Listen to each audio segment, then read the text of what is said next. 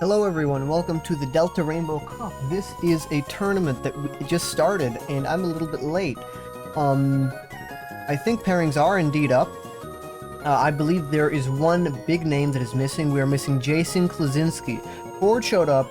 Mbio also, very important name to note. Mbio, the person who won the Holland Cup over there in EYC, also didn't show up. And a few other people also, of course, didn't show up because this was, I think, publicized a little bit like a week in advance. But let us get into... Wow, you're really loud, I think. Let us get into it right now. There are a few new tools that I just got, like today. Like right now, I can show cards on the stream, and I can draw. Look, I can draw on the stream now. So that'll be used. I don't have the music queued up at all, and we're not listening to the opening because somebody copyright claimed it. So let us pick a game. TCG1's really funny. They think they're a bunch of jokesters. Axe pushed this today. And it fills the lobby full of, games that have ended. So yeah, there's 240 games. Let's take a look at the standings. I think the Rip versus Little River is going to be a very good game. Because, oh wow, actually I can't really even see. Okay, so here we see this, right? The Rip is the person who got second place at the Holland Cup, and of course Little River, you all know him. Little River appears to be playing Wimpy Chicken, which is a hit and run deck, and the Rip is playing Bomb Tar with Fire Energy, right? Now let me see if I can get some of that up. Now right there, Jirachi, as you can see, I just happen to have it cached up already. Make-A-Wish allows him to get Pokemon early, right? He used that last turn, it appears, to get a Dodrio, and that is the main attacker of the deck. You really want that. Now, I believe that the way the deck operates is it uses a lot of special energy. So if there was an anti-special energy deck, that would really hurt Little River, but I don't think there's any anti-special energy decks that we have roaming around, but I'm not sure. I really cannot say, right? So he's probably going to evolve the Diglett next. He also does have Root Fossil, and that is probably just to stand there, right? I really don't think he plays Lileep or Cradily or whatever, right? I doubt he does that. Another thing he does, I think, is he might play Sceptile, right? So if he really wants to get that up soon, he's going to have to try to find a Trico, right? And that would be huge specifically for this matchup, right? It'd be huge for this matchup because if you can get Sceptile up fast, the opponent no longer has a chance to extra energy bomb. Now, of course, the extra energy bomb, like last turn, that was one of their last things that they did. I think he's in Fire Red Leaf Green, right? Yeah, okay.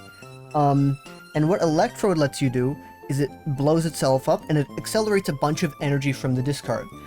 This is very good in the format because it lets you control the pace of the game, and it lets you, importantly, control the prize trade. Kind of, right? Because what it does is you can... Give me a moment, let me full screen. Okay. I have a computer behind me, so I can see how it works, so I can see the stream if it's actually running. It lets you activate POW, right? So right now, Little River, the Rip has POW active. Little River has a deck, and the deck is built on a bunch of the special energy, right? One of which I believe is Scramble Energy. I don't know where the fuck Scramble Energy is. I think it was a Crystal something. I think it was Crystal Guardians, yeah. That sounds about right. No, it wasn't. Whatever. Scramble Energy is... Fuck, there's too much shit. I have to manage quite a bit. But what did Little River do? He put Dunsparce and then he didn't do anything because he knows that, well, I don't know why he wouldn't make a wish. I guess he didn't make a wish because he knows that he has Dugtrio in the prizes. So it'd be kind of a moot point. Now we go to the Rip's turn. He's going to want to try to get up a Tyranitar as soon as he can. That is the main attacker of the deck and is a very strong card. Right? What it allows you to do is it grinds, but that's not the main attack. Grind, of course, as you can see on the screen, does 10 damage base, plus 10 for each energy attached. But the real thing that you want is Spinning Tail. Spinning Tail spreads a bunch of damage across the board. That is good, but Little River has a Dugtrio. Presumably he plays one. I don't think you just play the Diglett.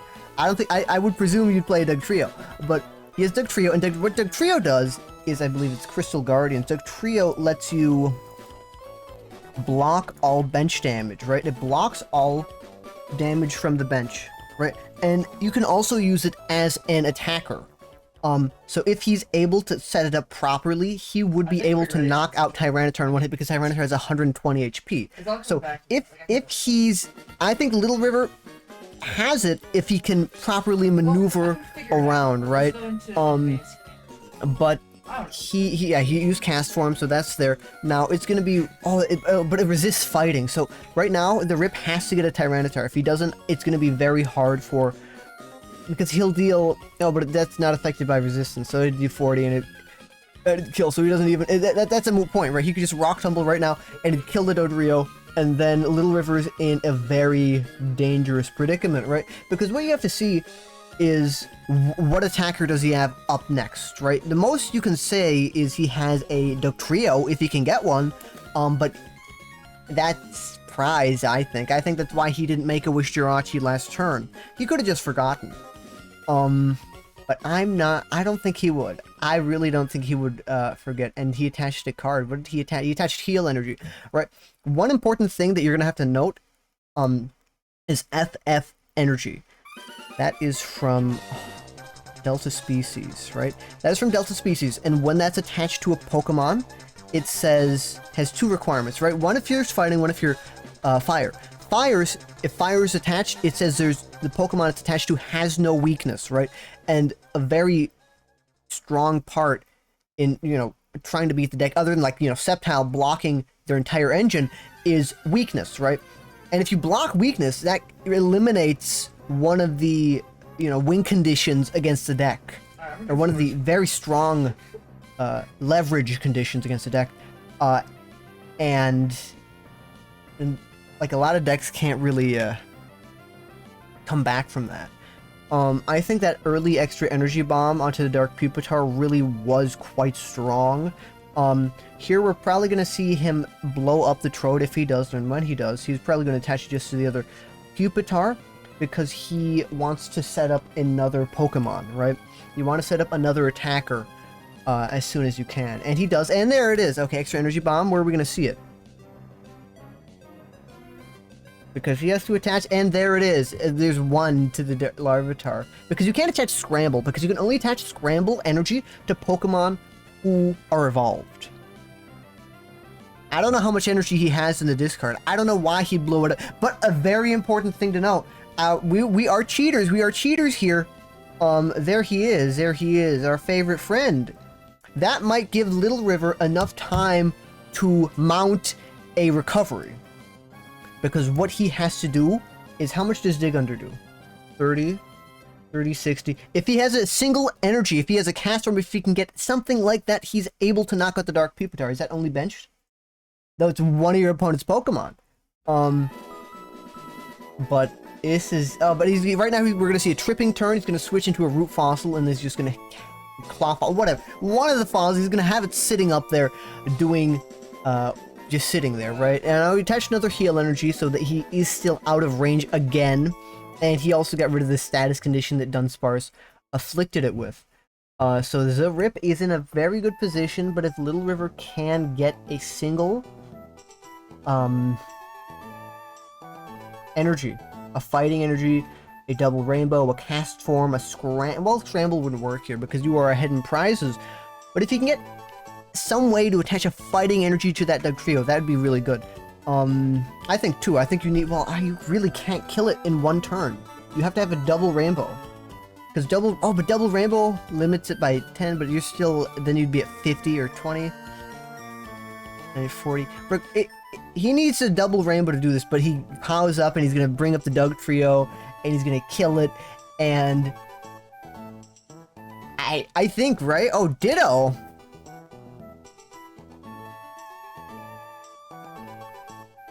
I guess he's trying to, make it so he's not able to get another Dugtrio after this one goes down. And I think that's understandable, that's fine. He could have also brought up the Dunsparce and said you have no real options at this point. Because at that point he wouldn't. He would have 0 options. Right? What do you promote the Claw? I mean, you can just promote another Claw Fossil, of course, but the opponent's just cornered at that point. Now it's Little River's turn. We haven't been using this. Minun's really funny. You're not using Minun.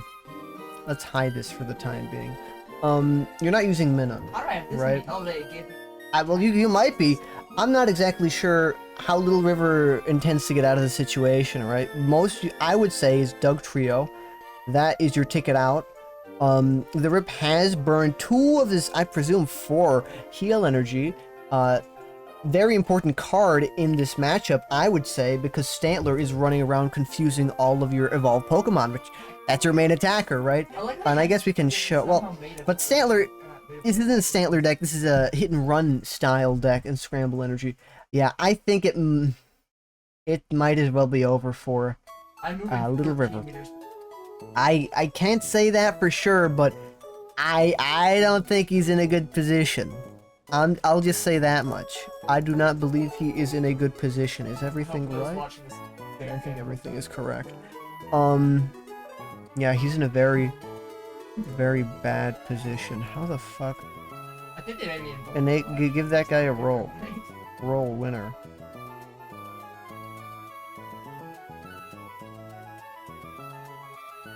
I'm manipulating things.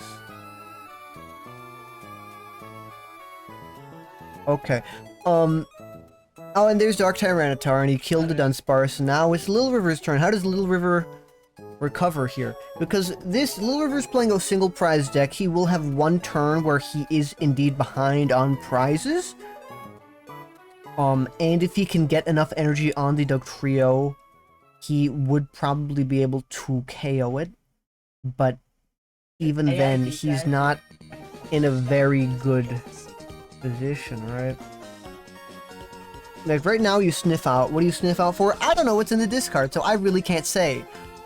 If you have a POW, maybe you try to get it to... Oh, you have a Transceiver, you get a Transceiver to probably... What do you play? You play Adventure, you play Mentor, you play Scientist, maybe, right? I know you play Mentor for sure. The other 2 are probably because, you know, you play the Holon Engine as it stands already. So why not give yourself a little bit more consistency with those cards? Okay, this is getting a little bit sad now. Ooh, okay. Well, it's not... Oh, that's an interesting card, but it's... What do you do? Right? Because... Oh my god. I'm sorry, I'm just kind of overwhelmed right now. This guy got 0 sleep. This guy got 0 sleep. This guy got 0 sleep. He was up all night casting the 2011 tournament. I didn't cast the 2011 tournament because I don't like 2011. And I was also busy. Likely story.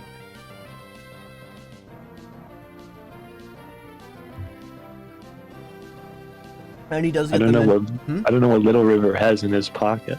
Little River doesn't have much. It's been...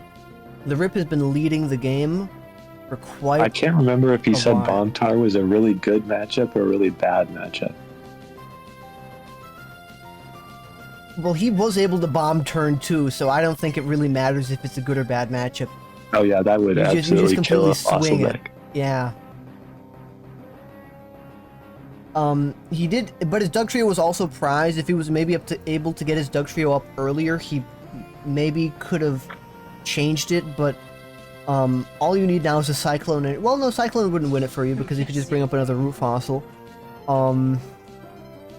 Yeah, regardless, it's not good for him. It's not good for Little River. I should screen share. Let me screen share this, I think, right? Do I have enough? I have enough, yeah. I have everyone friended. This guy's friends with everyone. I'm friends with everyone. This guy's friends with everyone. Except for the Rip. That guy's not on my friends list. That guy's on your hit list. Whoa. Yeah, I will say the Rip probably, we know he's at the very least good at Pokemon, right? Because he was able to make finals of the Holon Cup, right? He was able to make finals of the Holon Cup. Now, MBO, of course, our proud PTCG Patriot MBO. But he's the guy who has a lack of RSPK knowledge, right? Yes, I believe he played it. That was his first time playing it, and he made it. And he got second place. But MBO was playing Gardevoir, and he brought out the Regirock EX, and that just steamrolled the deck. Ooh, heal energy. The admin's a pretty big top deck. But, Oh you shit. need another. Uh-oh. I clicked reload by accident. Where were we? We were watching... No, we're gonna miss it! Who is it? Little River versus Little River, okay. He's stalling. And he draws another fossil. Getting a lot of. Well, if he draws good enough, I think he might be able to make it, but... I don't think he is. Deck lists are open. Everyone's cheating. Apparently deck lists are open. No, they're not. Are they not? They're closed. Standing. Little River. Yeah, deck lists aren't open. At least I don't see them to be open. They were open for like 2 minutes at the beginning, and then they were turned off. Maybe he didn't reload. But looking at the standings, Eric's game still going. Canton's game versus Q. Tord lost. You won against Tord. How do you feel? Well, I'm a little dejected that this is a bad meta for Sceptile. Actually, I don't even know what the hell you're playing. I hit the one LBS in the room though, so Oh! Tord is playing LBS. This is a rerun of the first Stambler where he played LBS and he got crushed. I think maybe he saw Slinky. He saw Slinky win or get top 8 with LBS. He's like, I want to try to do that. I don't think he was playing Slinky's list though, because No, he's not. He's playing his own list. I said he was playing Meg Cargo. I don't even remember. Okay, I don't know. I just know he plays his own list and that's his favorite deck in the format. Do you think Zelix is gonna make a showing? Zelix won their first game. Do you think all that big talk of Bombtar is gonna show itself? Well, I watched that game, and that was because JP selected the wrong deck. So we and there was no redo? Yeah. Oh. I don't think so.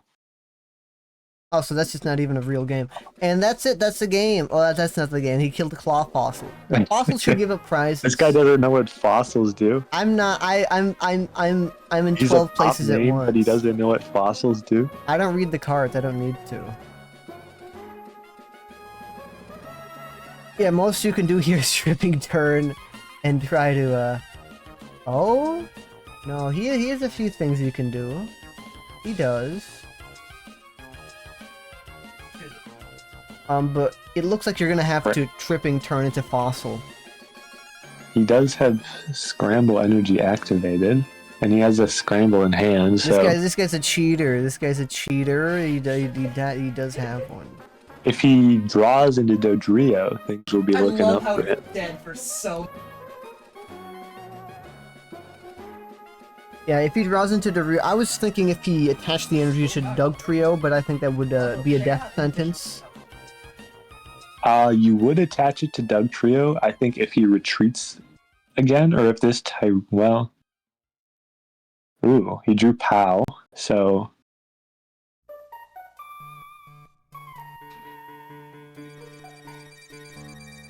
And the opponent flipped tails on their Confusion flip.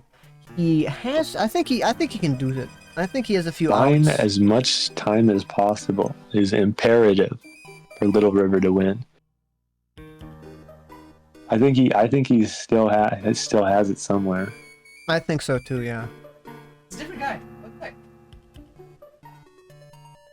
I think the sunk cost fallacy has gotten to the Rip, and he's going to retreat into his second T-Tar. Because 2 Confusion Tails in a row I don't think I'd risk it another time.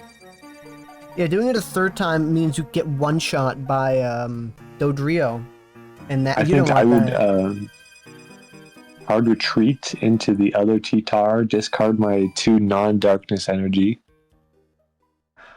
and try to grind again. This is like a one. Because Well- Little River has limited draw and is probably on his last fossils. Oh, and he does just that. And he does just that.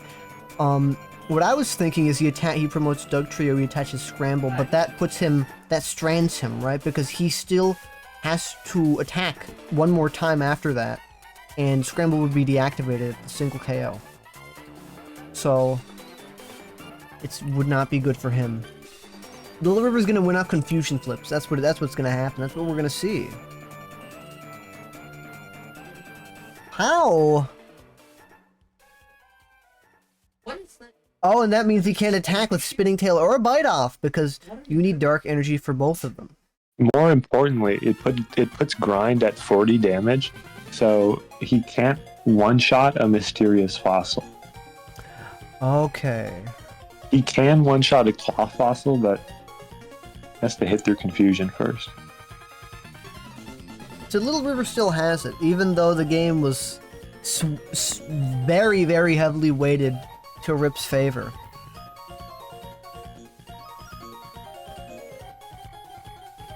I think this deck is actually like a very strong matchup into Bombtar. It's just you need the Sceptile down quickly. Yeah, he just didn't find a Trico for a long time, and the opponent bombed turn 2 or 3 very, very early in the game. So it's like, well, why get it up now? But he did bomb later, so you could have set it up to mitigate that, but even then, he didn't. It's good if you can set it up early, but he didn't set it up early enough. Hold on. There's a Chimecho in his discard pile. There's a Chimecho in his discard pile? Oh, we love Chireen. This floating Chirin. Really good against I love Chireen. Li Shan.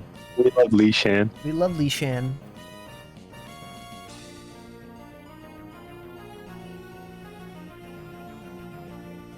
Oh, he flipped tails again. Everything's Little River going has his way. the mandate of heaven here.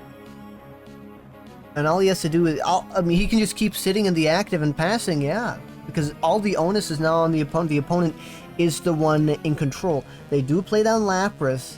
What would they get? Would they get an admin? I'd to try probably to- Steven, honestly. Steven? Steven would be good. They get a mentor. Or- I guess there are no Stevens in the deck. Oh, and they play Elms, but what does Elms get them? I think they're just trying to thin Nothing. their deck. Right, that's what I think they're trying. But they don't even get anything. They're just looking through their deck, but they already... I don't know. I don't know what's happening. It looks like they have 1 darkness left in the deck, and they should have... I can't tell. Leona. I don't know. Another Tails here would be big, but we don't see that. We see him hit a heads. Now, he is probably just gonna, The Fossil top deck is huge, because this Tyranitar is still not Mhm. one-shotting a 50 HP Fossil. Mm-hmm. Grind is only doing 40 still, unless he finds his last darkness energy. Is he out of Hull on FF? For Um, heals? Probably. I think Bombcard typically plays 3 heals, and he has 3 in play. He is playing pretty heavy energy count, so I wouldn't expect him to play another heal over something like a Scramble. That's a pretty big draw, I'd say. But he still needs a little more. Oh, and the Rip passed instead of attacking. He knows that he's... yeah. So they're both just sitting there waiting for the other to make the first move. But Little River wins that battle. If it's a deck out war, he wins it because he has 18 cards in deck and 5 cards in hand. That's what, 23. where He's the Rip looking to draw has his Dodrio. like 13. Yeah. Yes, he just needs to draw Dodrio, and he doesn't exactly win, but it's not easy for the Rip to If I remember Return. correctly, Wimpy Chicken plays 9 fossils, I think. And he has 2 in play and 6 in the discard. So I believe he has 1 mysterious fossil left in his deck.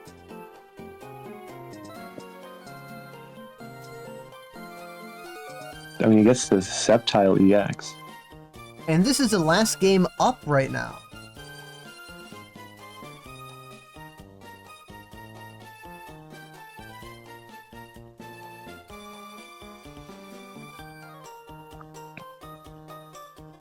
Finds his second POW.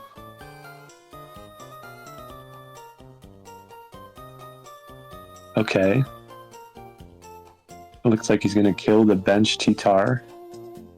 Yeah, or is that- at yeah. least preparing. Well, he's preparing for that. He's waiting for the fossil to get knocked out. Yeah, I think you go after the bench T-Tar 100% of the time because that is the one with dark energy. That is a threat. The one in the active does 40 damage. You would be removing confusion from it, but still, it's not really that much of a threat. Or as Chooses much of a... to Okay. go into it. Yeah, you I could do don't- that. And you could grind. Oh, Cessation Crystal's really big, and that means you can Spinning Tail. But that doesn't matter because you're getting killed by Doug's Trio. Yeah. But that means you... Oh, well, you don't kill the active, do you? You're 10 off from killing the active Mysterious Fossil. Right? You are, but that I don't But think that you just I've- discard it anyways because Yeah. you always attack with. That doesn't double matter. edge You're here. killing it in one hit. What does the opponent do? The opponent sits there. Actually, you don't even use double edge. You can use dig under for the KO. Oh yeah, because it's already damaged, and you don't inflict damage on yourself. Okay, yeah, it's. Oh, but what did he attach?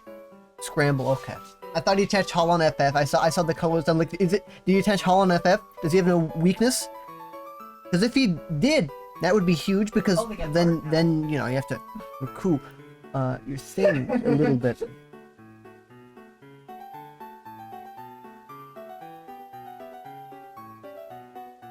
Also, he top decked Retriever, which is an insane top deck because it means that he can. Oh, that's interesting. Howling up the... Oh, and I guess he's gonna dig under the Tyranitar. Maybe. Because the And that's opponent has game. no energy. You're making like a spaceship, like instincts. How are they gonna switch? They could play Warp Energy, but I don't know if they do. Maybe POW is a safer play, grabbing Lapras. Double discard. Huh. It's interesting. Because if Rip he has has... Briny, Yeah, if Rip has Briny or any way to switch out the Lapras from the active into a Dark Tyranitar on the bench, he wins. But that's if, and we don't know. Oh, I think it Swoop? might have been. But there's no free retreaters in the format. No. Oh.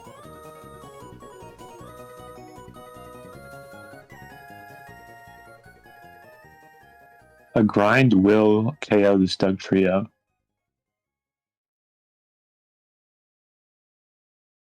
I feel like you could have just killed the Tyranitar straight up with Dig Under for weakness. To me, that feels like the safer play, but I don't know.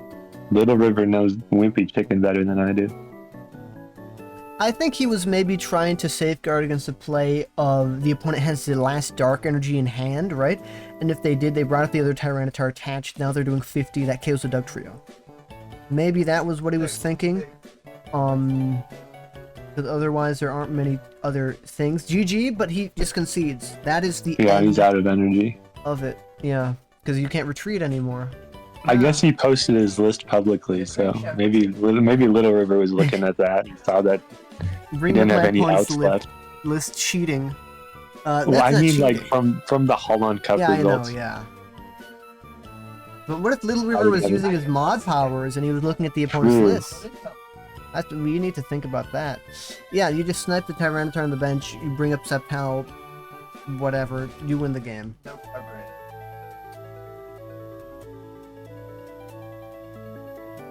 That smiley face after the GG is kind of ominous. I don't see a concede yet. Does he have it? It'd be really interesting if he has it. If he has Warp Point Dark Energy, he has it. Because he can just Spinning Tail to KO the Doduo.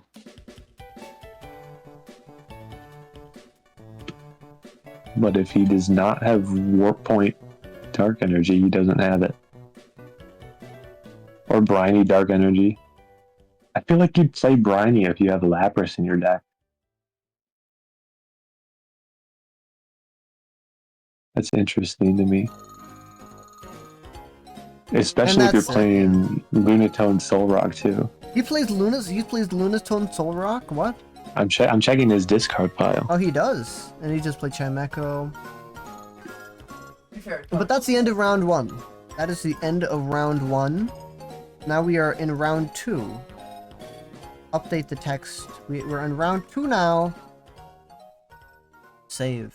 We're in round 2. And now we're going to have to wait a little bit to see the new standings. It's probably going to be immediate. But that is... No, there's one more round. It's Canton versus Q. It's Canton versus Q. This is actually not round unless the other ones... unless it was... I think it ended, didn't it? I don't think they reported.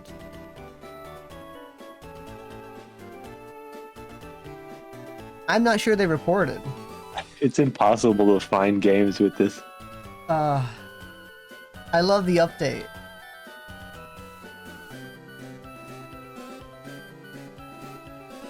This fucking... Canton versus Q. Oh no, it is still up. We're not in round 2. We're not in round 2. We're not in round 2.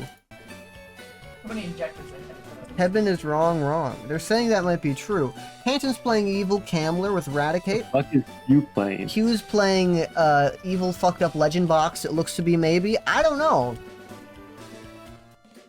That's the only thing I could think it could be. Alright, let's see. Yeah, Jirachi, Antler. This looks to be like, Legend Box. What's the thing? Chiro Box? Something like that. That's what I think. Q is kind of in the lead. Yeah, I just see a maybe? Wobbuffet and a Sudowoodo, and I'm confused. Yeah. You can copy for Dark Age. Did he copy? We're bringing back Raylair version 1. Fucked. I was watching old VODs, and I'm like, we didn't even know what it was. It wasn't even called Raylair. There's this Rayquaza Wobbuffet deck with Stantler. Is absurd. But looking at the board state, it's really not easy to tell who is in the lead. I don't think anyone's really in the lead. I will say Latios EX is very annoying because it one hits Camerupt, right? And it'll kill Wobbuffet next turn. Of course, Canton did get POW with Darkade, I think. So he should be able to be fine there. You can bring something up. Another card like Wobbuffet, and the opponent has to attach, or Rayquaza, or so you bring something else up, and you put them in a position that they don't want to be in, right? So we saw him play Mary's Request, draw 3 cards, then he brings up Sudowoodo again. I got a few more.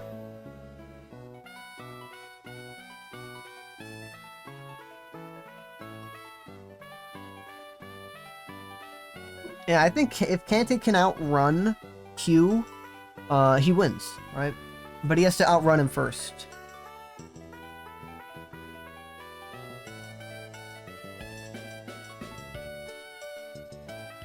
Oh boy.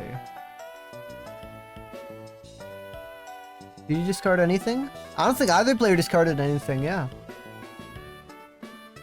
Because they both have 3 benched Pokemon on the board. Canton plays Castaway. What do? You can get a tool. You probably play Cessation Crystal, maybe Fluffy Berry, or one of the Retreat Berries, Balloon Berry. I think those are probably the 2 tools you play. Yeah, you get Cessation Crystal, you get Fire Engine, you get Stone's Project. That lets you get 2 different energy cards, I think, from your deck. There was someone, I think, they were playing... I think it was Joao. Joao was playing a very interesting list. I don't know what it was. I looked at it and I'm like, what is he doing? I'm like, but that's besides the point, because I see Stone's project. I don't know what the hell Stone's project does. I think it's search out 2 energy. Different energy. Yeah. But Canton got another POW in his hand, and now we don't know how many he has. He might have 1, he might have 2. He can just keep recurring these POWs from his deck. And with the Desert Ruins... This guy doesn't have Canton friended? Huh? You don't have Canton friended? I don't have Q friended. Q hasn't accepted my request either. I have Canton friended. I've been had him friended. I think Q hates me. Q hates you. Q's a hater. This is true. Yeah, you get Stone, you get Psychic and Fighting. No, the thing that is, the game point right now is Desert Ruins, right? Desert Ruins gonna start taking on the Rayquaza. Meko can and just take Eladio. game next turn. Meko can get the game? Yeah, you can just power up Latios, take a KO with Psychic. Yeah, and then Ruins. Rayquaza, yeah. And then Rayquaza dies. Oh, he didn't do that. Or he did do that. Wait. No, I was miscounting Ruins damage. Oops. But I think regardless, Canton's in the driver's seat right now. Because even if this Wobbuffet goes down, if he finds the time to get a rat up, he wins. But right now we're going to see a split bomb, probably on the Sudowoodo and Latios. And you know, you can actually KO both of them next turn. If you split bomb. I think you should be able to. Right, because you split bomb and you do 30 here, 30 there. And that puts 60, it's 30 HP left, and that one puts 20 HP left on the other one, I think, after tick.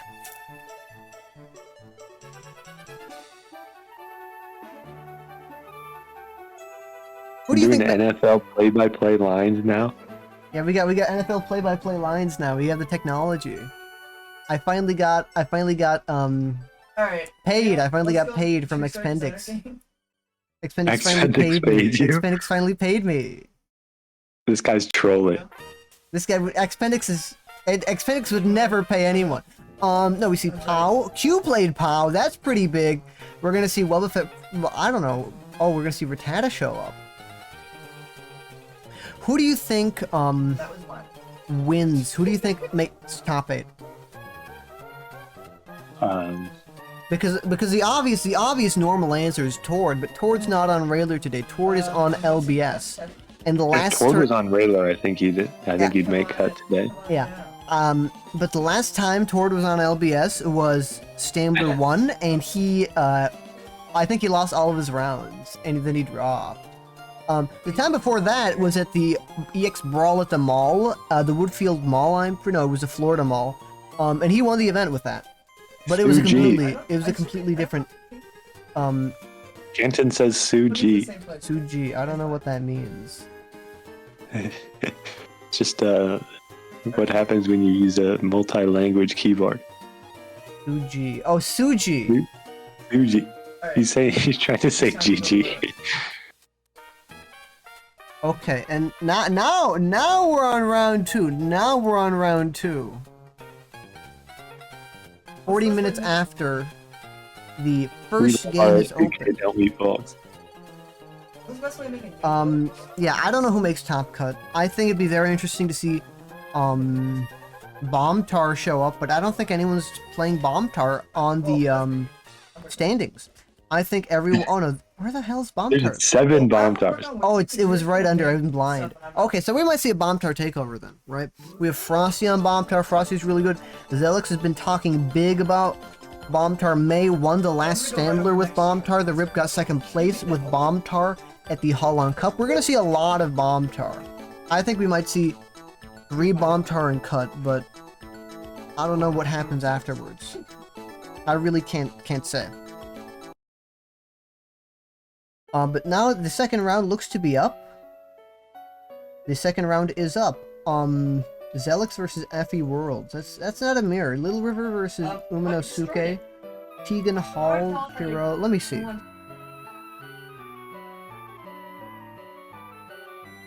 I wish they had little icons on what the people were playing. I would randomize it, and you know I will.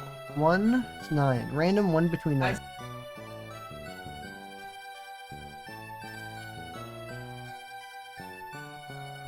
We got 7. We got number 7, and it's Frosty versus Raspberry Bell.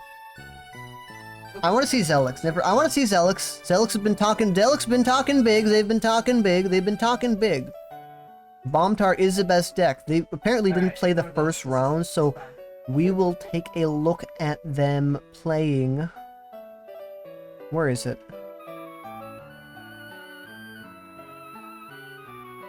Where are they playing? They're playing Effie Worlds. So now we see Zelix Evil Cat versus Effie Worlds. Right there. Get here. What's that boat made out of?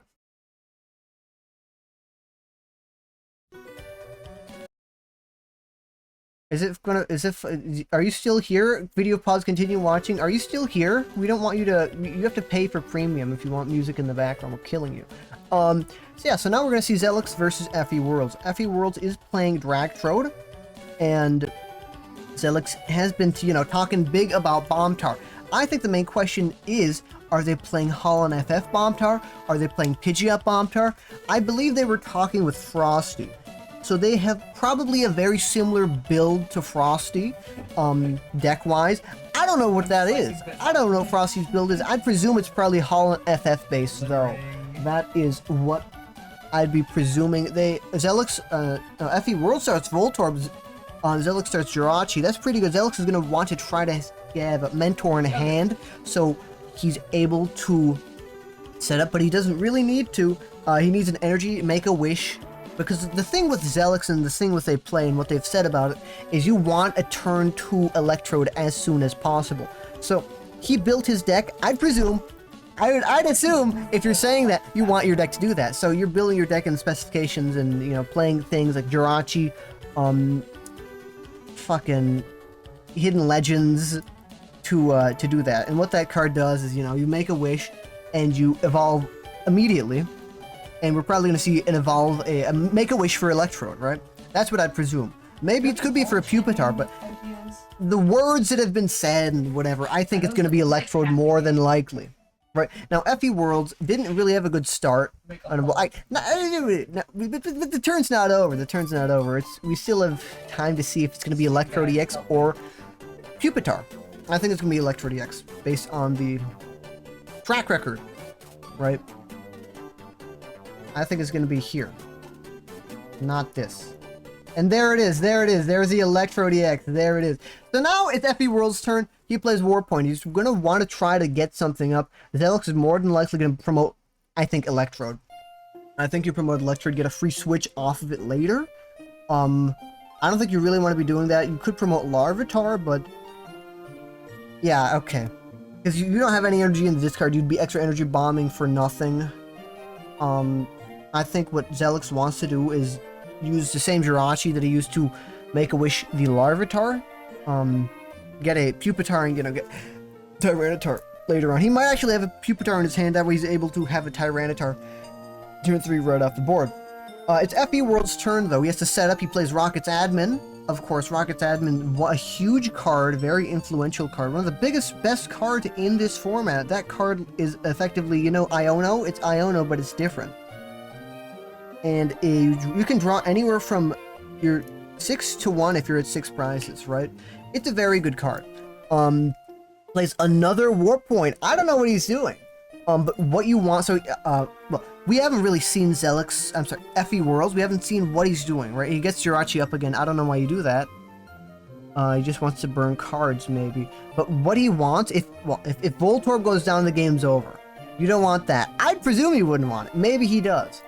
Maybe he has a Death Wish. But you want to set up Dratini. You want to set up Voltorbs. You want to set up Sneasels. Right, because your deck is... Dragtrode. Yeah, it's Dragtrode. And the way that deck operates is it's actually from the same set as this, so I don't have to click a different thing. You use this and you search out for Dark Energy. But that's kind of like the engine. The engine's Dark Electrode to get your Dark Energy on the board. and Dark Dragonite to move your energy off. And what this means is you can use Electrode every turn because it no longer has the dark energy because you moved it off. Now the main attacker in most builds is Sneasel EX. Oh, I love smacking my microphone. Sneasel EX, and that's effectively kill a single card if you use Dark. You can kill any one card more than likely, right? Well, it's not one card, but it's like 1, 2, 3, 4, 5, 80. You're dealing 80 damage off the board. Now there have been some talks on what you build it with. One thing that's really come up on discussion online is R energy. Because that's a single, you can come out of nowhere, deal 10 extra damage because Dark Energy does increase damage by 10, and you can kill anything with Sneasel. You just need 1 Dark Energy, attach that, smack it. But I don't think we're gonna see that, because call it a hunch, there's a lot of Pokemon on the board on Zelix's side, and I mean, it's only turn 2, right? But there's not a lot of stuff. There's not much he has. And but he gets Holland Retriever, he gets Mentor, he's finally able to find those Patrinis, he's finally able to find more Voltors, he's finally able to find more cards. And that's what you need. You need more cards right now because the opponent they have a fully set up board. It's not fully set up, but it's very, very well developed. You see Rocket Sneasel, you see Dratini, you see another Dratini. You're gonna want to get those, whatever those called, Dark Dragonairs, right? And yeah, there's Rocket Sneasel and there's Dark Electrode. And there's double, yeah, and then you can Energy Bomb and just move the energy onto the Sneasel more than likely. Yeah, there it is. The Dark Dragonair is a very good card for this deck. It lets you search out other Pokemon if it's active, right? So it has to be active, of course, that's a stipulation, but it's good. But does he have enough time to set up? Because Zelix is still early on, pretty much in the setup stage. He's on bench board is pretty good, but he needs more energy in the discard if you want to fully use extra energy bomb to its fullest potential. He has 2 of them on the board now. Effie World is actually playing the Sceptile, but there are some builds that do play Sceptile EX in this build. I believe they're mostly Japanese. Of course, Sceptile EX is a big new card on the block. What it does is it blocks EX and EX abilities. They can no longer use Poke Bodies, and they have to attack for 1 more energy. What this does is this stifles a lot of decks, right? It stifles bomb decks, it stifles LBS. LBS has just pretty much been completely wiped off of the map because of it. Now, last tournament, the Yokohama Open, we saw LBS show up and make top 8 with Little Slinky. It used to be a pretty popular, pretty good deck, I would say, before this Sceptile showed up, right before a lot of them showed up. But we see the first Electrode blow itself up. We see him probably attached to the one with the energy on it already, yep. And afterward, but that's 1 energy right now. Effie World is ahead in prizes and Zelix is behind. This means Scramble Energy is active. I don't know what set Scramble Energy is in, so please forgive me. I think it might be in, it was reprinted in Power Keepers, so I don't think I don't actually know what set it's in. Tell me what set you're in. Is it in Pop? I wish I knew. Yeah, there it is. Right, so Scramble Energy is now active. So now you can have 3 for the price of 1. And this deck runs on a bunch of energies. It runs on Dark, it runs on Scramble, runs a little bit of Heal. I don't think this deck uses Fire Fighting. Let's take a look actually to see what Holland's Voltorb, are there any others? No, all the energy that were discarded were Dark. So I'm not exactly sure. You make a wish, the Dark Pupitar, get a Dark Tyranitar, or you could Larvitar, right? You could evolve one of the Larvitars, presuming you have Tyranitar in your hand. I don't think you do. Okay, so but you do. You have an out to Dark Tyranitar in your hand. More than likely, I presume that's what you're doing if you're making that play. Now, if your world plays Windstorm, Cessation Crystal is now disabled. Now you can use Darkness Navigation. You can use a bunch of abilities. Use Energy Bomb And he's now 1 prize left. This is... I would not have presumed this. I don't know if he wanted to take the KO, but he's 1 prize away from game. Now, of course, he doesn't have a developed board at all. Right? That's just... He's just like me. Bring up the crying face emoji, please. So he's 1 prize away from game. Does Zelix have Stealing Appendix's appendix? Okay, so you might be 1 prize away from game. They have a bunch of powers, they have a bunch of scrambles. They can kill the Sneasel in 1 hit, maybe. I don't know how much damage Dark Tyranitar actually does, right? Bring up Dark Tyranitar, please. Team Rocket returns. So he deals 70 plus 20. If it's an EX, it's 90. That KOs Sneasel. So this isn't good. Because the way that bomb decks work, Electrode EX decks work, is they're very comebackish, right?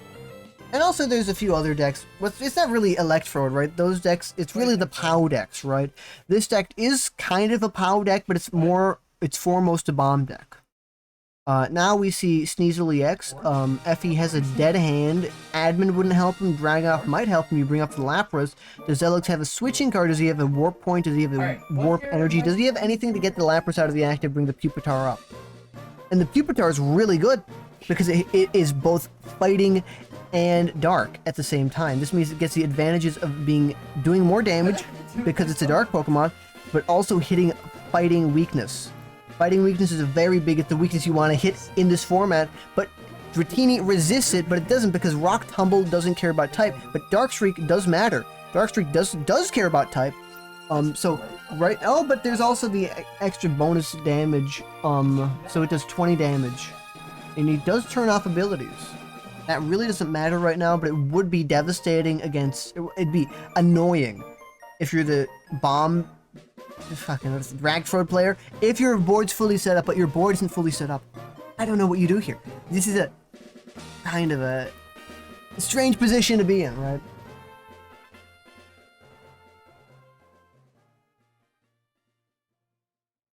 But now we wait, and now we see what do you do, right? You could Rock Tumble. Oh, but Rock Tumble would take the KO. What am I doing? Why are you going to Dark Streak? Are you kidding me? Why are you Dark Streaking? I guess you want to keep the opponent up there as much as you want, right? You could Rock Tumble for the KO because you do 70 damage with that card. Windstorm, removing Session Crystal. Now you can use your abilities. And the Dratini's in the active. If he has a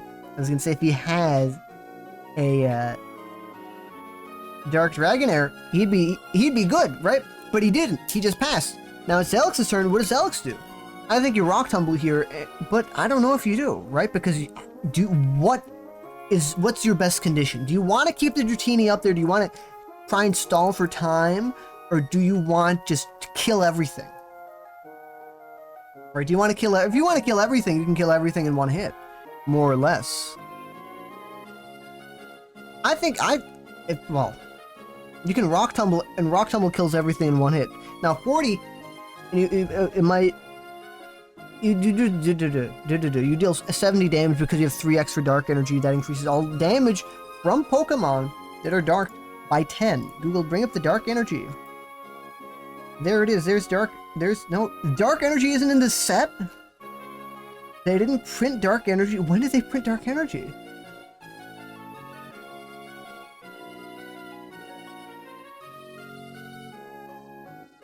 There's dark energy, right?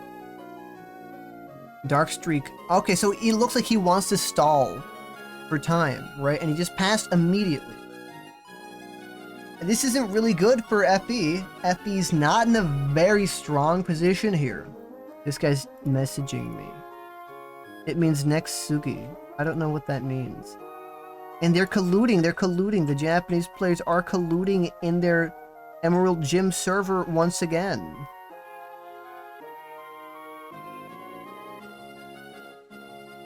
But now we wait, and now we see what Zelix does, because I think Zelix has the game. FE is Yeah, it's one prize, you know, it's one prize, but it's gonna be a hard one prize to take. The hardest single prize you could take ever. Because you do keep dark streaking. Okay, you kill it. Okay, you take a single prize. That doesn't matter because the opponent's then going to bring up. I don't know why you bring up Dratini, because you could bring up Sneasel. You could drag up the Lapras again because you try to make him waste another energy. You could bring up the other Dark Pupitar. I don't exactly know what your win condition is here if you're Effie Worlds, right? You're going to want to try to develop your board a little bit, but the opponent is kind of, you know, rough. It's going to be hard to develop that board. Right, you can try to get another thing. If you have a Dark Dragonair, as was mentioned earlier, you can, you know, keep searching out your evolution Pokemon and that stuff, but you have 3 cards in your hand is pretty much dead. If your opponent plays a single admin, you're back to square one, you only have 1 card in your hand. You're not really drawing much off of that. I don't know about the normal Bractrode lists. I don't really play the game. I'm here and I complain and I commentate. But I don't think they play a Mentor. Actually, never mind. I think they do play the Mentor engine. And actually, we saw it earlier in the game. Right? I think I'm being stupid and dumb on purpose. There they are. Right? Clear that. But I don't know what you do if you're Effie World. I don't think you have a really clean path out of this. But now we sit here and we wait. We sit here and we wait and we see Zelix disembowel Effie Worlds. Our favorite hobby.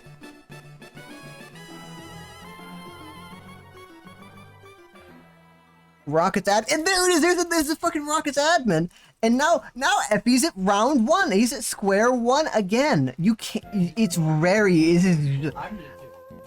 I would say maybe we switch off just to, you know, spare him the mercy of being slaughtered in front of all these people, but I don't think that's good. No, we're gonna watch the game. We're gonna see him drag off the Dark Pupitar with no energy, right?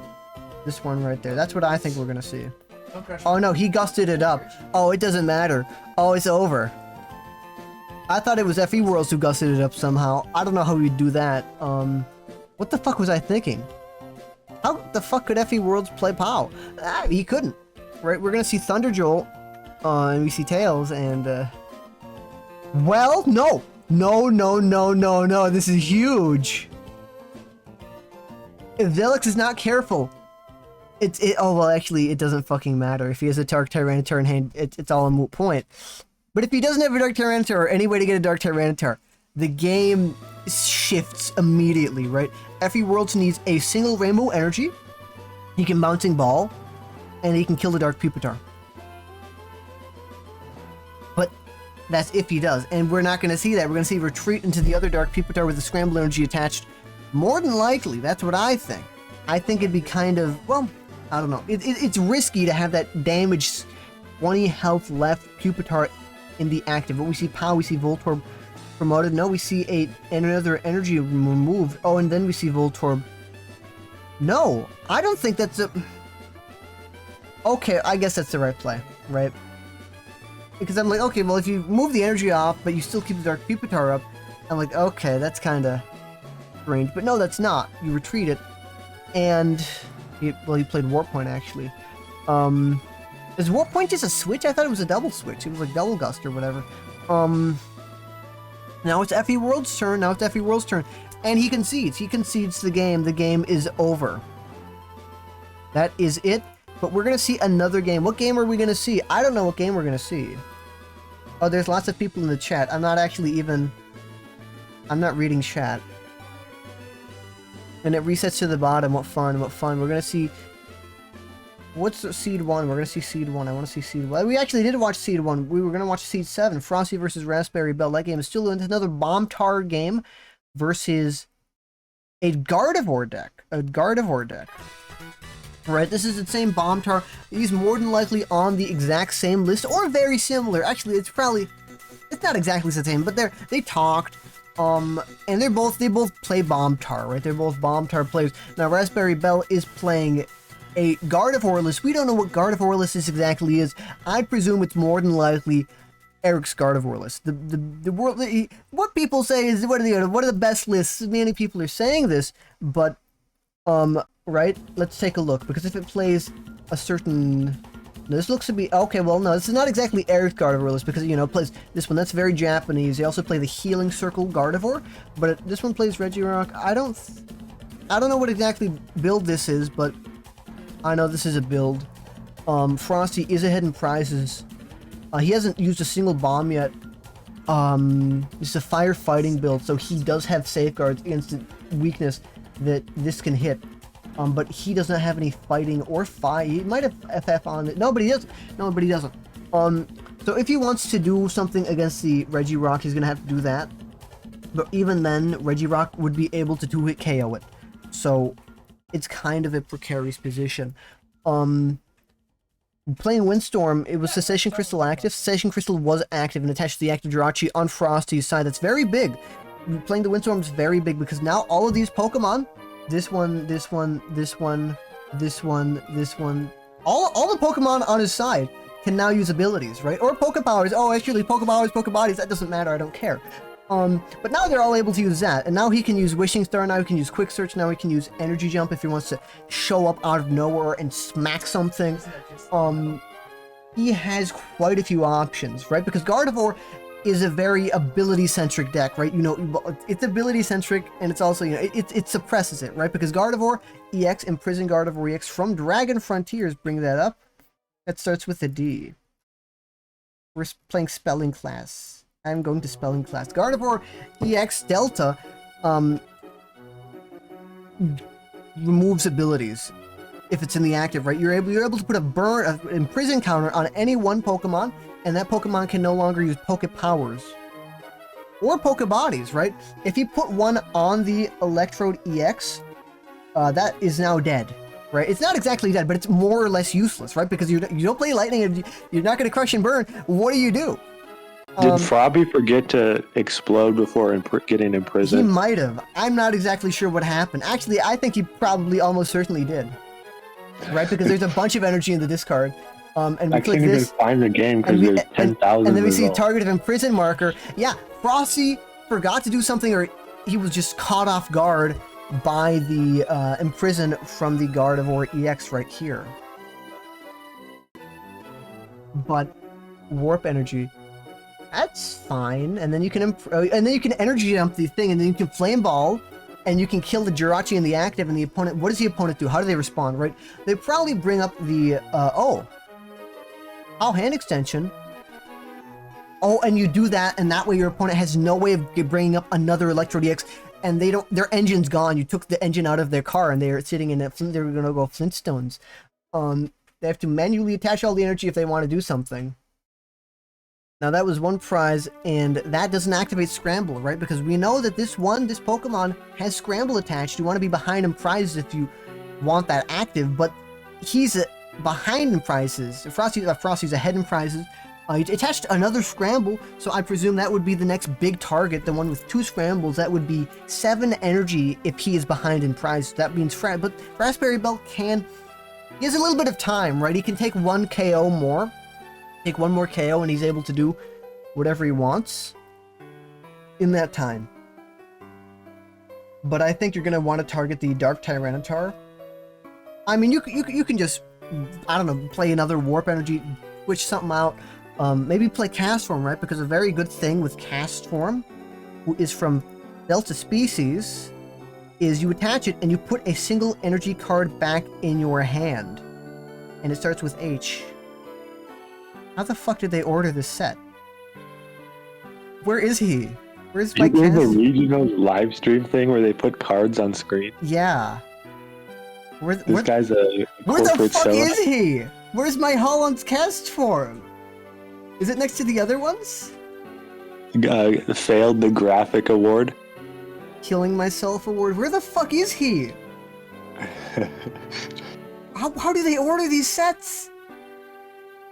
Oh no! Wait, you know. Does anyone not know what Holland's Castform does? Shut up! This is Is there new anyone technology. watching right now that doesn't know what it does? I was looking in the wrong set. He's from Lake. Yeah, he's from Holland Phantoms. Yeah, shut the fuck up. I forgot. I'm like, wait. I don't think he's in here. Okay. Okay, where is he? There he is. Right. Okay, I completely missed what happened. Scramble Energy Rockets admin. But the thing with Cast Form right here is you're able to attach Warp Energy and then attach Cast Form, and then you put the Warp Energy back in your hand, and you're able to use it again in a later turn, and then you can keep recycling them. So if he did that or something, he'd be able to get this out of the active, promote into this, maybe use a POW, bring that up, right, and kill it. Because that is the next big thing. That's the next big thing that's in the board. What happened? He retreated into Electrode. Yeah, I bet you do.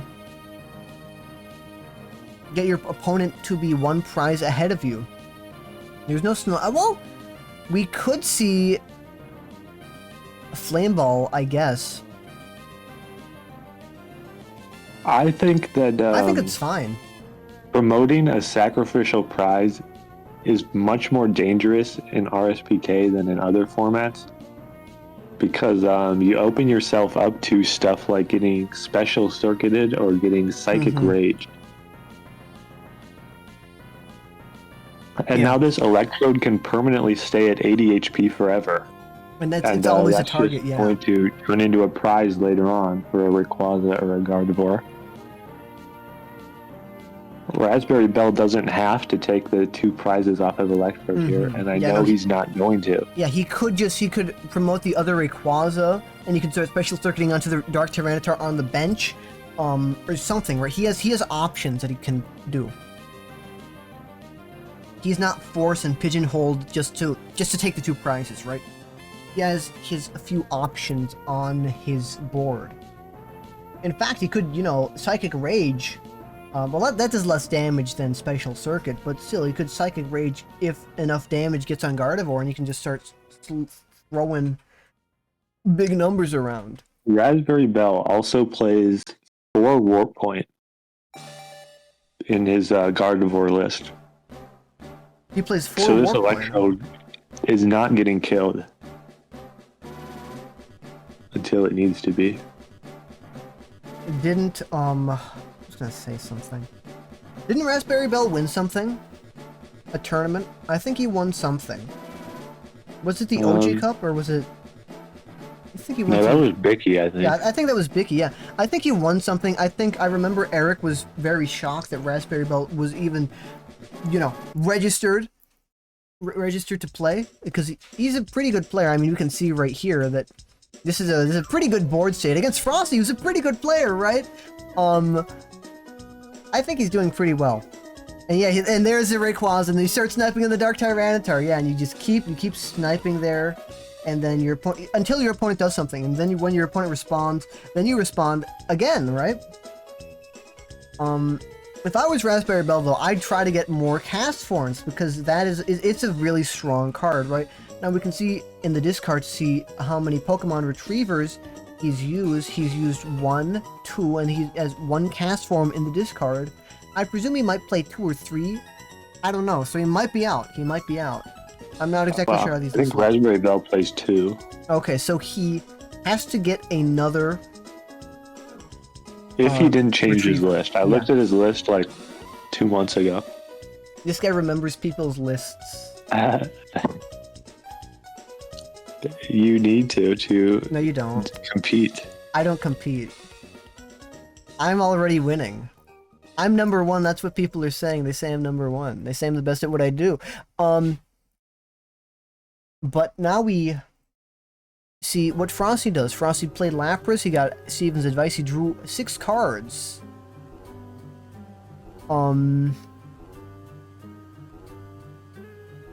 Does that do anything for him, right? He could maybe try to set up another Electrode, but I don't think that matters. Wait. He might be out of energy to retreat. No, he should still have fire. If he's out of energy, then that just... You cannot attach Scramble to Electrode. Mhm. You can only attach Dark or Heal or Fire or FF. And he's out of Dark. He has one fire. He has one fire, but he doesn't attach another fire on a attach it to T-Tar. Tyranitar, yeah. I don't... So he's really banking heavily on... Actually, we know from Jason's post a couple nights ago that Frosty plays 3 Warp Point instead of 2. I don't know how many He's he's probably- in this card. He's down Probably 2. He's down 2, waiting so for he that has wolf. 1 left. Right, presuming Raspberry Bell doesn't know how to read English and didn't read Jason's post, which I don't think he does. I don't think he knows how to... He might. I'm not sure. No, I don't think he's in the TCG1 Discord. Yeah. Oh, he might also just not be in the TCG1 Discord. But if he was, I think he'd be able to read it. And yeah, I think now we're just gonna see just continuous special circuit onto that guy until that one's down, and then you can take the single prize, and then you're 1 prize left, right? I also think that he plays Jolteon Goldstar. He plays So if he Jolteon special Goldstar. circuited the T-Tar with the fire on it, he could take a KO with Jolteon and Flame Ball. But I don't know if this is the same list I saw a couple months ago.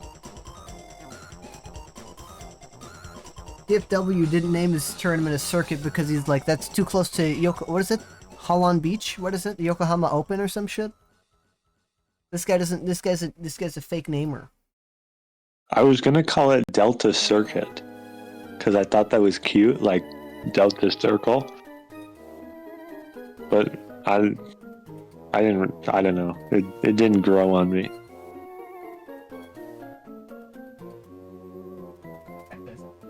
Bonner. You need to make my stupid logo though, so I can post it. I do. Yeah, I need to make a new one because the old one looks like shit. He goes into Jirachi. The old one's a Jirachi? I don't think. No, I'm talking about the game. I'm not. You always make it dead. But he played Warpoint. He brought up Jirachi. Yeah. Yeah, I don't think he realizes that Raspberry Bell is not killing the active. Raspberry Bell could care less about the active. He wants the Dark Tyranitar's blood. What game? I don't see a game going on. I don't either. I'm in 12 places at once. It's kind of like my superpower. I'm 12. I'm 02 because he keeps doing clown things. Our strongest tournament player. Get rid of that. Oh yeah, we can, because while the game's at a standstill, we can look at the game. This is the last game that's up right now. It's Frosty versus Raspberry Bell. Of course, you know, if someone was just randomly, if the standard player was randomly to say, as just not look at the cards, they probably would look at the prize and say, oh, Frosty looks to be winning, right? Raspberry Bell's in control. The prizes don't say jack shit. But right now, the winners are Zelix, of course, we saw them. Umanosuke won against Little River. Chiro won against Tegan Hall. May won against Ondi. You won against Kato. What does Kato play? Bombtar. Oh, and you're on Sceptile, so you should probably be doing well with the all of the Pokemon Bombtars showed up. The series player won against Hamabotika. We're watching Frosty versus Bell. Canton won against Umbreon, and Canton's on Camler. You don't really see that much often. Simba won against Mataru. Q won against Eric. Eric is 2-0. Very important to know. Eric is 2-0. He's 0-2. He's what? He lost both of his games. I don't know how you say it. These words get messed up in my head. This has happened before, and he's gone like 6 wins in a row after that. And then he loses again in finals. The curse. Well, he's not on Ratlock. I don't think Ratlock can ever win a tournament with the way the top players are. Yesterday, he told me that he was not playing Ratlock because of me playing Sceptile. That doesn't. What do you mean? What do you mean? Oh, I'm gonna hit Tfue if I play Ratlock. What? I mean, to be fair, it would have been a very solid choice into this tournament because there's A bunch of bomb tars. so much Bombtar. There's not a bad amount of Bantler. And there's Dragtrode, a lot of Dragtrode actually. There's a lot. There's 4 maybe. How many? 5 5. That's a lot. That's a big number. compared to the last few tournaments where it was like a 1 of or 0. Yeah, you see none of them. We see a single Bannet though. That's interesting. It's UCS. Oh, it's UCS. One Arcanine EX. I don't like Arcanine EX personally. Nothing against it. One Ryex. That's Odysseus. Odysseus is 1-1. One bomb man's very interesting. I remember So how do you know how many air Double Rainbow 3. I remember they're like, oh, because both Eric and Rogar were there in person, and they were both talking about a Sceptile deck. There were two different Sceptile decks. There was a Sceptile EX deck and a Sceptile Bomb deck, right?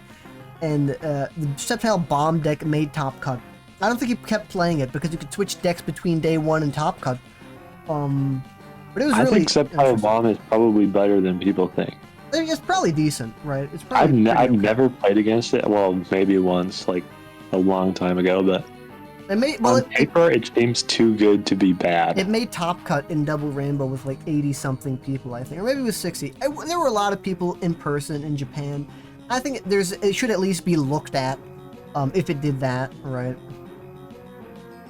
But right now, we see he killed the other Tyranitar on the bench. Now, in this one, he's spinning tailed, and now he's Pidgeot up, and Pidgeot can not one-shot it, but oh, I thought Dark Tyranitar was weak to colorless. I thought we were in a Dragstore situation.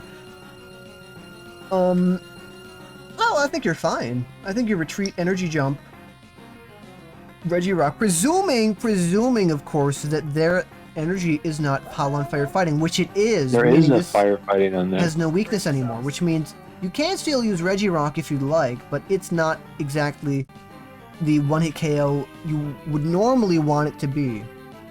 You know what he's gonna do? No. He's gonna Celebi EX for POW. Then he's gonna POW off the fire energy, and then one-shot with Regirock. I see the future. I know it's This gonna guy can happen. see the future. They're also even in prizes, so POW is not active. So I guess he's just gonna sacrifice the Pidgeot, maybe move the energy off the Pidgeot. Check this out.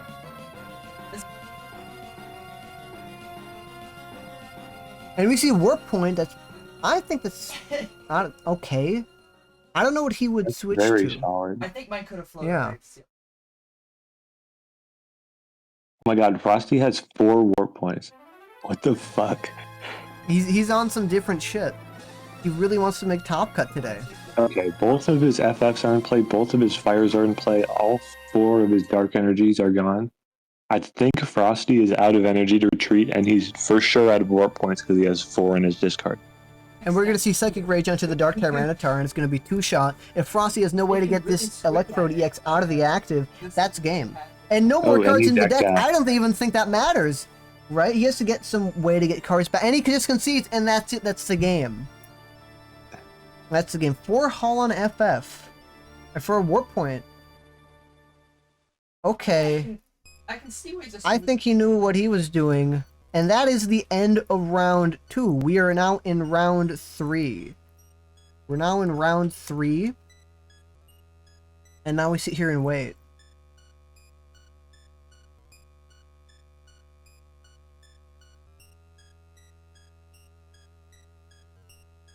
Well, looking at the wins right now, the people who to look at are Zelix, but I think you can still make it. I'm pretty sure you'd still be able to make it.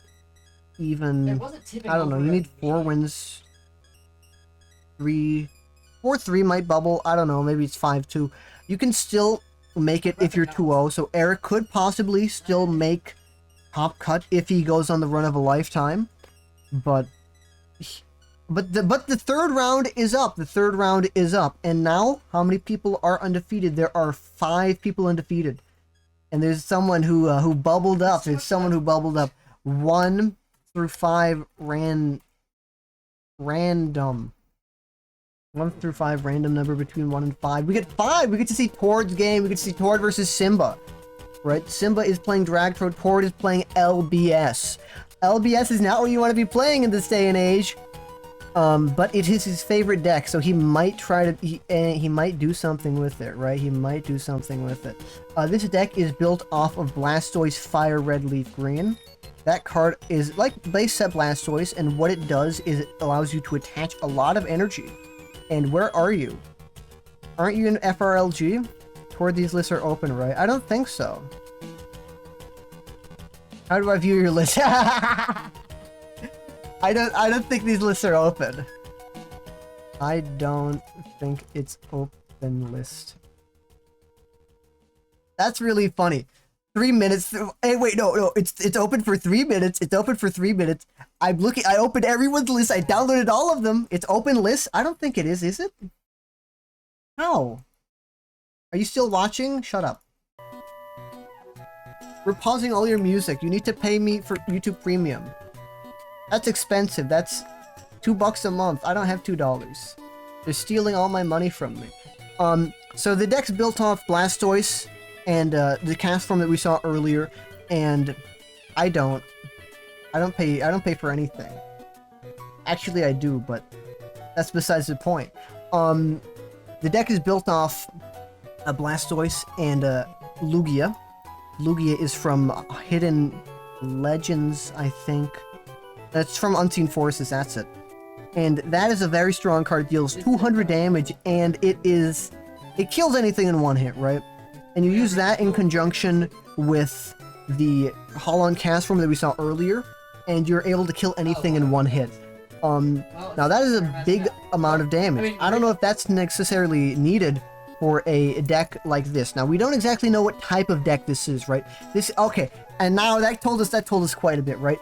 The benching of the Trico told us a whole lot. So this looks to be a Dragtro Trico deck, and it probably does not play what is it? Sneasel, right? It doesn't play Sneasel, but it plays that, and that's pretty big. That single card, that Trico, exerts so much pressure on the entire board state because it means Tord has to set up. Tord has to kill that Trico or kill the Sceptile before it's able to set up, and if he doesn't, it might be over. It might be over. Right? And as we know, as we saw earlier, Crystal Guardians Trico, Crystal Guardians Sceptile EX Delta. This is the big card on the block. This has changed quite a bit. This turns off all abilities and all Poke Powers. And we see a Slugma. Yeah, we see the Magcargo. That's very funny. That he plays for some reason. I don't know why he plays it, but I'm sure he does because he's Tord. Very stable. This exerts so much pressure because the LBS is built on EXs and built on EX abilities and attacks. And you're removing the ability. Oh, that's really big because now you can get Magcargo. So now you can get any card you want every turn consecutively. And other color, well, you know, Pidgeot and whatever. Can we have TCG1 2 on the Switch? Can the Switch run the browser? I think you could probably run TCG1 on 3DS or DS browser if you'd want. Well, I don't know, because you have to import. I don't know how the browser specifications work, but if it's able to... Because this uses Groovy. I don't know. Anyways, if Simba can get up a Sceptile, ooh, that changes a lot. But that's not this deck isn't exactly a Sceptile deck. This is not a Soul Sceptile. This is a Dragtro deck. We didn't see it with FE because FE super bricked, but this deck is based on the Team Rocket Returns Dragonite and Electrode, both dark. They both have the dark prefix on them, right? And what that means is that they are evil. Right, here it is. This is one of the cards, right? Dark Dragonite. It means you can move all the energy around the board in any way you want. So both of these decks are actually kind of energy manipulation decks, where they play with energy. Now, one of them shifts it on the board, and one of them gets it on the board. Now, this one, Dragtrode, also has Dark Electrode, and this is how it gets the energy on the board. If two different Voltorbs, I think usually it's like a 3-1 split. I think usually it's just an alt Thunderwave, though. But I think there's been like 3-1 splits sometimes. I don't know. But we see him evolve into Wartortle, we see him smooth over, and then we probably see him... Oh, I think then we probably see him end his turn, right? Because you can't... Oh, and the Pokemon Retrievers for Apom, and then you Apom Shady move, and then you get the next Pokemon, and then you get Pidgeot, and then you make a Wish, and then you get Pidgeotto. Yeah, okay. So this is really good. This means Tord can do whatever he wants, for now, right? He's in a very strong position. All of that goes away. Well, it doesn't exactly go away, but it becomes much harder if that evil reptile shows up. We see Dark Dragonair, it being in the act, it's really good. Now it's able to use Evolutionary Light. What that means is it can search for any one evolutionary Pokemon as long as it's in the active. That means you can get another Dark Dragonair. That means you can get a Dark Electrode. You can do quite a bit. It's really strong. It's a very good ability. for this thing. And we see Evolutionary Light. I don't know what we're going to see. We might just see Evolutionary Light, and that's what we're going to see. We might see... Yeah, Retreat. I was about to say Retreat. I don't know if you want to discard your Dark Energy, right? Because it's a limited resource in this form. Okay, no, that's... Oh! That's not what you want to see. You don't want to see that evil. You don't want to see that evil guy. I mean, it's floating stably. It's Because that turns off like, Blastoise. Now he's weak to fire, so you could maybe Combustion, but even then it's not a one-hit KO. Tord has to go to damage control mode now. Oh wait. I don't know how you recover. I'm sure he does have a way to recover, right? I believe Tord's list is special, and by special I mean it was special at the time. Now it's probably not as special, but it played Alakazam Star, right? And what Alakazam Star did is, I don't know what set he's from, but I think he's... I fucking hate you. Open up Alakazam Star, bring it up. PK... and cards.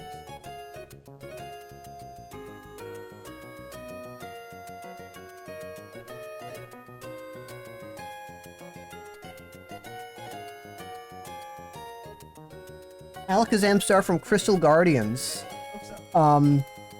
is the main attacker, or used to be the main, or it used to be a special card in his list. And what it says is it takes the attack of any Pokemon that you discard from your hand and it uses it.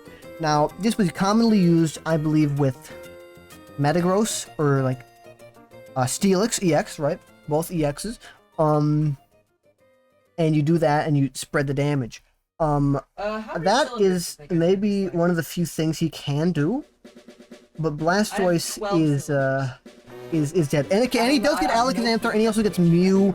That is a Fire type, and that's very strong against Sceptile. But you have to get it, you have to set it up, and you have to be in a good enough position where you are able to attack against it, right? I mean, I can go for Now, if he does have a Holon's cast form, and whatever, he'd be able to kill it, right? I think. Would he? Because you do 70. You do 70 and that's times 2 and that would be a knockout, right? So if he gets a Holland's cast form, attaches it to here, and promotes it, and somehow Sceptile is also in the active, maybe it's a POW. I don't know if he plays POW. I think it's kind of... I don't think most LBSs do. But if he does, then he would be able to kill it. What if he just, like... What if he does what? Pokemon Retriever and gets himself a what? Do I attach card barriers to all? He has 2? Okay, I think it's over. To all of them, or some? Okay, Cylinders?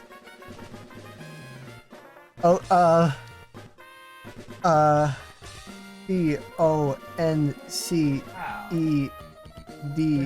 He has, I don't know what you do here. Fine. This is horrible. What do you do here?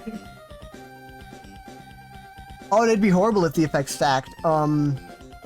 It'd be horrible if the effect stacked. I'm just shocked now. You can try to use Mew and then use Alakazam Star, maybe? Oh, there it is. I don't know. I don't know what you do here. This isn't good. But Simba is now in a free run mode, right? You can kill anything. He can't exactly kill anything, but Tord has no energy on the board. His engine's dead. They took it out of his car. Now he has to walk Flintstones. He has to attach it manually. Leo, is there no... And that's the first prize is taken on turn 5. That's pretty slow, but I think Tord, I'd be shocked if he took a single prize. I can think he could take a single prize, right? He can almost certainly take a single prize, but when you get further in, I think it makes it concerning later on.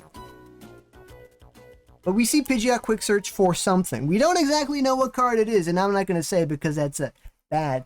LBS is now B tier. Sceptile fucking killed LBS, and it's never coming back. LBS is never coming back. Sceptile killed it. It's on the FBI's watch list. Sceptile's watch list. SBI. Sceptile, big... I don't know. It's a shit joke.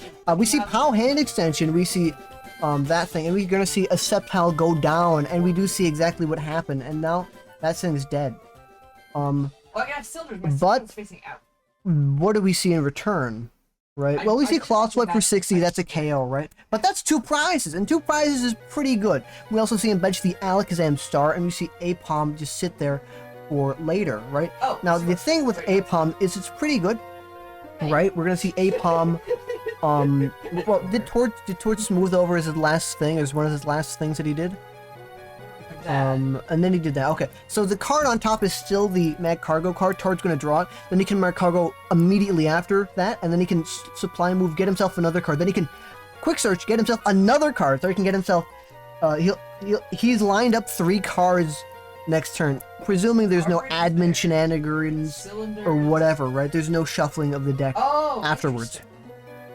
And we do see another Dark Dragonair, and that doesn't really matter. Dragon Range is not working. I don't know what we're gonna see. Maybe he's trying to look for another Dark Dragonite. Oh no, it looks like we're gonna see a Energy Bomb Yes. with 3 Dark Energy on it, right? Because that KOs, and that way you don't give up your Dark Dragonite. This is fucked up and evil. Fucked up and evil, sick and twisted list. Or it eked into, he bubbled into. What did he do? He was fighting someone. Simba was down paired into Tord, right? Well, But Arbiters are dead. there's a lot of Sceptile. There's a lot. Well, there's not a lot of Sceptile, but this is not the deck you want to be facing if you're playing LBS, right? You don't want to be facing this deck. But we see him preserve the Dark Dragonite. It's not on the chopping block. Now this Dark Electrode is on the chopping block. Maybe. I don't think Tord has a way to attack next turn. Most we can see is maybe Info? Snaptail on Apom. I don't think you want to do that. I think you drew a card that was a card you selected, smooth over it on top of the deck with Magcargo. I know. Magcargo was on the deck or whatever, and that we can select it. Now you can look through your deck with Quick Search. Then after that you can use smooth over and then Apom again to get yourself another card. So if I have Now we don't exactly know what he's gonna get, except we do, but I'm cheating and I'm lying. He got a, I don't know what he got, but he has to get enough energy to do something, right? Now he got a card, and that card's pretty good right now. I think we're gonna see a smooth over before we see it hit the so I field don't need- right do I now, have right? exhaust if I still need exhaust? But we see water. Oh, so he's good. Yeah, so he's gonna go the Alakazam route. Alakazam is weak to Sceptile, so that's one thing that is to be noted. So if he could use Sceptile. He just has to use Power Revenge, and that is a double Rainbow or Cast Form or whatever. I think it's a Cast Form and Dark Energy, and then you can hit it. You can hit Pokemon for 80 damage. Well, it doesn't even matter. You can hit anything for 80 damage. You play Dark Energy. Smooth over, and then we're gonna see Snappy move, and then we're gonna see the card hit the field. Yeah, I don't know what happens here. You're not using your search list. I know we're not using our search list. There's too much going on. This format, this game's going up and down all around. Game's bouncing everywhere. Feels like if I lose 1-1.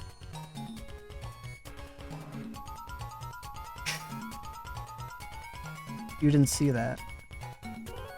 So now it's his turn, and now we're just gonna see Dark Electrode and Dark Dragonite, and all these other cards start attacking, right? This is the one he has in the active, and it can get all the Dark Energy it wants if it doesn't have one attached.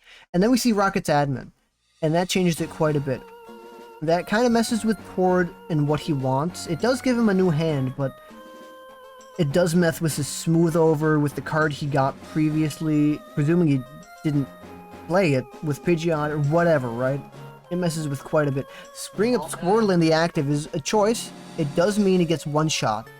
I would presume Tord would know this, right? I'm presuming Tord is playing no. He's a knower. But I'm sure he does. So then we see Smooth Over. Then we're probably going to see Snappy move just to get something. Yeah, and we do. And then we see Pidgeot for Quick Search for something. No, we don't. Now Apom can't hit the field, but now Simba is forced to discard Pokemon, and he chooses to discard the Dark Dragonair with nothing on it, I believe, right? We have to check. We'd have to check. TFW's game finished, I think. I think I heard a snap. No. I'm just hearing snaps, hearing noises. But yes, the Dark Dragonair had nothing attached, and the Dark Electrode Yeah, had every nothing attached. cylinder is hooked up to the- So I think he might have been anticipating that. I'm not exactly sure. But it looks like Simba's going to start, or just keep attacking with Dark Electrode, right? And if Tord keeps Pidgeot up in the active, Pidgeot can also be one-shot. All you need is a double rainbow, 2 darks, Now and then he you radiates. and then you Last shift time him he off, radiates, and you lose but I'm not nothing. sure Now we what- do see that happen, and that's pretty important. What are we going to see happen? We can see skill copy, but we can't see skill copy. But we can see psychic select, and this lets him get cards from the discard into his hand. What is he going to get? He's going to get POW. That's pretty big. That's pretty big, I'd think. Right? Oh, it's this. Why the fuck are you here? Yeah. Fucking Steven Stone. OMG. Fucking Stable OMG power music. looks- But my maximum- I don't know what we're gonna see. Right? Tord's not in the best position, especially because the opponent Okay. was able to get So I don't need any 2 Sceptile. Yeah. It does. It is. Well, it's 2-1-2. Maybe it's 3-1-3. I think that'd be funny, but it probably is 2-1-2. Yeah. It's a very strange list. that I think. I don't know why it's like this, but Sceptile's a big card, and you want it now, and it just completely killed Tord, and he can't recover. I mean, he can. I'm sure Tord. If anyone can recover, it's Tord. He knows how to play the game. He's a very good player. But I think this kind of might be a little bit overwhelming for Tord.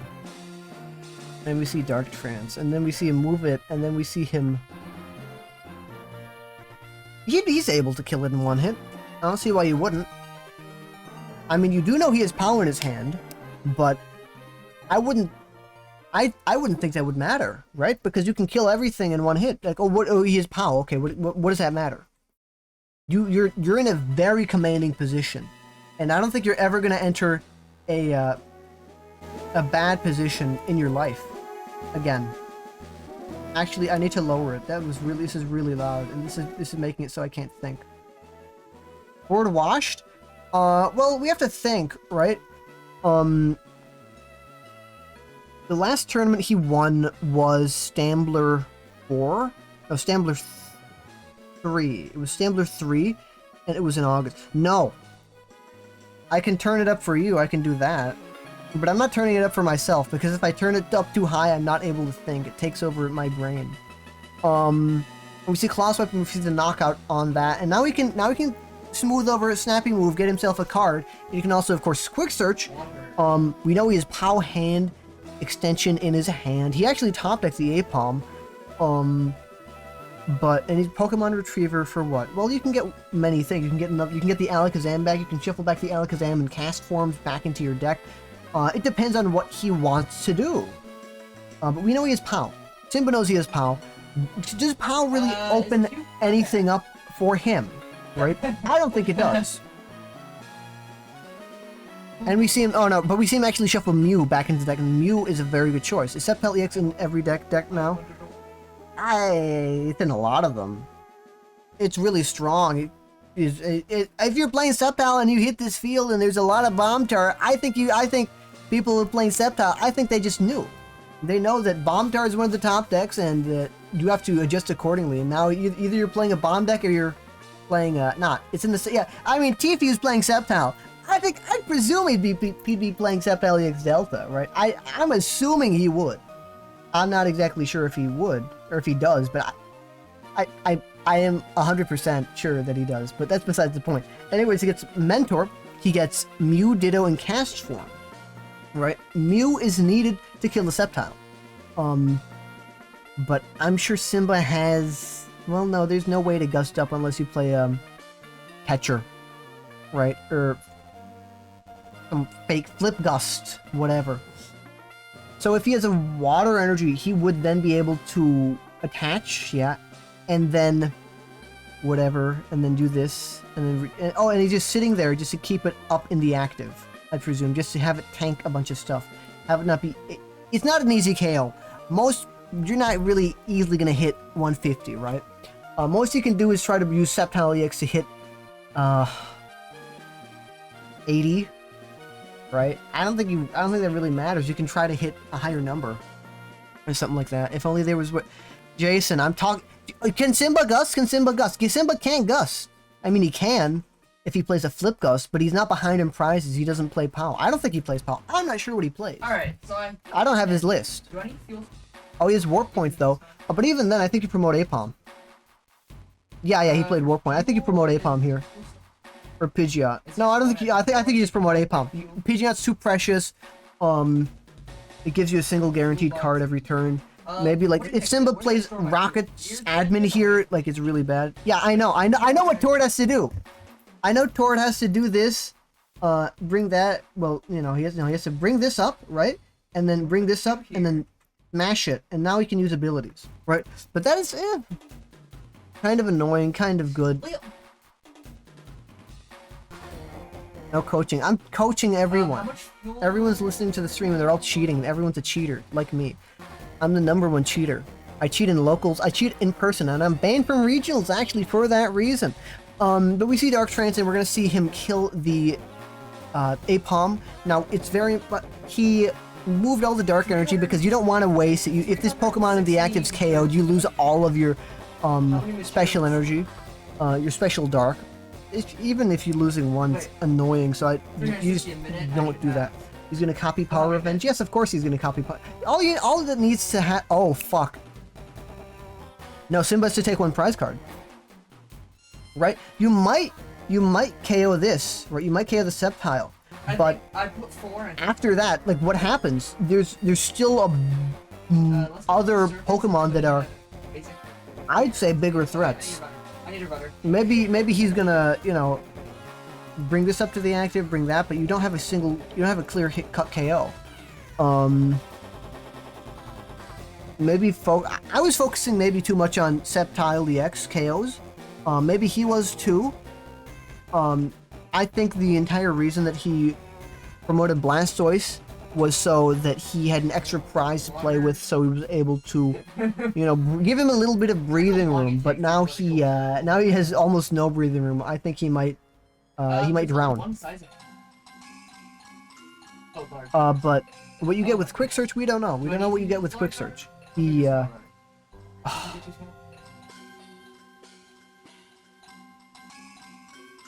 I get it. I get it. I get it. I get it. I don't know. I don't know what the fuck happens here. He gets. Well,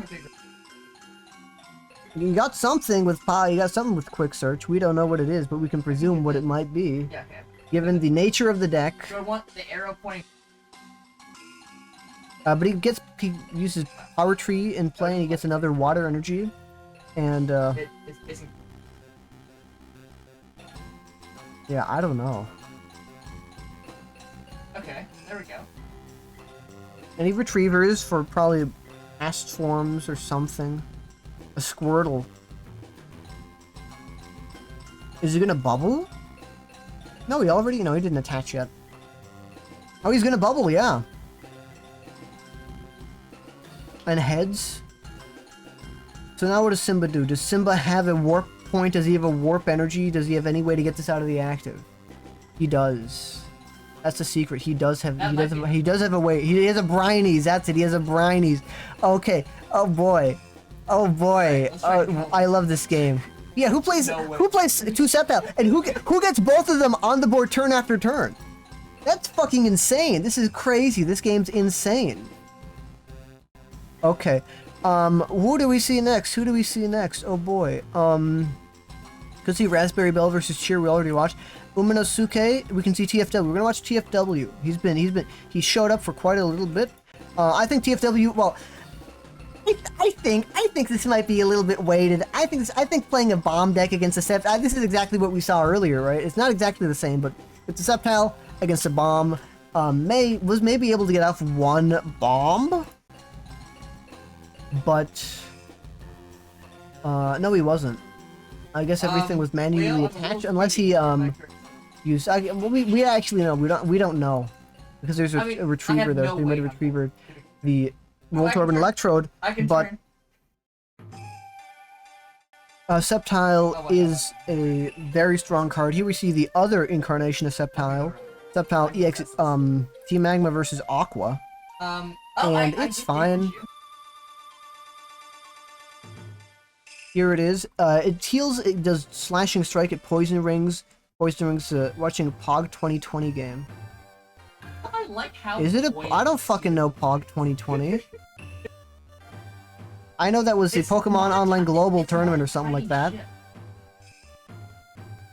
ship. But I don't know what that worked. I don't know jack shit about that format. I tapped out. I tapped out in late 2019, early 2020. I play Mill. I love Mill. Playing. Oh, there's someone playing that. Oh, I forgot you could play that. I actually added NAIC 2019. I don't know why he added NAIC 2019. Maybe he likes the format or something. But we see Sceptile wins this game. Sceptile wins this game, right? I don't think there's any contention. I don't think there's any debate. Like, what does May do? May's gonna Thunder Wave, and he's gonna actually Paralysis Lock Sceptile. Here's how May can still win. You're gonna promote the Sceptile on the bench, but you can Energy Trans. So yeah, that's what you do, obviously. But he can Energy Trans, move all the energy there. Or if TFW has a way to switch, like Warp Point or Warp Energy, he can just switch immediately. Oh, but he admins him. So if TFW did have any of those, he no longer has them in his hand. But that doesn't really even matter because there's Pidgeot with Quick Search, so he can find one whenever he wants if he has them in his deck still, which he does. He actually has a Warp Point, and he plays it, and then he can do that, and then he kills it, and then he wins the game. And he got a Warp Energy off the thing. Full screen. What else do we see? What do we see next?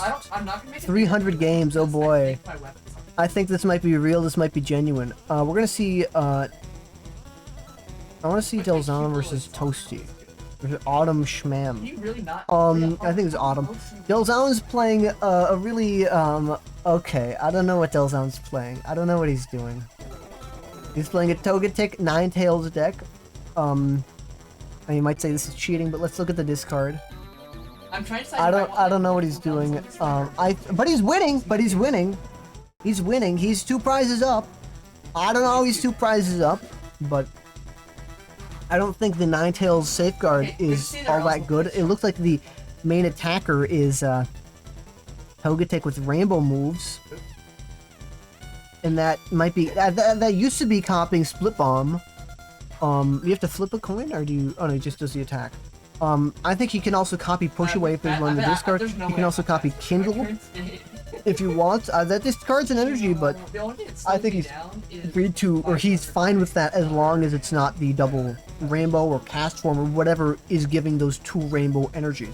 She played ER2, but it was Tails, and now we're just gonna see Dark Aid for POWs or tools, right? And we see, and we see a Retreat Increaser.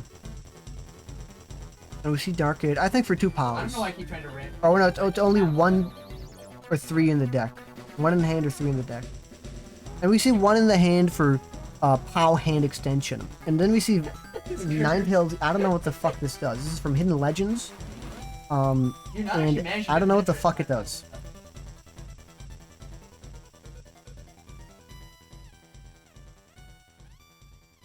I think it lures the active Pokemon and the bench can like drag up and it burns and confuses it. That's an interesting thing to do.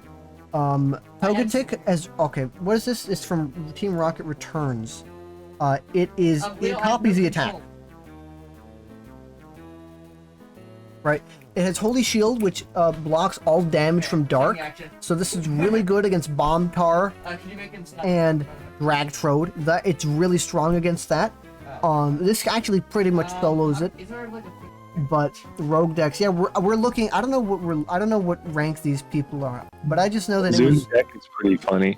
Delzon's deck is really funny. Oh no, these are both 2 old players, but I don't think that matters because we're watching. I think he just threw every like Safeguard variant in a deck.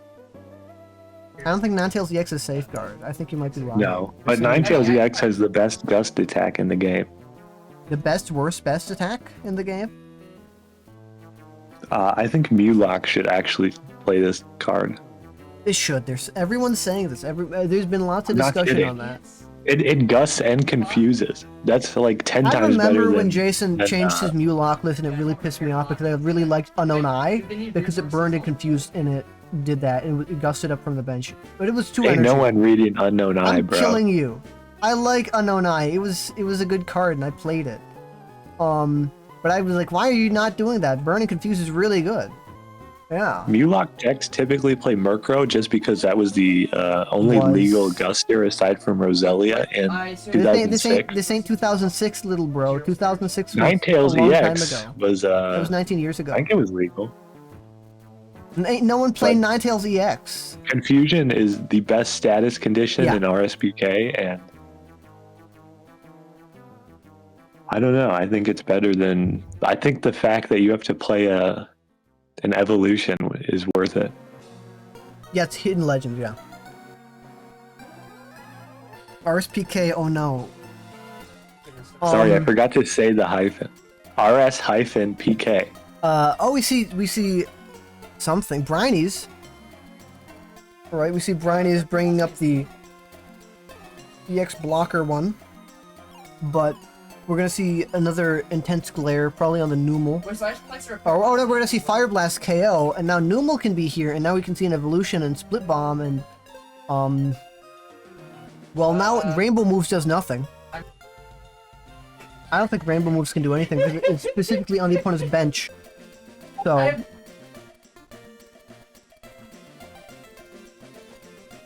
oh, but now we can copy Kindle if you want. I don't think that's a good choice, but you can do it if you want. Oh, they are. How long is You could also just use Dive multiple times. We could see Intense Glare later on, but Delzon is very... You're greeting someone named Fen. I guess I can just let it What go. does that mean?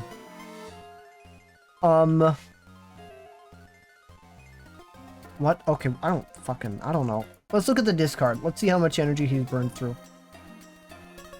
He hasn't burned through much. Does he have a recursion? Yeah, he has Holland Farmer. Okay.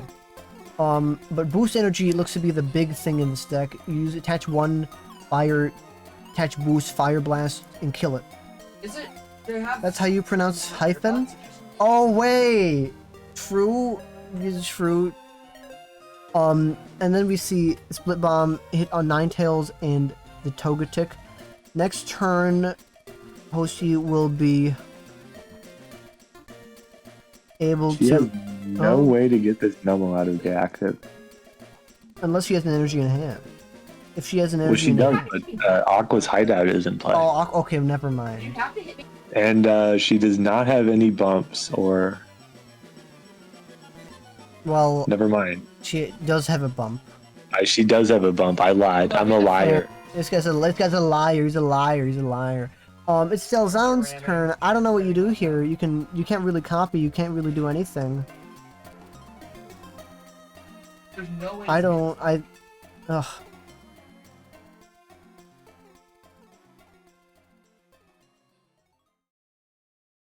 I guess you pass and hope the opponent can't do anything. The opponent can. Autumn can 3-hit KO it. But that's it. Hopefully you get something in that time frame. So you can, not give up the game.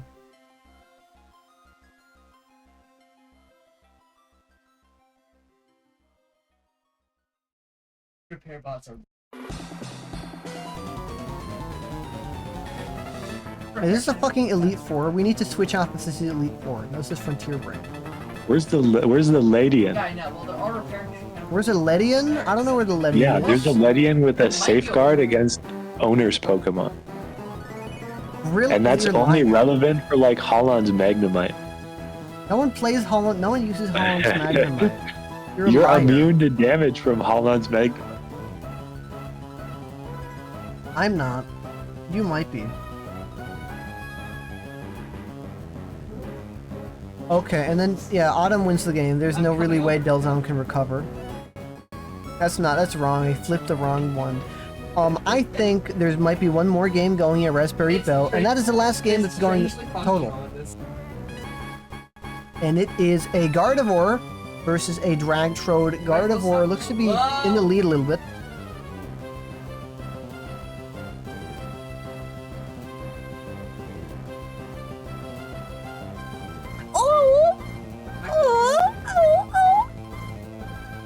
You shouldn't make those noises, that's loud. Your quest. What? Your quest. I'm Your quest? quest. My quest, I have quest. to do my quest. Oh, my computer in the background turned off, so I don't know how it looks. You got owned? You can't do anything. You have a good deck. Wait. You have a good deck. Here is one prize away. Delzone, or I'm sorry, You Raspberry didn't Bell. say it in the PDCGO cadence. Yes, it does. You have a good deck. I don't know. I don't know the cadence. I didn't play. You have to capitalize the Y. You have a good deck. No, now you capitalize too many letters. I'm killing you. You can't say that. That's rude. This is a See, there we go. James G has it. James G did it. I think Raspberry Bell wins because Shira PCG has no energy on the board, and there's no real way to do it.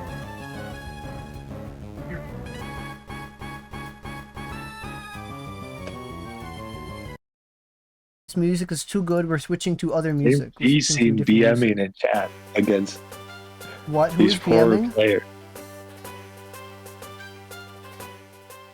Switch to this music. Come on, next. Give me real fucking 3-second songs.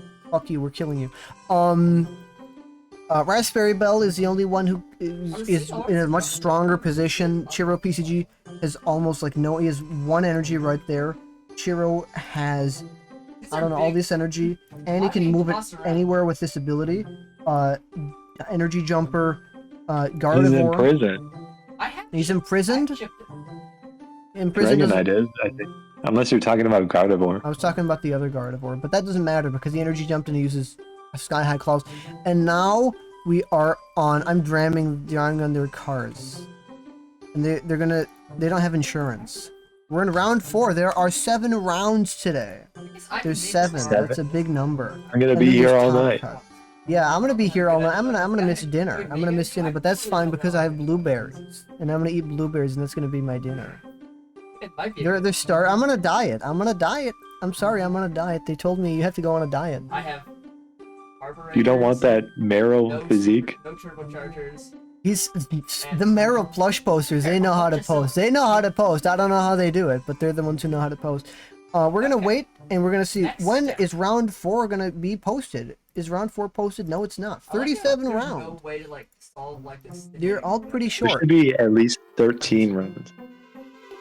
I want more rounds and underpaid TOs and more players and less prizes. Oh, we can save And it. I'm not joking. Well, we no. We can save it. Like. But what? An All right, online tournament. They're saying that online tournaments might happen. None of your votes. We do have less people than last time. How many people None of your showed up? votes. Well, that's just because the tournament was on kind of short notice. Yeah. I don't know when the It was hell like did. announced when 2 was- weeks ago. Yeah, when was Yokohama The one Open closest to the announced?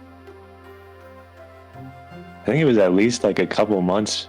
Oh, okay. Well, I prior. guess that makes sense then. Yeah, that makes sense why it's like The one about the 90 Masters. people registered, 60 people showed up. This is half, but that's still pretty good. Round 4 soon. Oh yeah, I forgot. Both Q and it's finals week 2. It's not finals week for me. That's not the end. We're not ending yet. Yeah, both Q and Little River are running the tournament, and I remember they made a post. They're like, "We're gonna be sleep deprived. Come join. Come play." And I remember yesterday, I think, or maybe it was earlier today, they were having a little discussion or something, or maybe it was yesterday. They were talking on TCG1. All the players were talking on Emerald Gym, Let's just. and it was a. Chaza was there, Q was there, I think. Little River was there. A bunch of players were there, and they were all talking. I don't know what they were saying. You mean Q? And now we sit here and wait. I'm sure I might have too much time. We have to flip a coin. You let mysterious player go 3-0. He's 3-0? You did. Hey? That's how it's pronounced in my language. Ka? OMG, I'm in 4th place. Everyone, get your champagne glasses out. There was a day where there's some opening thing and I had champagne and I drank it and I was unable to move the next day. I couldn't move. They didn't let me move. Music request. Okay, fine. That's for next round though. That's for. Oh, I had a bad matchup. You hit a bad matchup. Rounds are up. Okay, let's see who.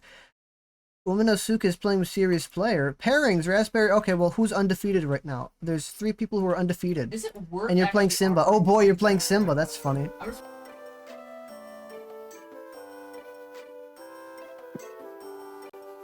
Random between 1 and 3. We get to see random between 1 and 3. It's 2. It's TFW! Is that what we want to see? We haven't seen Mysterious Player Uminosuke, so I'm overruling it. We're gonna see Mysterious Player Uminosuke. Board versus Kema Botica. We're gonna take a peek in there though. I want to see what's happening. I want to see if it'd be funny.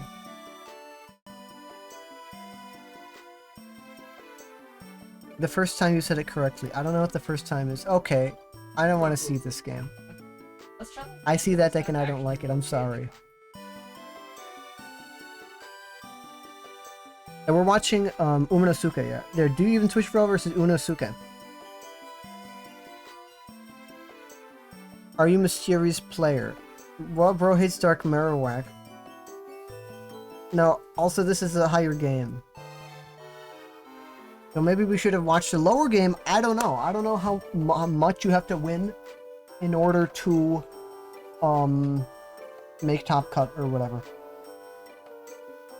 Let me just make sure, reload my player. Okay, and now we get to see the game. Uminosuke is playing Dragtrode. He's playing the Sneasel variant of Dragtrode as opposed to the other one that we saw, which was Sceptile. It's less EX focused, right? This one, the main attacker is Sneasel. The other one, the main attacker varies. It's kind of like more of like a toolbox deck. For those of you who know what toolboxes are, I don't. And Twitch is playing Flygon. Switch is playing Fly. Is this music extended? No, it's not. It's playing Flygon, and I don't want to open. No, I clicked you on accident. I have too many things. My things going back and forth. But there's Trapinch, and the main attacker is from, I think, Crystal Guardians. I don't really remember, but it's a Psychic EX Flygon, and it's not from Crystal Guardians. It's from Dragon Frontiers. That's it. I got them confused. I got them mixed up, as one does. So I believe it's probably. I didn't switch it right. Come on. My new tech. Okay, so what this does is it's really good against basic decks, and this might come into play because the main attacker of Uminosuke's deck is a basic Pokemon, right? The main attacker is Sneasel EX. But all the other ones are evolution Pokemon, right? Its engine is an evolution deck, right? It uses, as we saw before, Dark Dragonite and Dark Electrode. But that's kind of drag off. You don't even have to switch anything. You can just kill it, yeah, and you do. And that's kind of annoying because that was your draw engine.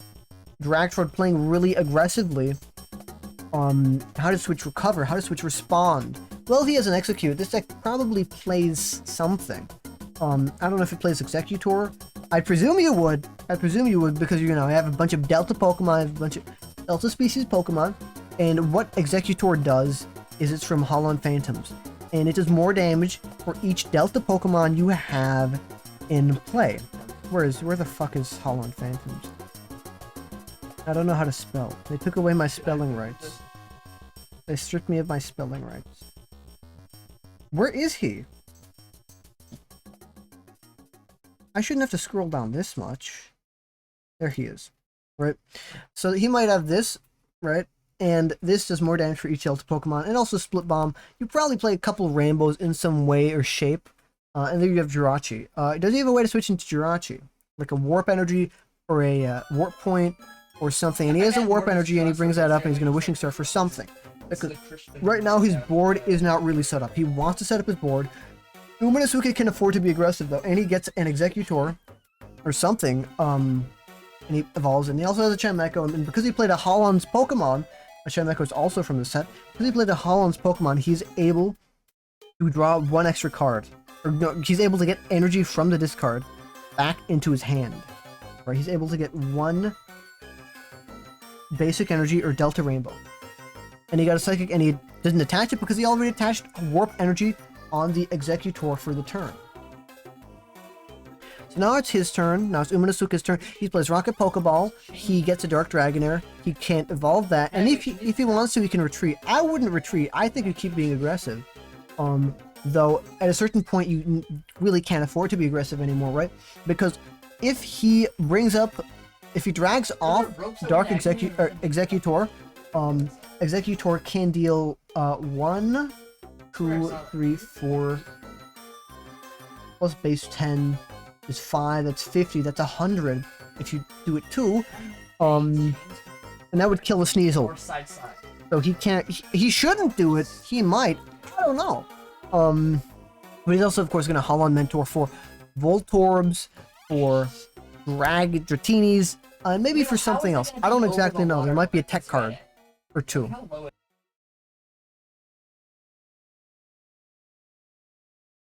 something that But does he? I hope? Wait, where's Mentor? Did I misread Mentor? Oh, I did play Mentor. And yeah, you'd have to discard a card. And you got Mentor, or you got Voltorb, Sableye. Sableye is very interesting, right? The only time I remember Sableye, which I believe is a limitation Sableye, is in Bomb Tardex, right? Bomb Tardex played it. And it was a new card, and someone won a tournament over there in Japan with it. But you really don't see it often. Let me see. Yeah, it is a limitation night vision one. But Except the game gets like that, and it gets really fussy. What can you feel like? It is Dragdeoxys, I think. Yeah, there you are. Right? So it's that one. Is it? But And you don't see it often. It's fine, I think, but it might be good. It might be good in the situation because the opponent's really at a standstill, more or less. And they dragged off Chimecho to try to stifle the energy access, right? But Switch plays Holland Transceiver. Maybe he's gonna get a.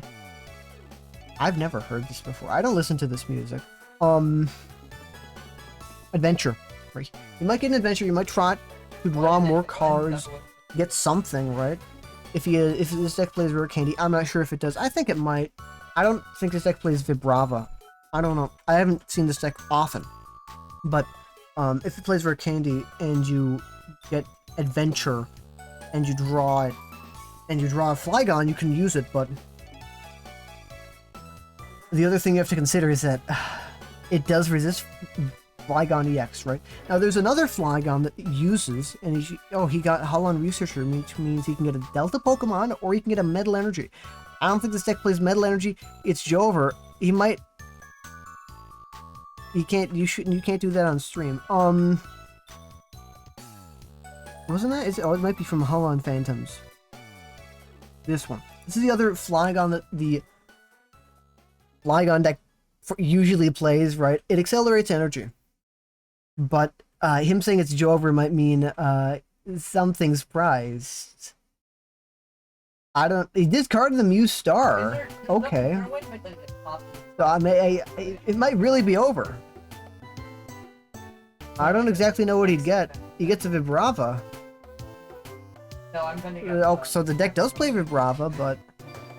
Decoration. And then I guess you Delta support again, presuming you have one in the discard. I'm not sure if you do. I don't know if the game's progressed far enough. Oh, you can see the hate. I don't care.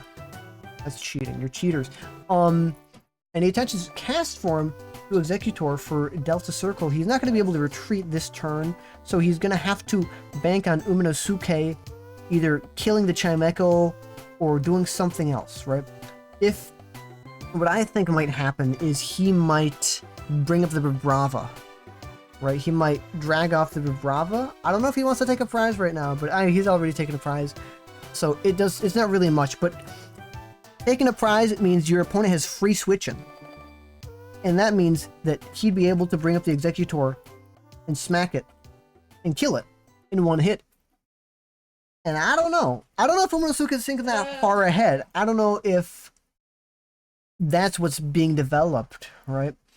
Maybe he's gonna gust up this thing.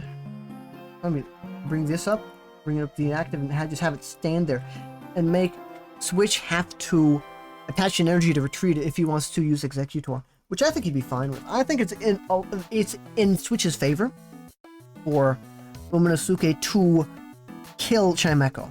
Actually, no, it's not. I thought Chimecho wasn't a Delta Pokemon. Chimecho is a Delta Pokemon. Because I was gonna say, okay, well, so that she's actually 1, 2, 3, 4, 5, 6, 120. Now that doesn't matter against Dark Dragonite, right? Dark Dragonite resists fighting, but all the other Pokemon, Rocket, Sneasel, Dark Electrode, they're all weak to fighting, so he would have an easy time against them in that regard. You're gonna want to set up a Flygon, doesn't matter which form, to deal with those. And it looks like he is going to start using the Dragonite in anticipation of the...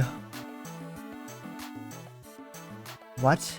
In anticipation of the Executor, right? That way you take as little damage as possible. Did he discard? He discarded Dark Energy. Or probably a Steel, Dark Steel. I can't imagine you'd retreat, discard a real Dark Energy. Yeah, he discarded Dark Metal, yeah. And we see Desert Ruins. Desert Ruins doesn't come into play right now, but it will come into play a little bit later with the evolution Pokemon, the Dragon Frontiers Flygon. Here he is. And because he's above a certain health threshold, the health threshold is, I believe, 90 or 100 or something like that, right? It starts ticking on those EX Pokemon. It doesn't tick on Sneasel because it's under that threshold. He's 90 HP, I believe it's 100. But Flygon, as you can see, is 150 HP, so it'll start ticking on that every turn in between turns, right? So, by the time it gets back to him, there'd already be 20 ticks, 20 damage, 2 ticks, or something like. I don't know. I'm buzzed. I'm drinking. I'm a drinker. But he retreats, or so he was KO'd. And he uses Jirachi to search for something, gets something into his hand, and evolves the other Vibrava. Now it's Uminosuke's turn, and Uminosuke can kill this in one hit because it's 60 HP, you deal 50, you're dealing 70 damage right now. He benches another Teeny to try to make it so if this one dies, he has liability. He attaches Dark Metal, but I think right now Uminosuke is on a clean sweep. Right, Switch he has to develop his board, and pretty fast at that, right? Because if he doesn't, he's gonna lose the game. Because all of these things I think all Pokemon on the board can kill him in one hit, and this Dragonite is really, really annoying because it resists fighting, and he was setting up this one, which is a fighting type, you know. You're not gonna be able to. You're gonna deal 40 damage or something like that to it. Not a good amount. That is a 3 KO, I think. Though, one good thing is that the last now you can mention another Delta. You can deal the max amount of damage it's possible for Delta Circle, and you see a Trico. How did he get the Trico? Oh, we used Mentor, okay. And you can deal 60, 70 damage. You can deal like 40. What is on that Trico? Oh. Shut up. I can use my drawing thing.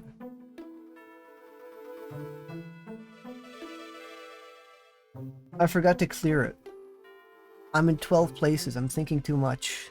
They're gonna take away my brain access.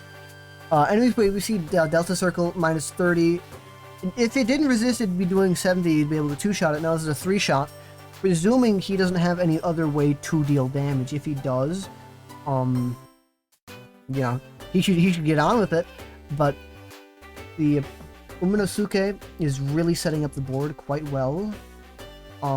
Switch said it was over. When did he say it was over? He said it was over a while ago, didn't he? Bros, it's Jover. Oh, I said bro, it's Jover. There. Would you even switch bro, it's Jover? Can we check in on another game? No. I'm not over the renovate. This is, well, maybe we can. Let me check. What other games are up? We can check on Raspberry Bell versus Zelix. Gardevoir versus Bombtar. Really, so. Okay, yeah, that's true. Let's check on that. Where the fuck is... I forgot. It's on the bottom now, yeah. Raspberry Bell versus Zelix. Raspberry Bell looks like they're gonna win on this game. Zelix, maybe they...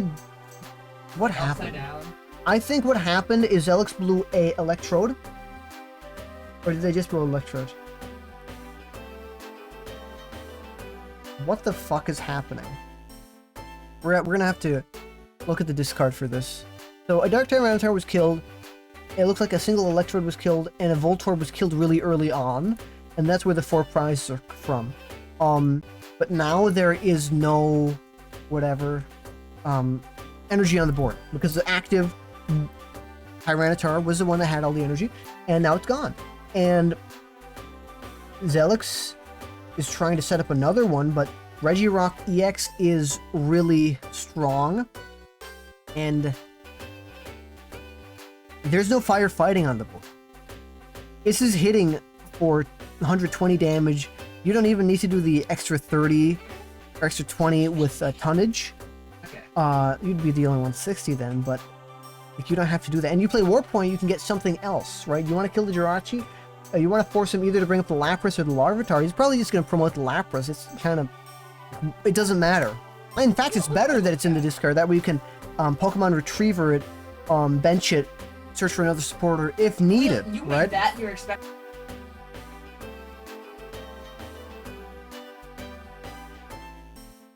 Stable now. And would you see the Lapras show up? And he can kill it in one hit, but he could also kill the Jirachi in one hit. Regardless, this is good for him because now Zelix doesn't have an easy out for Make-A-Wish, right? And Make-A-Wish is good. He pushes it really hard. He says it's a very super good card. I think he used the word best there. We're gonna see Beating Wings. I don't know what we're gonna see. Why the hell is Beating Wings up there? What is he doing? I'm in the club. I'm always in the club. That's what they say. But and Make-A-Wish is not there, and you just do that stuff.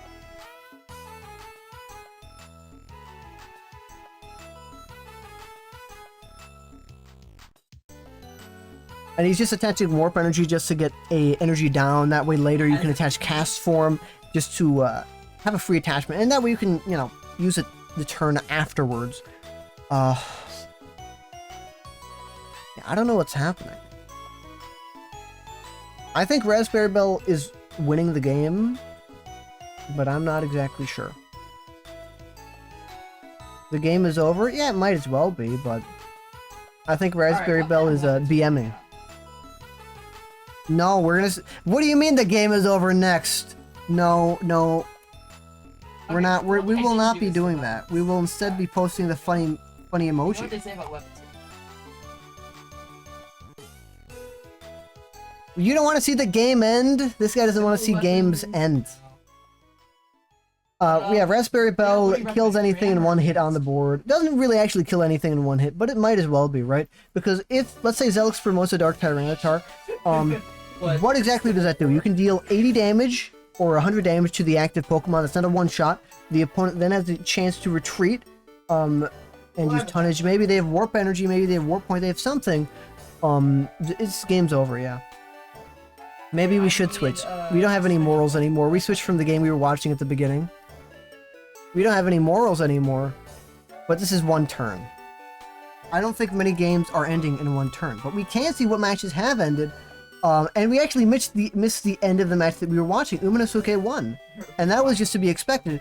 What probably happened, I don't think many prizes were taken. I don't really remember, but Switch just probably conceded. The game was just too far gone. No!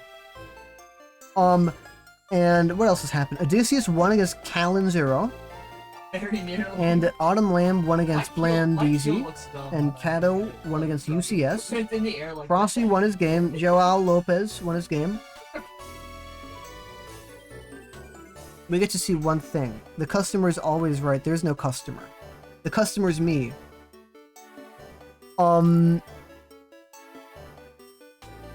What? It's Raspberry Bell's turn. Come on, kill him, kill him, kill him. Jason should stream. That's no, you shouldn't. No, you should ask. You shouldn't fuck the customer. That's kind of like, I don't think that's good. I think you should. That's I think that's kind of. You should, anyways, he has to get a switching card and then he wins again.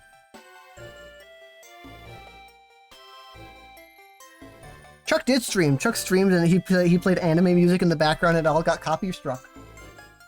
3 years ago. Hey, don't put me on stream again. It's y'all Delta Flygon. You hacked TCG1. One's break. I want you to do blueberry. These people are depriving me of my blueberries. Blue box. Oh, it is.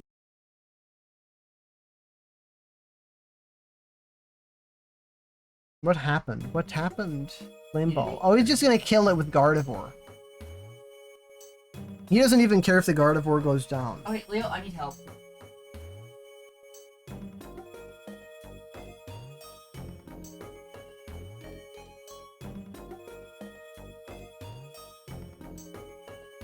So now we wait. For mass helicopter. I will say, I think he changed the alignment of the cards on the site. Yeah, here it is, yeah. All the cards are now like super really close to the border. And now this doesn't say discard, this just says 24 cards. So I think he changed something about it. I don't know. Because he changed something about the resolution and I had to go in and manually change the, this. It was a few pixels up and down in the wrong directions. I think he... I would say he's doing the change for the shareholders, right? But there are no shareholders. But that's besides the point. He wants to make it look more active than the site is. And there's the Gardevoir, and there's an energy, and there's a game. He should attach Warp Point. And okay. He should attach Warp Point. Bring up Regirock for BM. Okay. I think he did this change for the shareholders. He's like, look at how many games this site has. I wonder if it'd be good if it was a single day thing. I don't think it's a single day thing. Anyways, we're watching Ondi versus Aurora, right? We could watch Canton versus KFC. We could watch Bukfi versus May. This game's all Cacturn EX. You don't really see that every day. I don't know what the fuck what's happening, but I think May wins. But no, the game's kind of close, but well, no, not really. TCG1 has games. The Switch has games. Switch has games and everyone's buying them. Oh wait, Leo, I'm buying them. I'm buying the Switch too. I would say the game's kind of close, but I don't think that's true. I think all that needs to happen is a bite off, and you kill it, right? And you do. Oh, is it in the and that's it. That's game. And May wins. May, of course, was the former... They won 2 tournaments ago. They won the Stambler 4, right? Or no, they won... When did they win? I forget what they won. Where's the next one? Ondi versus Aurora. This might be the last game. I'm not exactly sure. Ondi is on Dragtrode, and... Is this the last game? No, Little River versus Gray. We're gonna watch Little River versus Gray. I want to see that. Wait, is it?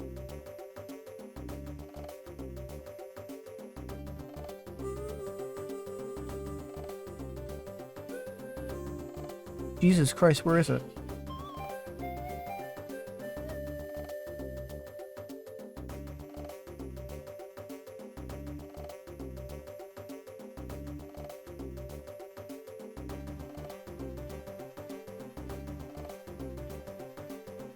Grey Ant is up, and Grey Ant is playing Eric's list. He's playing Eric's Flygon list.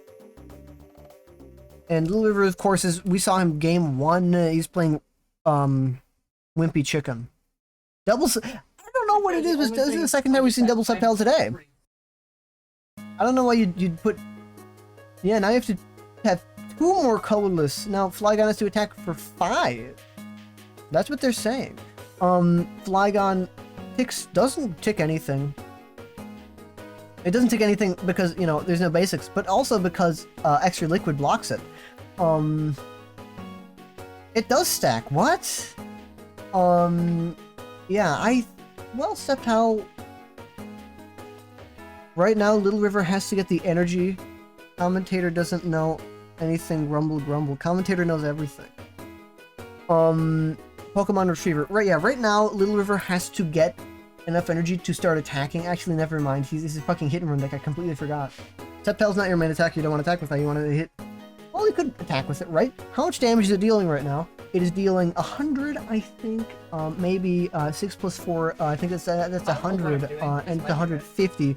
So you need to deal 10 more damage. If he takes another prize, you'd be good. But then he's at 1 prize, so you don't want that. So he's just probably gonna smash turn one more time. And at that point, why not do anything other than smash turn? But he will do something other than smash turn because it'd be in range, and then you're gonna kill it. After that, how does Grant respond, right? Because this is gonna show up next turn and kill it. But after that, how does Grant respond? Because right now he has a Pidgeot right there, and it looks like he might set up a Trapinch. Of course, there is still the unknowns. They can do something. They can use Shuffle. They can switch themselves. I don't know what they do. I think it's CMY. No, I was gonna say CMYK, but that's a printing process. The printing colors. I don't know. Is it a subtractive printing? Trapinch onto bench. Well, Psychic Pulse doesn't do anything because Dugtrio's on the bench. You can kill Claw Fossil, but then you let them have a free switch. Even if you don't kill it, they're gonna have a free switch. They can discard it. But it's okay. So they got a card with Quick Search. I don't know what they got, but they got something. Maybe to help Trapinch, or maybe Unknown. I don't exactly know what is happening. So they attach the Psychic Energy to Trapinch. Probably going to try to set up another Flygon. They have a little bit of time, but less time than you'd expect, right? Because as soon as this Flygon goes down, then Little River is down 2 prizes. And now they're even in the prize trade, and he can probably take down another one, but that's presuming that the Flygon stays up in the active, which it doesn't, right? It doesn't stay active right now. And he's just probably going to Hidden Power. What does that mean? Oh, so, okay, so that's exactly like the Jirachi, right? It's like the Jirachi, and he's gonna evolve and go that, and he's gonna evolve into the Vibrava, and hopefully... Oh. Why didn't he Hidden Power? Oh, because that killed the Trapinch? Unknown? I don't know exactly why he didn't do that. Maybe he doesn't have any evolutions left in the deck. We can check the discard to take a peek. You can see both their hands. Vibrava, I don't think you play... And another Vibrava. Maybe it's 2/3/2 or something like that. I'm not exactly sure.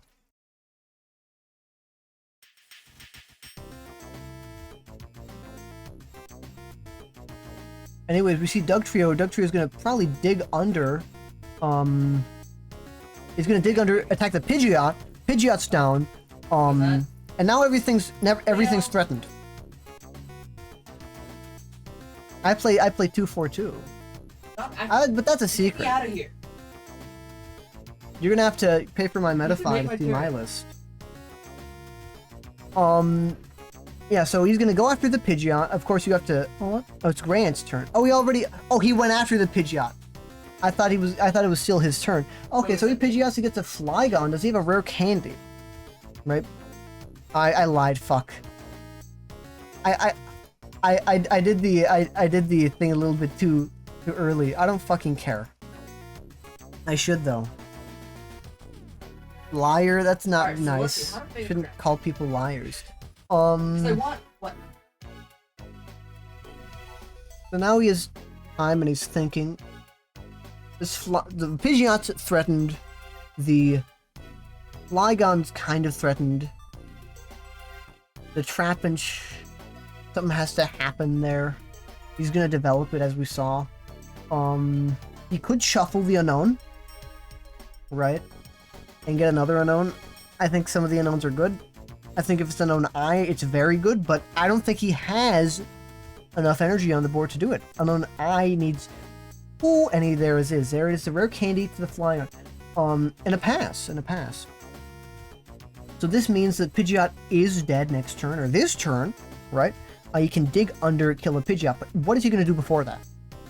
What can he do before that? The Step Panel is really set up to kill the opponent's Pokemon wherever. Oh, but he doesn't he chooses not to kill it. Chooses to pass. He chooses the ATM Rock. That's huge. That kills the Pidgeot. That kills the Flygon. That kills the Flygon. This might be game over. That's one prize left in the game. Right? And Grant just might concede at that point. Just cut your losses and just pass. Okay, that was a pretty good game, I think. I don't know what's up next. What's still up? 337 games. That's what's up next. Who's up next off the block? Tord versus Kambada. Tord has one prize left, but can Tord do it? We don't know. Are you still watching? Oh, it just randomly cut. We have 2 games left. Ondi versus Greninja and Kamibotika versus Tordekla. Tordekla is 1-2. Wait, was there chain elevated barrel? Okay. I mean, either way, we'd see 1-2s. Tord is really close to winning this game, but oh well, Blastoise is still active and live, so he should for all intents and purposes win this game. Right? He has energy that he can get from the power tree, and he has his hand. Oh, that's a nice sunset. These people, you're all keeping me locked up. You locked me I up. put a start. I was indicted and I did nothing Start wrong. middle. But the Blastoise is actually under special status condition, so he can no longer use Energy Rain. But I think that's fine. Why is there a start middle? Commentate faster. Play faster. Apom, we're going to see a smooth over snappy move. Yes, there it is. And we're going to see a quick search more than likely. Does he get a switcher? He gets a switcher with Apom, or he plays a switcher. He gets Warp Point. And then he can, well, it doesn't really matter because now Energy Rain's live again, and now you can keep doing that, and you have the game. You skill copy a Lugia, and you kill a Latias. I think that might be overkill, but you know. And now we have one more game. Is Ondi's game still up? Ondi's game versus Zeraora is still up. Oh boy. Okay, what's happening here? Zeraora is playing a traditional sub-panel list. This doesn't look like the 3 energy. Okay, this might be the 3 energy list. The 3 energy list was... Okay, I'm like, what the fuck's happening with the music? They shouldn't cut for that long. Leo, what pelts do you recommend? The 3 energy list won, I think it was the first double You got any rainbow. suggestions? I'm not exactly, maybe it was the second one. What pelts? do you recommend? No, it was the first one. The second double rainbow was won by Meganium. The third one was won by Bombtar. And the fourth one's coming up this summer. But, this might be that list. Regardless, it looks like Ondi is winning. Or he is in a little bit of a winning position. Zeraora played Owl, gusted it up. Gonna smack the Sneasel. Take 2 prizes. You're now even prizes on the board. So, what could Ondi do to respond? Well, Ondi doesn't have enough energy to use Power Revenge. In fact, I don't think you really even want to be using that Sceptile because that is weak to grass. It's Ondi with an O. His O. I think you need to go to letter class.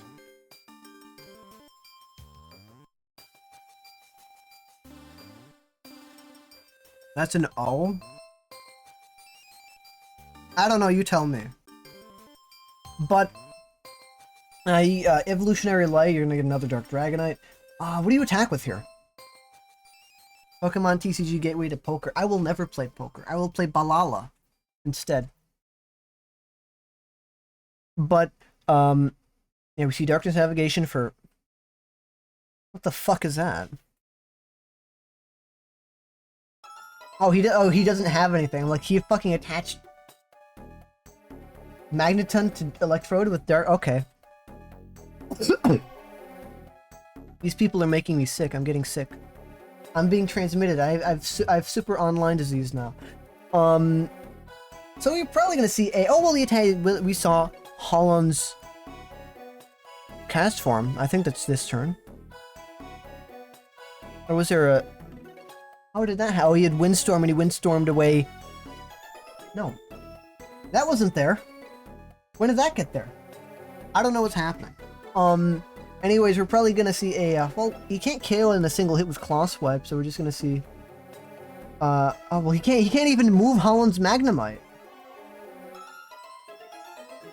You're just gonna see 3 Darkness Energy hit the Dragonite, I think.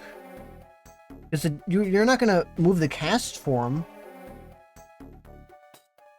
That's too precious to move. No pellets can.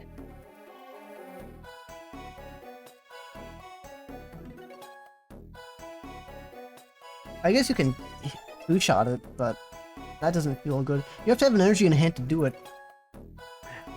That's a big discard, though. I didn't actually notice. How many? I'm feeling a concession. Yeah, 3 Dark Energy. And did he? Yeah, he retrievered the Dark Dragonite. So this was a Dark Dragonite, and that was killed. This one killed. So what? 2 prizes, 3 prizes, and that's what was killed. Ah, you don't see Lantern often. Zeraora. Oh, this is Gen 3.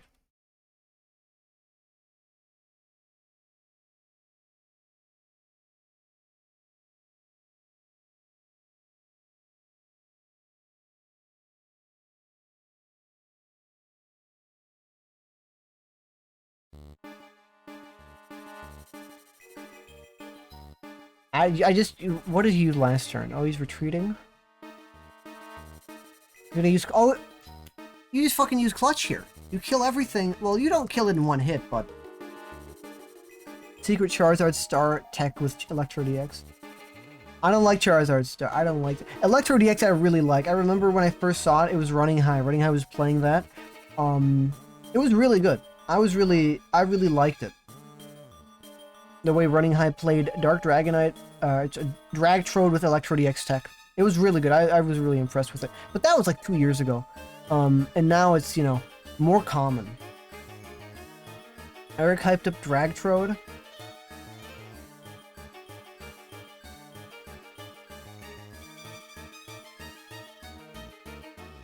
I'm listening to tier lists.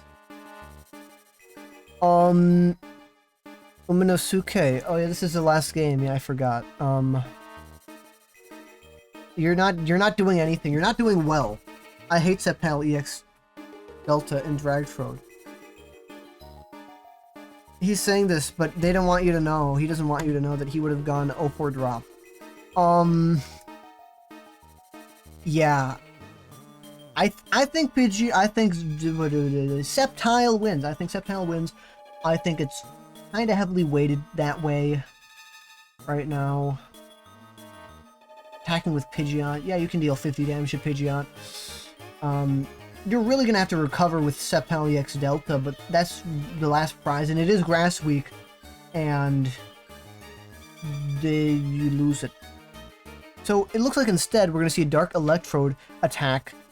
It'd be really good if you still had at least 2 Dark Energy, but 3 of those are in the discard. There is an Energy Recursion, 1 single card, but it's coin flipped, and I don't know if you want to be doing that. I don't think you'd want to be doing that. Most you can do is 30. You can deal 60 damage to the Pidgeot. Have the Dark Electrode up as a sacrificial prize. Why is Andy not playing Mainichi Burnaway? You're right, he should be. He should be playing Mainichi Burnaway. But maybe he knows that there's too much money on the line. There's 15... Also, I have to point out that this guy's using the wrong Pokemon. You shouldn't be using Lantern. You have to use Camerupt. That was a mistake in the initial Sceptile list, and then no one ever corrected it. Is that from hand? So, if you look up a Sceptile list and copy it, it'll have the Lantern in it. But you should be playing Camerupt instead. I guess you should be, because you only play... well, actually, is this a 3 energy list one? Yeah, Sceptile usually only plays 3 basic energy. No, this is plus 5. These guys are liar.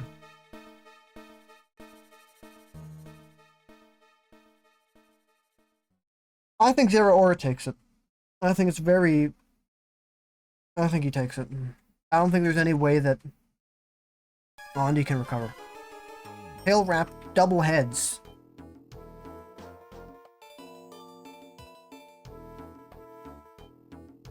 Single head. I don't think that really matters. I hope. Most you can do is 30 damage, and that's 70. You can KO it with Sceptile, but he loses really nothing. He still has another energy trans Pokemon on the board. Dragtrode is one of the roughest matchups for Sceptile because Dragonite resists Grass and Sneasel resists Psychic. So they can just cycle between taking like 0 damage at all. It does not look like Andy is playing Sneasel though.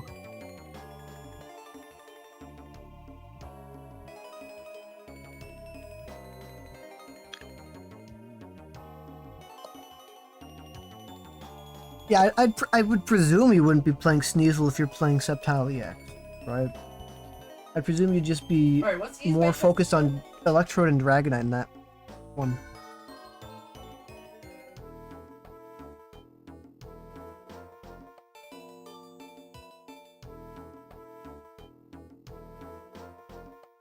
And now you hit another single heads, and then you kill it, and then they retaliate with Sceptile. Well, they can't retaliate with Sceptile.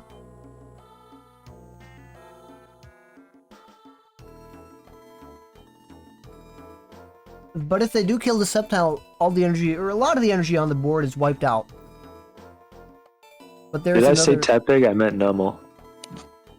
No, that, you know... Double heads, you should have hit that last turn. It's between, yeah, Sceptile EX, yeah. And that gets rid of a lot of This is the stuff. shit. And he one-hit KOs it. If he didn't one-hit KO it, then Okay. the other Sceptile could come up, So I still have a energy question. trans, slashing strike. Two, I can But only now, shoot this far. 1 minute on the clock. Holy shit. I think I messed-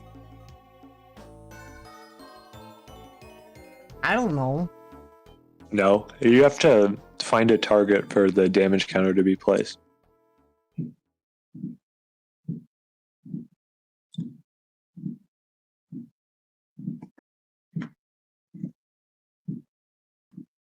New bug report just filed. Well, you can see the timer. 24 seconds left on... No, 22 seconds left on the clock. Overall, 45. Brinies... Oh, it was interesting. You should never kill yourself. But you kill that active, and a lot of energy on the board's now gone. Almost. And... Oh. That'd take the game, wouldn't it? Does he have a cast form? He needs a single Okay, what cast makes it form, turn faster? or a way to get it, Or right? makes Like it Pokemon, Retriever, Well, I have elevation and he barrel, has Gam. elevation barrel, elevation barrel. And there it is, Pokemon Retriever for a single cast form. Put it in your hand, catch it as energy to Latios, 3 energy cost satisfied. Latios actually fixes the Dragtrode matchup.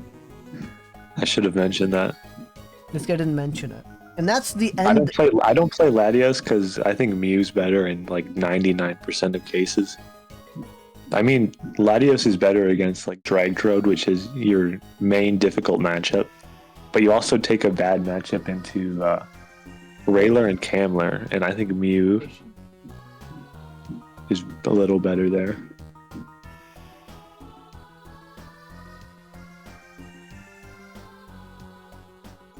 But that's it. That's the end of round 4. We're now in round 5. Okay, we're now in round 5. And there's 7 rounds. So, we have 2 more rounds until we get a little break or something. So I get a little break so I can go eat my blueberry. It's just really... what do you think about the new thing that the our favorite user Xpendix did to the site? What do you think about the results page? I need maintenance to happen next game. Well, no, it is maintenance Saturday, but it's gonna happen during Game 3 of Finals. We're gonna see it happen during Game 3 of Finals. I hope it happens right at the climax, right? Before the final swing turn, and then we have to redo all 3 games. I hope it happens like during like an important part, middle of Game 1. I don't have those. I think they're both good. I don't really care which one I have. So there's only 2 players that are 4-0, Raspberry Bell and Simba. Right now, looking at the 3-1s or whatever, top 8's gonna be probably composed of Hanten, any random combination of these players. Is it top 8? I think it's top 8, right? Let me see. Yeah, top 8, double Elim. But it's gonna be composed of Tfue, Canton, Uminosuke, Chiro, Odysseus, James, G, Little River, Mysterious Player, Zelix, May, Simba, and Raspberry Bell. It's gonna be 8 of those people. Oh. Right? Maybe it's calling it a little bit too early because there are still 3 more games. And I think 5-2 might make it. I'm not exactly sure. I don't really remember. I also might need record refreshing. I think we should see... Is if 5-1 can make it, random number between 1 and 6.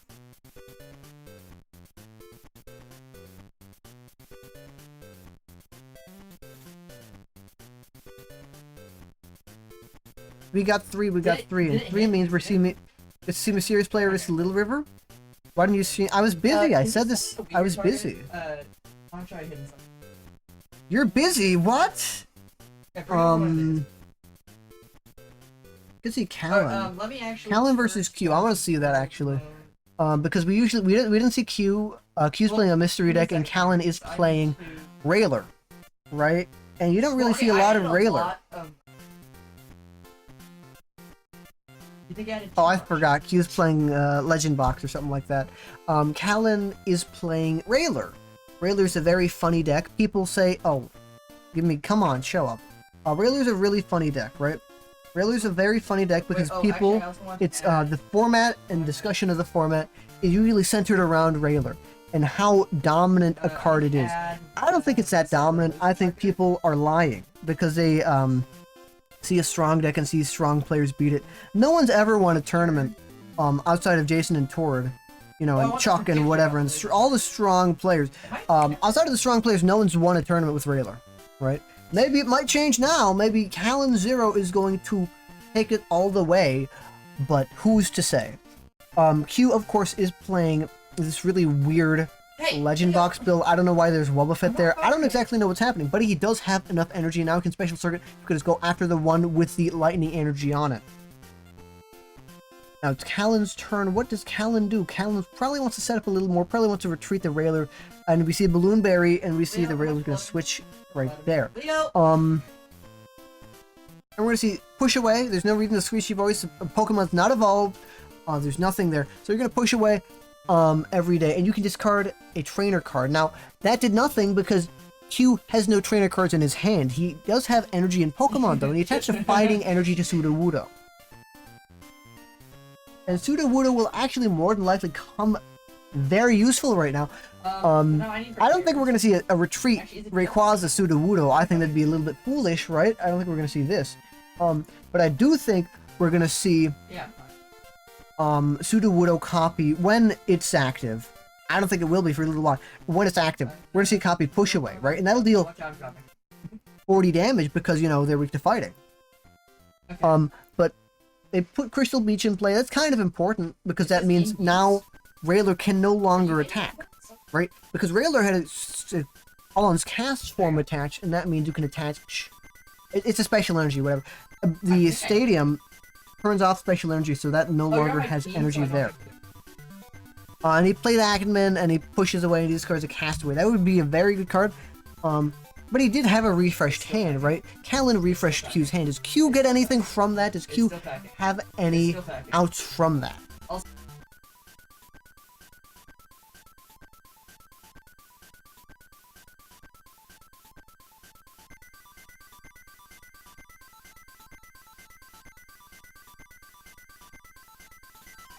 Okay, and we do see a water energy attached to Sudowoodo, so he is probably gonna gear up for the copy push away, right? No reason to copy. You could copy Screechy Voice. That's funny. Sorry. That's really super BM. I don't think you should do it, but that's besides the point. Anyways, he finds a giant stump, gets rid of the stadium, is able to snipe the other Stantler. Looks like he doesn't want to take a prize, and he shouldn't. Because the way Railer, I guess a lot of Stantler decks, a lot of POW decks work is you want to be behind on prizes. That way you're able to manipulate the way the board is played with POW hand extension. From Dryad to the Team Rocket Returns, a very strong card, one of the face cards of the format, many people would say. What it does is if you're behind on prizes, you're able to move an energy on the active onto one of the bench Pokemon, or switch up and gust up a single Pokemon from the bench.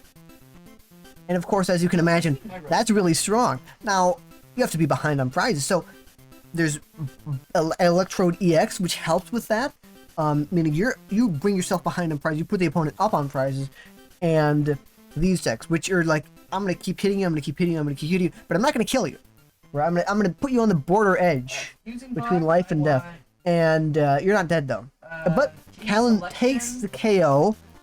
Q, I don't know if Q's a POW deck exactly, but Q did not want to take the KO. Now, the reason you promote the Wobbuffet is because it has a retreat item. I don't know what it has. Maybe Bloomberry, maybe Fluffberry. One of those means you can retreat. One of them is discards after. One of them you also can't attach DX. There's a lot of stipulations on these cards. But he's going to copy Push Away, right? Yeah, defending, yeah. You're going to copy Push Away and it's dead now. And the other Stantler has 70 HP. Copies Push Away does 40. You'd also kill the other Stantler. And you'd be back to even prizes. Presuming that Callan does indeed promote the Stantler, right? And they do, and of course, push away, Castaway on the other side. Raise request, attach another energy to Mew. You can then copy something. I don't exactly know what's going to copy. Copy any card, anything on any of the other opponent's Pokemon play. You're probably going to copy Shadow Tag at that point. I think. I don't remember. Do you need? Oh, you need the energy required, don't you? Yeah, you do. So you can't even copy Shadow Tag. You can only copy, or grind. Minimum packing?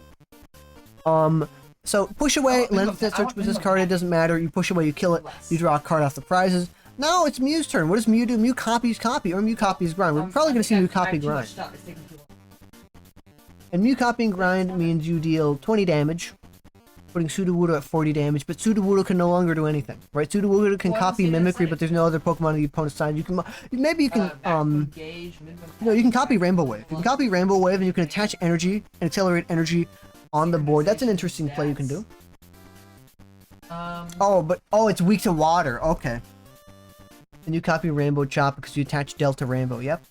Delta Rainbow is a really new card, I think, in Railer. It's a very new tech.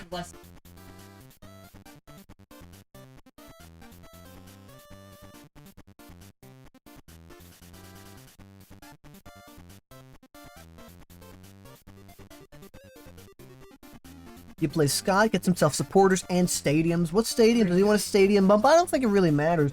More than likely, he's just going to get himself a bunch of supporters. What supporters? Maybe admin, maybe another Scott, maybe a Castaway. I'm not exactly sure. Right? But as it stands, Q has no attackers. Most Q has is a copy Mew, but Mew is weak to Psychic. They're both weak to Psychic. They're not weak to water. It'd be good for... Oh, what does he get? Rocket's admin, Lennox, that search Castaway. Okay. And you can't play any of those because you already played it. You play Pokemon Retriever, you're going to get another Pokemon from the discard. Cast Form, you're going to attach Cast Form to Mew, but Mew can only copy from the active Pokemon. So that's really kind of like a moot point. Most you can do is Rainbow Wave and do it for Lightning, and that way the opponent does damage and they get 40 damage. Right? So that is actually a valid play that you can make.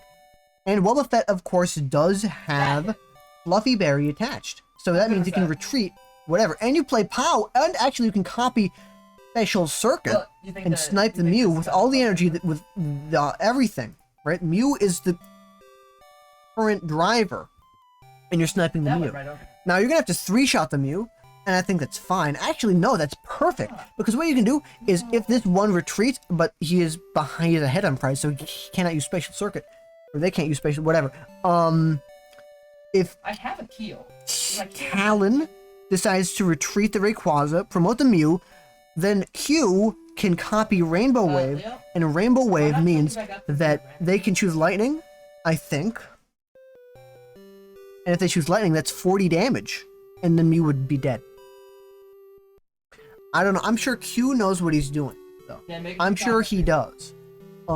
But Q can now play one of the supporters that he got. He can play Rocket's Admin, Lynette's Net Search, or Castaway. I don't think you play Admin in this position because it looks like Talon has a little bit of a dead hand, right? So you don't play Admin. That means you either play Lynette's Net Search or Castaway, right? I think you probably play Net Search. I don't actually know what that does, but I think you probably play that. But he chooses instead to play Rocket's Admin. Does he hit anything? But oh, I forgot. It also lowers the thing. He gets Windstorm. He can now bench more Pokemon. I don't know why he didn't discard the Cessation Crystal. Oh, you can't see that. You can't see that properly. That's not right. You're not supposed to see that yet. You can't. Yes, I don't know why he didn't discard Cessation Crystal. Maybe that's good for him in some way. But I would presume that he would have done that and discarded Cessation Crystal. He also chooses to snipe on the Mew again, right? And ER2 Tails not what you want to see if you're Callan, right? So I probably Wow, it's perfect. Mass, I don't know what's Tails. Now Callan's in a very precarious position. What do? Castaway, you get another Cessation Crystal, get a energy, get a I'm pretty sure my center. tool. I don't know. A energy, a tool, and a supporter, and you attach it. Now you can special circuit. Wobbuffet. But you can also How low should my center? copy. Oh, copying the Mew. Yeah. Look at my screen. Now what does Q do? How does Q react? Plays Castaway, gets himself a energy, a tool, and a supporter. But what does he get? Well, he has to get an energy. Does he play Psychic? Could he play maybe go Psychic Shadow Tag or whatever? On the Rayquaza, I don't know if that'd be good enough though. But he gets Lynette, Net Search, Grass Energy, and Balloon Berry.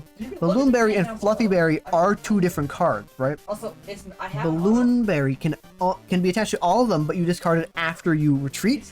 Fluffy Berry makes the retreat cost 0, but it cannot be attached to like Dark Pokemon, Owner's Pokemon, EXs, a bunch of Pokemon, right? A bunch of classes. So it can only be attached to non-class Pokemon. But it's attached to Wobbuffet, and it's what's allowed. I think it's allowed Q to stay in the game. And we do see a Psychic Energy, so we do see Shadow Tag will more than likely probably come out in some way, shape, or form. Because now all he needs is another Psychic Energy, or he needs a Cast Form, right? And then he's able to Shadow Tag.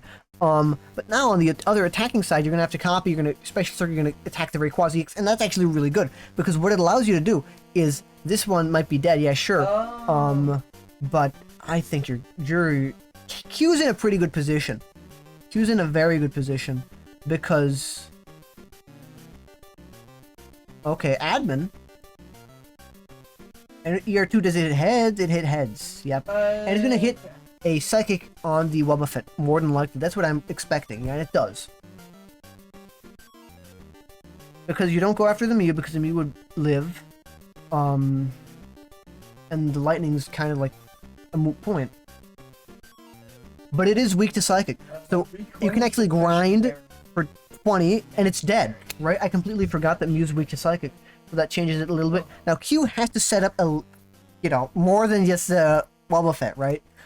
Because if you don't, then you're dead in the water. So Q plays Adventure and he draws 3 cards. Does he draw a basic Pokemon? We know this is kind of like a structure thingy or whatever. He doesn't. Does Talon have any way to kill it in one hit? Skyhigh Claws does do 70.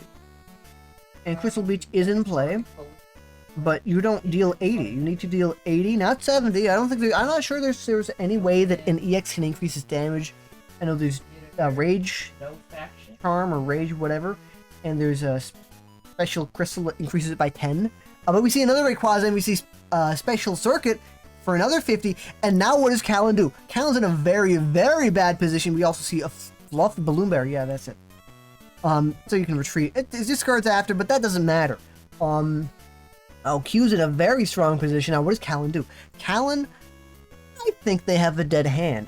I'm not. They did get admin like multiple turns in a row. But we see Minun. We see Minun. A lot of Railer decks don't play Minun anymore. Quite a few of them don't.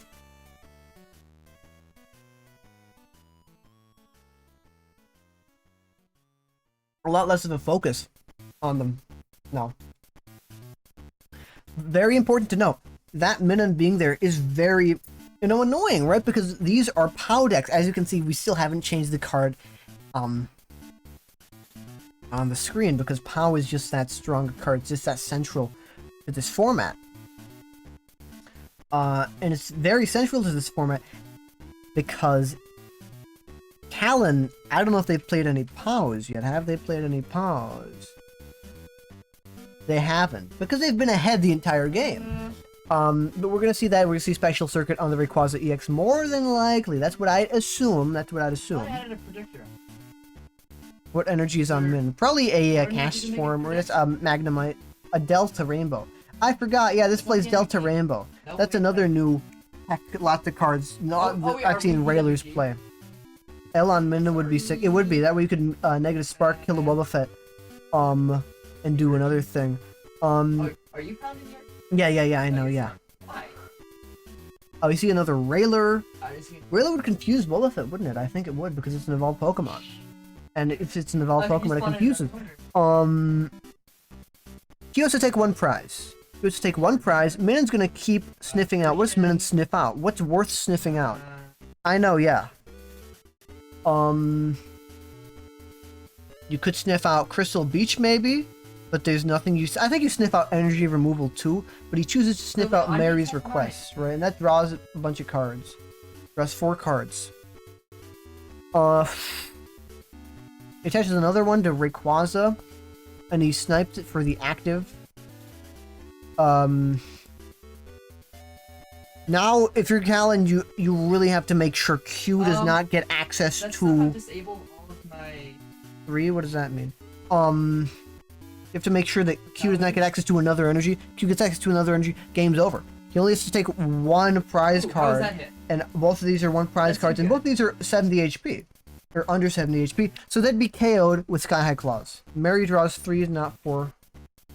I don't know how to count. I don't need to. Right. I don't need to know how to count. Watch it again here.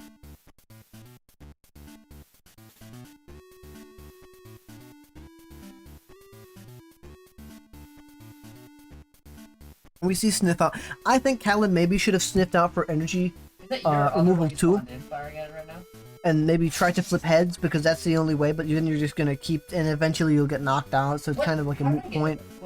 Q wins the game. Q wins the game. We're gonna see another game. We're gonna see another game. This was on coin flip. Now we get to see who we get to see. We get to choose who we get to see, and we're gonna see. I want to see Joao versus Effie Worlds. I don't know. We saw Effie Worlds really big up for a little while, but then I think he just disappeared because he wasn't able to win. Anyways, Effie World just won this game, and Joao lost. Joao was on Rowler, of course. This was a pretty new build, I think. I don't know. Okay, Trey, did you miss anything major? No, you just missed someone lose. You missed Joao lose against Effie World. The evil cat. Did we see the Rip versus Ondi? We're gonna watch the Rip versus Ondi. I don't know. Did you miss anything major? You missed anything? This is super major.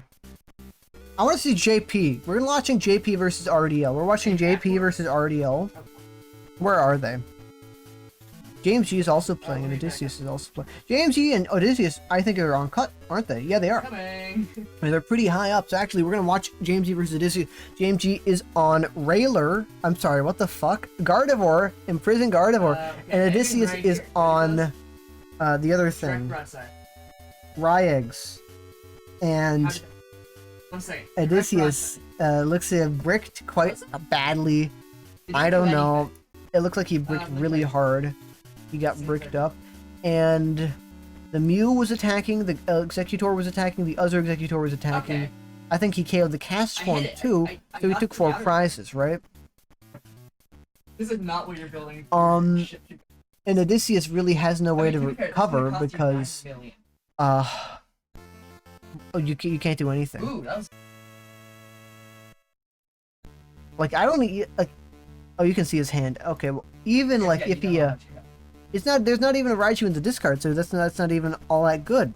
There is other cards in the discard, like a Castform, and you can like admin or something, but he gets another Pikachu, and he puts the Pikachu on the bench, Alright, and then he tail we're gonna test whaps. here.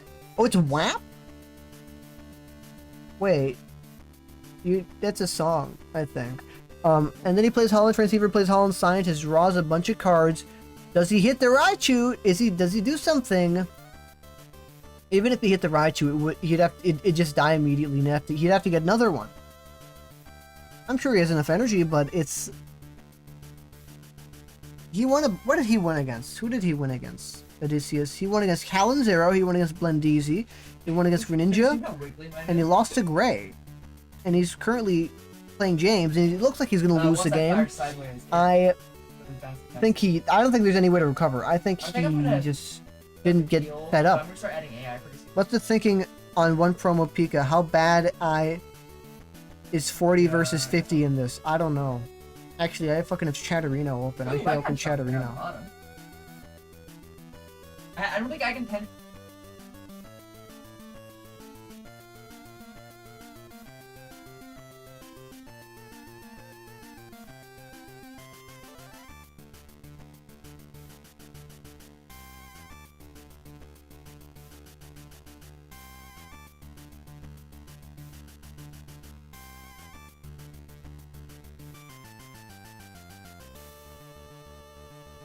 So he I think is it's like ticking 2/3 the strikeout. It's like things with 2/3 Desert strikeout. Ruins. The Gardevoirs and the Pidgeots are all slowly taking tick damage. But it's James G's turn. He's gonna take the KO on the active Pikachu. But after that, I don't know. Surely he's gonna do something else, right? He plays Quick Search, he plays Mentor. It's probably more cast forms, so we can use him how he wants to. Next, no. Jason, we're timing you out, Jason. How do I time him out? We're timing you out.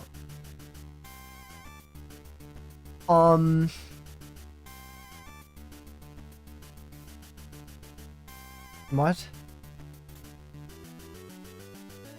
I will say this is pretty torturous to look at, though.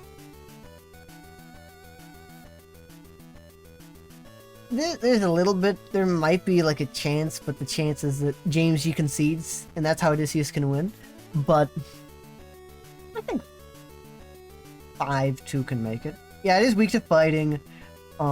If he does find a Raichu, maybe he'll be able to kill the Gardevoir on the bench. Alright, so And then the I think- Pidgeot, and that's what do you 3 think? prizes, Like, but then James G's at 1 prize, and the Raichu's also weak to fighting, so it's what are you like, doing? no, so he'd be at 1 prize too, right? He'd be at 1 prize too. Because this would be killed, this would be killed, this would be killed, not that. This. All 3 of these would be killed, I think, if he Holy finds a Raichu, but he hasn't found a Raichu for the entire game. So, What's in the interior? like, nothing you can do there. If you don't draw into it, you can't. He's still. Are they all prized? He hasn't drawn into a single one. Thunder Wave here would be pretty big. How many layers? How many layers is this? I think they were all prized. I think all of them were prized, and there's nothing you can do in that position. Who's fighting for their lives? Who's fighting to get in? Chiro versus Umanosuke. We haven't seen Chiro today at all, so we're going to be watching Chiro versus Umanosuke. And Umanosuke looks to be winning this. They're both playing Dragtrode. Tell me where. Oh wait. Okay, they're both playing Dragtrode. You're gonna hit me back. Chiro... He's in a little bit of a better You're spot, gonna hit me on purpose. but- just know. I don't know what they're saying. Wait, but- Leo, do you have like a railgun? I don't know. Can you railgun through my keel?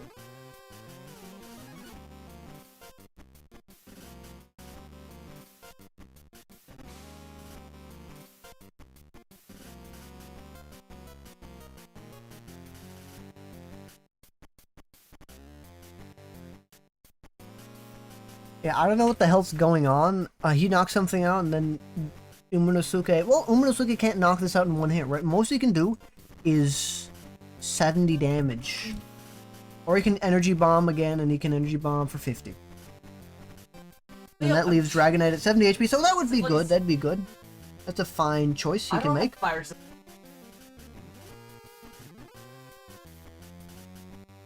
On Chiro's side, I don't know what exactly you could even... Oh, so you this took Dark out my Dragonite, heal in the entire underside of you my need hull. this up if you want to live. But we see the 50, yeah, we see the 50, I don't know. and then you're gonna move the I think dark sideways wherever. and get through. Doesn't matter. You're expecting this to go down and Or no, die. I-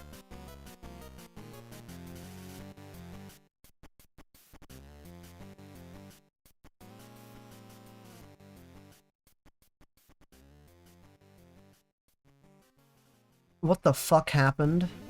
that's what he actually Did he liked. kill That's what stuff or did he briny? He brined stuff. Okay. And we see a bunch of Sableye on the board. I don't know what the Sableye does, so we're gonna There's no learn back in together my what the book, yeah. Sableye does. The Sableye is from Deoxys. And what it does, it has limitation, but the other ability is Night Vision. And if your opponent's active Pokemon, you may look at your opponent's hand. Sure, okay, yeah, okay, sure. We're probably just gonna see attach or move the dark energy, the dark metal, onto the electrode or darkness navigation, of course. He doesn't have anything in the deck. So is it worth it to discard that single dark energy, metal dark, and move it to the electrode retreat limitation? Is it worth it? Because it looks like he might think it is. What? Oh no, it's Chiro's turn. Never mind. I got completely confused. It's Chiro's turn. No, I think no. And we're gonna see another Dark Dragonite. We're gonna see this one kill the active Dark Electrode, and Neil, I'm he requiring won't you be able add to repair. kill the Claw Swipe. And oh, right next to each other.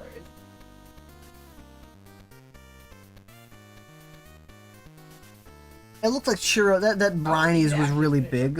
Like, That Brinies means that now the Dark Dragonite doesn't die, but he does get first hit. But Chiro has enough that he can play around with. The fact he plays one Brinies means he plays more. I mean, Umanosuke also plays Brinies, so I do wonder if we'll see a Briny war at a certain point, right? You actually need to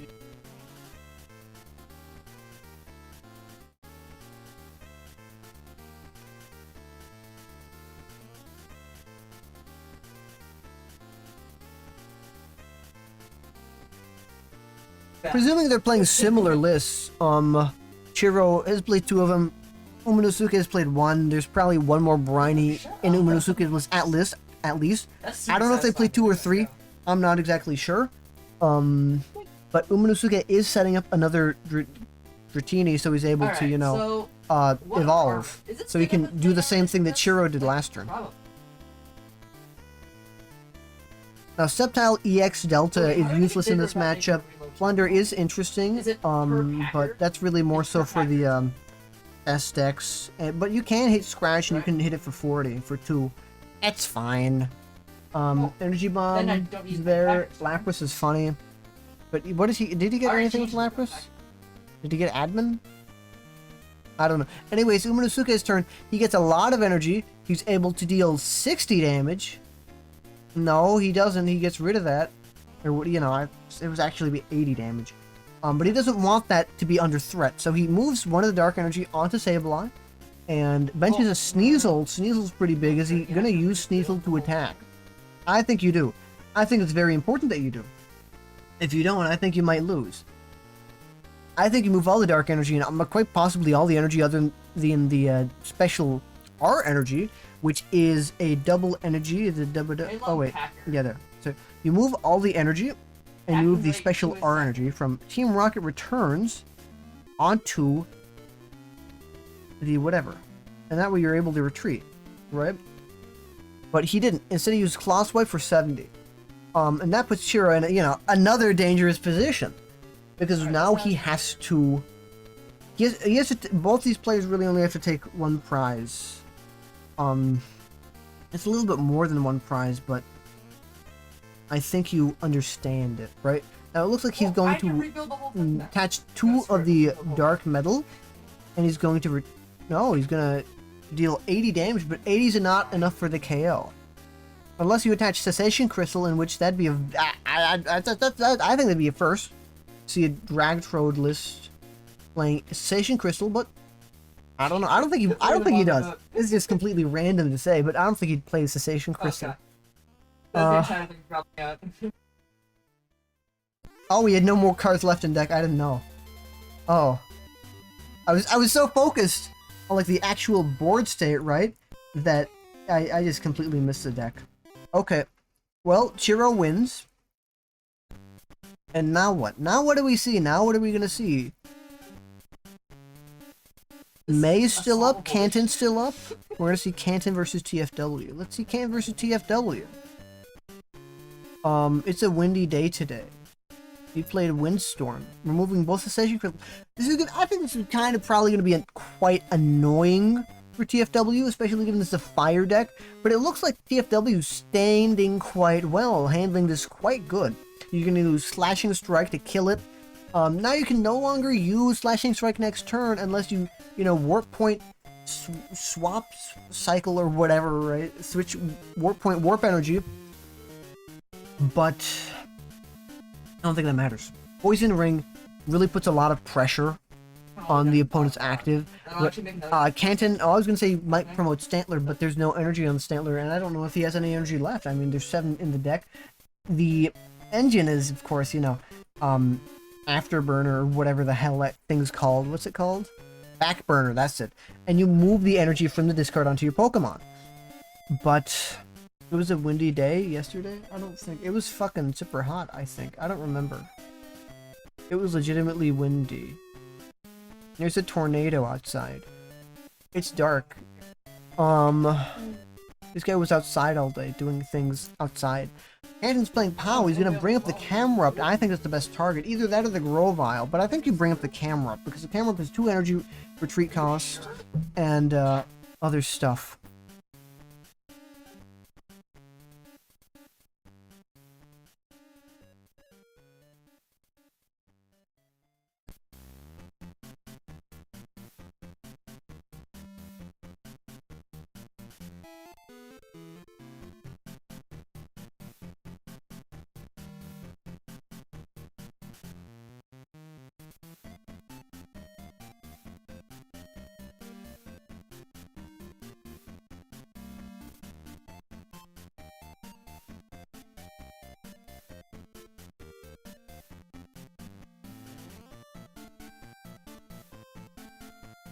We see another Windstorm, discarding 2 crystals, and we see Energy Trans, and we're going to see Tail Wrap. I think we should see Tail Wrap for game. I don't think it's worth it, though. I mean, actually, you don't really have any other choice. You could Poison Ring, but that's not going to take the KO. I guess we might. Could we see... Oh, we could see that Power Revenge for the KO. Yeah, okay, yeah, that makes sense.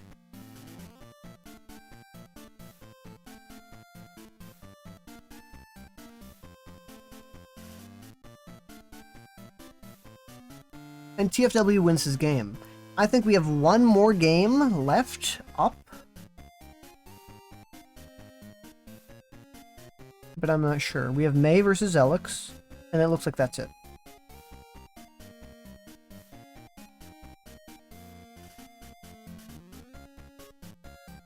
Yeah, it is 7 rounds today, yeah. Did I say we have 6? Whatever. Yeah, we have... Yeah, this is the last game up. And Raspberry Bell is the only undefeated person right now. So they are pretty much guaranteed to make Top Cut. I think. I don't know.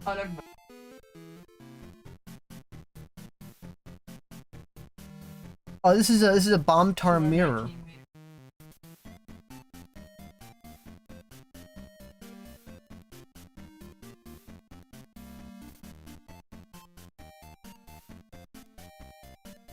I would say May is winning, but I'm not sure. It's possible, but unlikely. 5-2 bubbles. Well, it's Ape. I don't exactly know how bubbling works. I don't know. I don't remember. They're on the border. of making it or not making it. I don't know how many people are going to be 6-1. Depends on whose resistance you've crashed. You're going to ruin 12 million people. Limitless has a Swiss calculator. This guy doesn't know how to do math. He has to use a calculator. That's annoying. You can see that this really doesn't like max a lot of energy. A lot of energy really breaks the layout of the stream for it. But I think maybe May is winning, right? Because May has a Dark Tyranitar, lots of energy.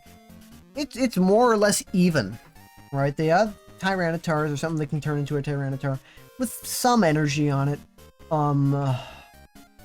May doesn't look to have any way to switch, but if Zelix is the one to... It's true, it's ecologist. We do statistics, but not math. Statistics aren't real. Show me a real statistic. Darkness energy onto Dark Tyranitar. On Zelix's side, the one I would point... Actually, I can. It's this one. Right, so he has dark energy there. And he plays Warp Point, and he's probably going to bring this one up there. And that means that now he has to... I think Warp Point... What does Warp Point do? It's both players switch? Yeah. The both players switch. So this one shows up, and I don't know if this... Oh, no, it was that one. Okay. We're probably going to see this one. We saw this one switch from over there. True, 83%. Yes, everyone's saying that. Everyone I know has said that. And now we see that, and now we're going to see Spinning Tail, right? I do wonder, well, actually, there are like 50 arrows.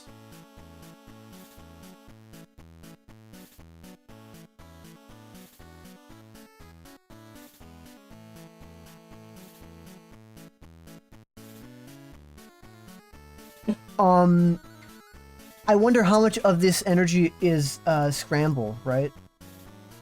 Because there's a lot. Almost all the colorless energy on the board is scramble. This one's the only one with like a Holon FF, but the rest of it is scramble. Actually, both of them have a Holon FF, but that's it. So if one of them takes a lead, it changes quite a bit. I think May would not be all that distraught if Pupitar was KO'd, but you're spinning tailing, right? You're spinning tailing under the notion that you're gonna kill the things. Jirachi needs 3 spinning tails to get KO'd. And 3 would also knock out Dark Pupitar, so that would be game. So you have to try to work against that, right? Because if you don't, then you lose the game. So it's May's turn. May played Holland and Chur. And now what does May do? Now what can May do? I'm not sure. I don't know what May can do. Well, May can evolve into Dark Tyranitar and also Spinning Tail. But Spinning Tail this time for more, and the Jirachi is also in threat of being knocked out. This is much better for you than it is for Zelix. I would go as far as to argue, because now the only threat of being knocked out on the board is Jirachi. Both the threats on being knocked out on either player's board are the Jirachi, right? This Jirachi has only 60 health, and this Jirachi has 40. I'm sorry, 60 damage. This one has 10 health, and this one is 40. No. But, you're taking the first knockout. And of course, you are activating Scramble on your opponent's side earlier. But, oh, I didn't notice that. Okay, well, oh, I didn't notice Thank that. you, Control Z. Because I get so absorbed in like the actual stuff that's happening over here, right? I completely ignore this. And Yeah, okay, so I think regardless, I think May wins the game, even if... Oh, May wins the game regardless, right? I think it's very, very heavily weighted to May. Zelix played Warp Point. What could Zelix possibly promote? Kill Admin? He probably will, yeah. But even then, the Jirachi's dead, and then May would be up a prize card. I don't think May really has many switching cards. But it's up. May has to choose what to switch first, right? It's either the Jirachi or it's the other Dark Tyranitar. I think you're fine with promoting the Dark Tyranitar, and he does, use to promote the Dark Tyranitar. Now Zelix uses to promote the other Dark Tyranitar with energy. Both these players 3 admins in discard though. Actually, I forgot. We're in the right one. We can see both players' discards without mucking about. 1, 2, 3. Probably plays 4, given it's a bomb deck, but still. That's what that 1, 2, 3. But there's a Versus Seeker. I think both probably play 4. Maybe they play 3. I'm not sure. Attaches a Scramble to Dark Tyranitar on Zealot's side. It's this one right here. But still, Zelix loses, I think. I don't think this is working out quite well at all for Zelix. Because both of these Dark Tyranitars in play on May's side have 2 Dark Energy. And he gets a prize right now this turn. Does May draw anything that he wants? Does May draw anything good? I don't think really, I'm not sure. May grinds into Spinning Tails, right? Oh, you're right. Because you don't want to take the KO, you want to put it off as long as possible. Yeah. Not to proc a pow, not to turn on the Scramble energies right here. I mean, he just attached 2 Scramble energies, and he's actually working under the assumption that May Spinning Tails swaps everything, knocks this out. Then you have 7 energy on the board, then you can return knockout, and then May doesn't really have a response, right? That's what he's working under. But if May fights off or grinds instead, that changes, how you have to go about it. And we see Rocket's Admin. Both these players draw 2 cards, saving Zelix, but maybe May wanted to try to draw something. And we do see a we see a grind. Yes, we see a grind. 10 damage off of KO, very important to note. No, yeah, the game's over. The game's over. A Spinning Tail from either of these Tyranitars kills the entire, well, it doesn't kill the entire board, but it kills Dark Tyranitar and it kills Jirachi, and that's more than enough. Any Briny, oh, that's not it. Another admin, no Brinies yet.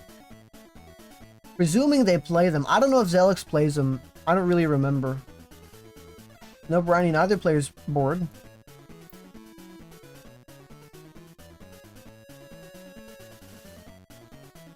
But May does make it.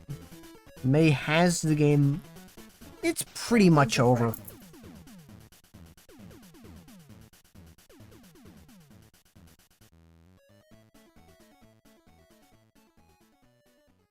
And there it is. There is game. That is the last game of round 5. That is the last game of round 5. Now we are in round 6, I think. No, we have one more game. We have one more game. I got it wrong. Oh, that was the last game. Yeah, the last game is unregistered as May versus Zelix. Okay. So now we are on round 6. Let me update the round 6 number. Round 6. We are on round 6 now.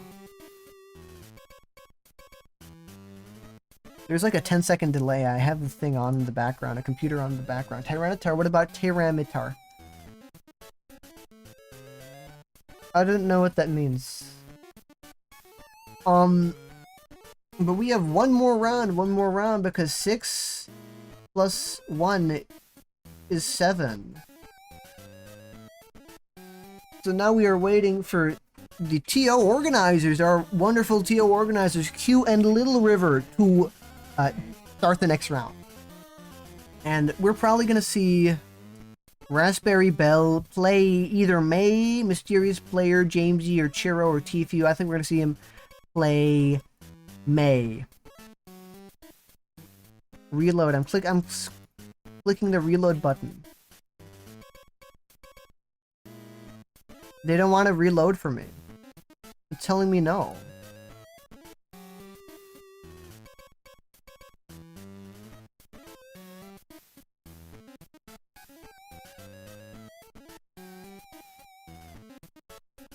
I think that's, is that enough time? What are we at for this music track? 43. Oh, we still haven't listened to the, oh, we listened to GR verses, didn't we? Yeah, we did. Okay, we're going back to Mysterious Dungeon. We're going back to Pokemon Mystery Dungeon song. And now we sit here and wait. Now we sit here and wait for, and it just went up. It just went up because Grey Ant versus Joao Lopez. Raspberry Bell versus TFW. I don't think we were going to watch that. I don't think we were going to watch any of the top games. I think 3-2 is a little bit more interesting. Tord Rekla versus Autumn Lamb. Q versus Umanosuke. Like, this is what I'm talking about. Odysseus versus Little River. Odysseus, who was doing quite well at round 4. But then he lost. Now it's a wonder if he even, makes it. Frosty, Canton, Little River, Odysseus, Effie Worlds, Big V. I think Autumn Land versus Tord Reklev is going to be an interesting game. So let's take a peek at that. Consolidated full screen. This should be a sweep, I think. Or this is going to be heavy weighted, right? Because this is Bomb. Not what the fuck? It's the LBS. It's the LBS versus Camler. That's it. It's LBS versus Camler. And with that in mind, well, it is weak to water, but the main attacker of LBS isn't really Blastoise. It's Lugia and whatever other various assortments of cards. But you can use Blastoise as the main attacker. But who's to say how it would work out? Maybe choosing a control deck to watch isn't all that a good isn't a good choice. I'm not exactly sure. I don't exactly know. Did I announce the fucking? I don't think I announced a stream on Twitch, but I don't care. I'm sorry, on Twitter, but I don't use Twitter, except when I do. I use it for the plush posts because they're funny. Because it's EFOC and it's funny.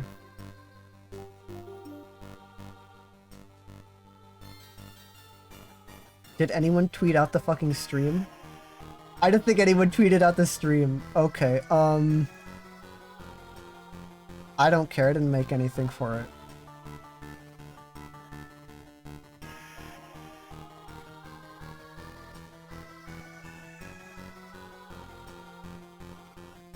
We will not be inebriated for this. I'm not inebriated for this. They didn't let me drink. They took away my cup because I couldn't put it down. I couldn't put down the cup.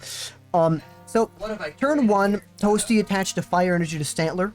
And now it's Tord's turn. Tord as a Jirachi, Tord as a Slugma, Tord as a Pidgey. That's exactly what you want to see because you're going to make a wish the Slugma get in my cargo, and then you're going to try to look for something like the Pidgeotto, and then you can make a wish Pidgeotto next turn after that. That way you have a really good board setup.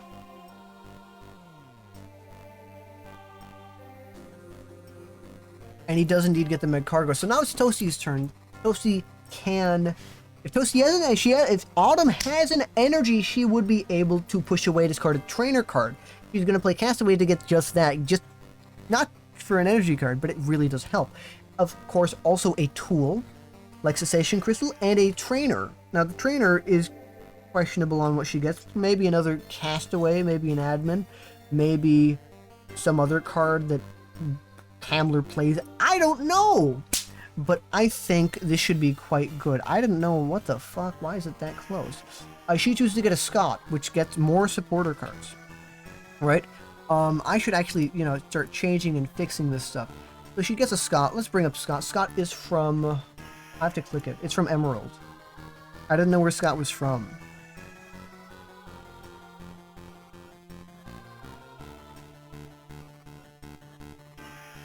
So Scott gets more supporter cards. The main important thing, though, is Stantler is able to push away. And, I think we should probably put Stantler up.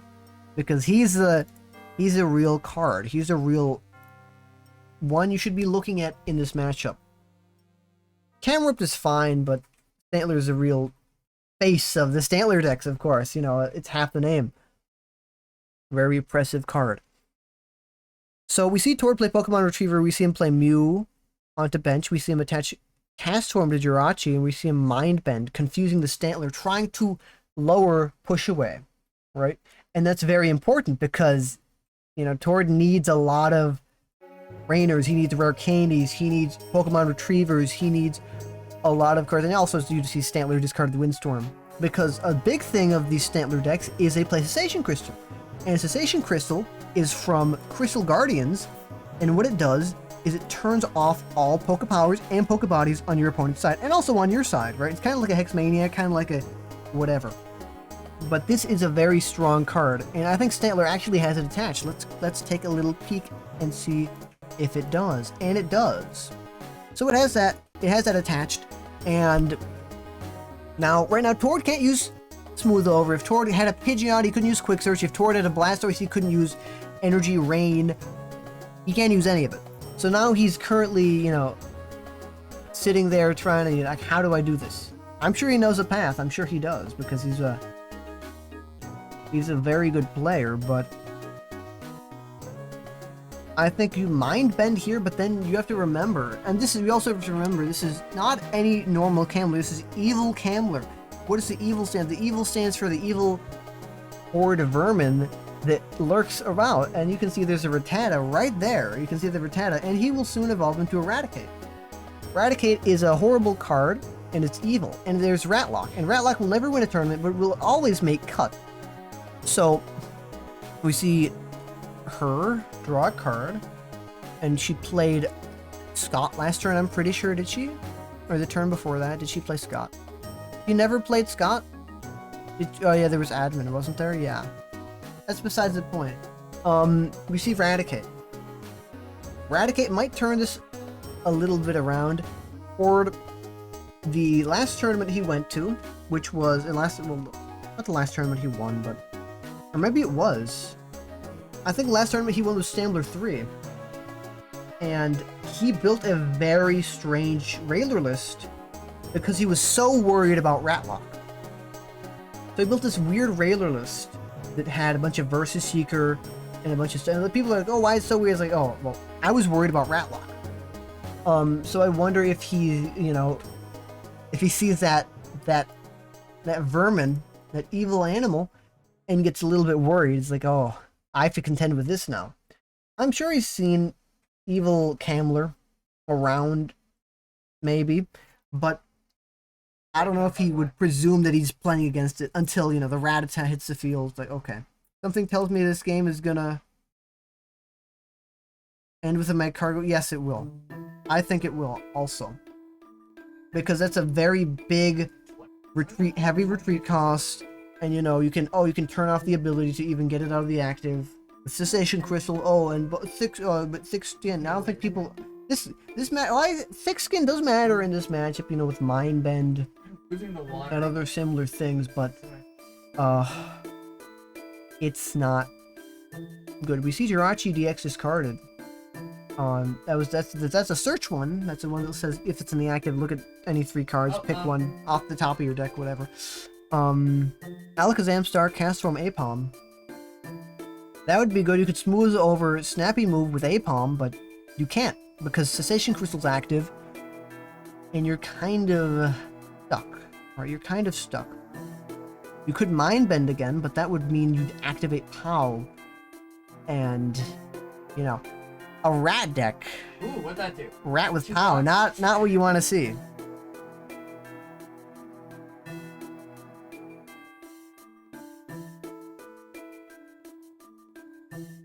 We see a switch, we see a retreat into copy. It's going to copy Push Away and discard POW, probably, if there's one in his hand. Is there one in his hand? I'm sorry, her hand. There might be a lot of cards, and you know what? There are quite a few cards, because with Push Away, you're able to see the opponent's hand, so you can see what the choices are. You can say, was that the correct choice? I don't know if it was, or if it wasn't, because I don't know how to play the game, and I don't need to.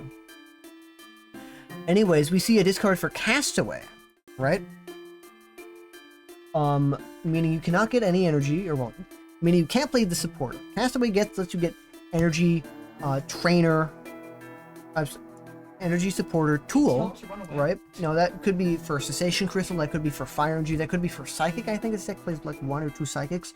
Could be for a whole variety of things. So now it's Tosi's turn. Now it's Autumn's turn. And she attaches an energy to Nomal, probably just for, I don't know, for Kindle or for more energy on the board. We're going to see Kindle, and we're going to see a discard the heal energy more than likely. We could see the discard of the fire energy, though, because that's, you can get those back. You can't get back heal. Heal's gone. But the idea of keeping fire energy is... you know, you're forced to discard a fire one. You can't choose any, it's not any energy, it's a fire. Okay, that changes the point. Oh, but still. And you discard the water energy on the Mew. Does that change anything? Not really. But it does mean you couldn't really, you can copy Rollout. That was the only card only attack you could copy to begin with, though. Now it's Tord's turn. What does Tord do? Or bounced. Does Tord see it worth it? Does Tord... Well, Tord can't use any abilities. Even if you got a Blastoise, even if you got a Pidgeot, Holy he would not be cow. able to use them.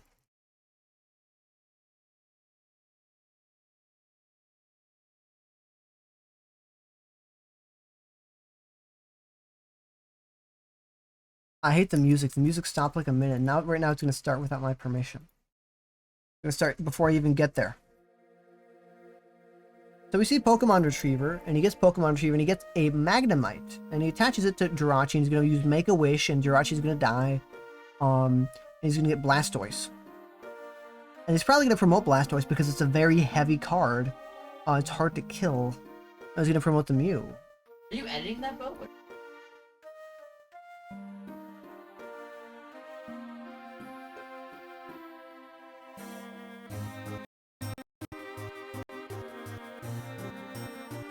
Got it? Okay. I think But we see Autumn attach a heal energy. Now Autumn wasn't confused for a while anyways. And we see Brinies and we see Numel up in the active. All the energy. He doesn't want to promote Blastoise because it gets stuck. Yeah, I know, but last game, it was, of course, a completely different game, but he wanted to promote Blastoise because it's tanky and it wouldn't be able to get one hit. But then there was like a warp point or whatever, and he was forced to promote something else, and that was killed. Now, you know, what do you do? But we see Push Away on the Mew, and we see Push Away discarding a POW hand extension. I think Tord plays like 1 or 2. I don't think he plays 3 or 4. I don't really remember. But I know he plays at least like 2 POWs in his deck. Now it's Tord's turn. What does Tord do? Tord, it's a Blastoise now, but the Blastoise is pretty useless. Tord has to find a Windstorm if he wants to even use it. But even if he did, would it be enough? I don't think it would be. I'm not sure.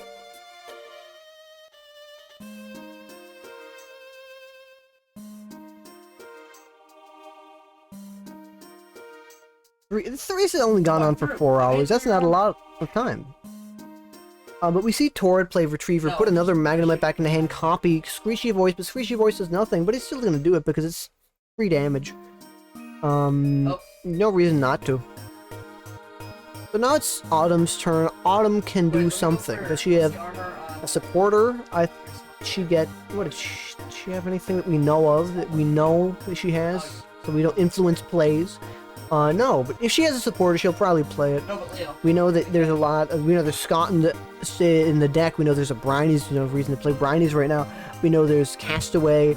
We know there's a whole bunch of cards. And we see her play Castaway. You see her probably get a Cessation Crystal right there on the board. And we probably also see her get a Fire Energy and a supporter. Probably a Scott. No, we see her get another Brinies.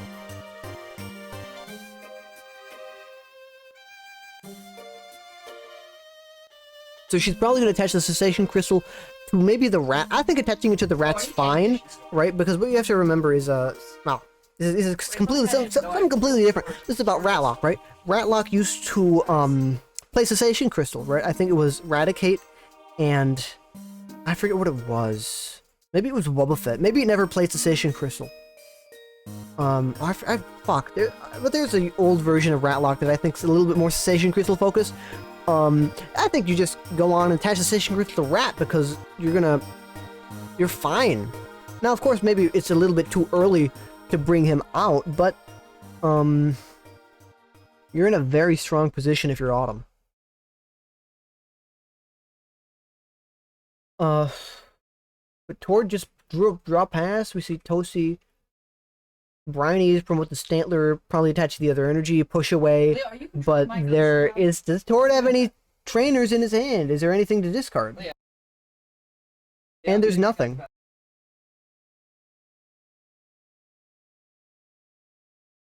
So we see a Rare Canyon to Pidgeot, and that's pretty much useless because you can't use it. All the Pokemon on Tord's side of the field all have Pokepowers, and you can't use them because Seth just turns them off. So now it's Autumn's turn. Autumn's going to Push Away again, more than likely at the end of the turn, but she's also going to play Scott. Scott's probably going to get, well, probably another Brinies because it's a Antler deck, kind of Stallings deck. So you're probably going to get another Brinies, maybe another Scott. I think you might be out of Castaways, maybe a Admin. I don't know. Castaway, oh yeah, I forgot you can get stadiums. You can get stadiums with this deck, of course. And also, Celio's Network, I look for a basic or evolution Pokemon. But she opts, yeah, there's a Cessation Crystal on the Raticate in the energy. So she's going to start the Rat Lock, as they say. I don't know what she's going to get. She's probably going to get a POW from the discard. This game's going to go up to 1 more hour. We love Ratlock. We love Latlock. There's a Lat video that Bicky made, and it made me turn on notifications for him because it was really funny. But then he didn't make another video like Lat ever again, and it made me sad.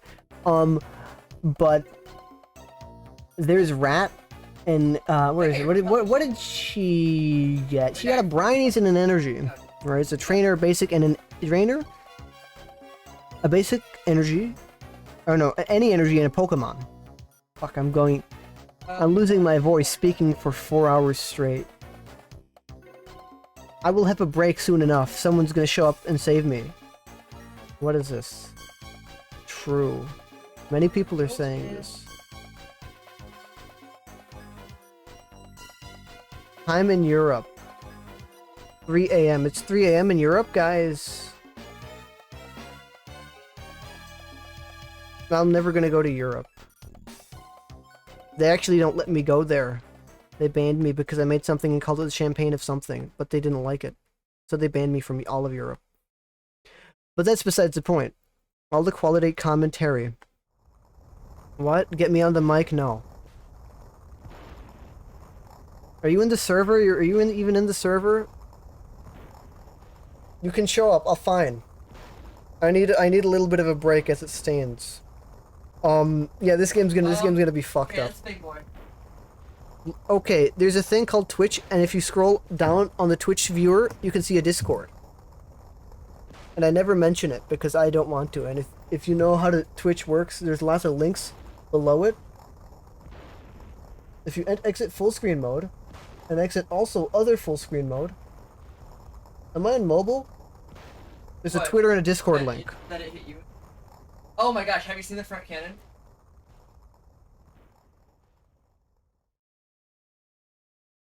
But anyways, I'm getting besides the point. We're not focusing on the game, but they're actually talking in the game. They're talking in Emerald Gym. It's the same people. This is good. I'm liking this game. Yeah, Toasty is gonna brutalize Tord live for everyone to watch. Raticate's a horrible deck. But this isn't Raticate, this is Evil Camler. And Evil Camler is kind of an evil deck. It's in the name. So Oh wow, it's I think we go to a different game. I think we might go to a different game. I don't know how many games are over. It's 5, so almost like it hasn't hit 5 yet. I would say half, but I don't know.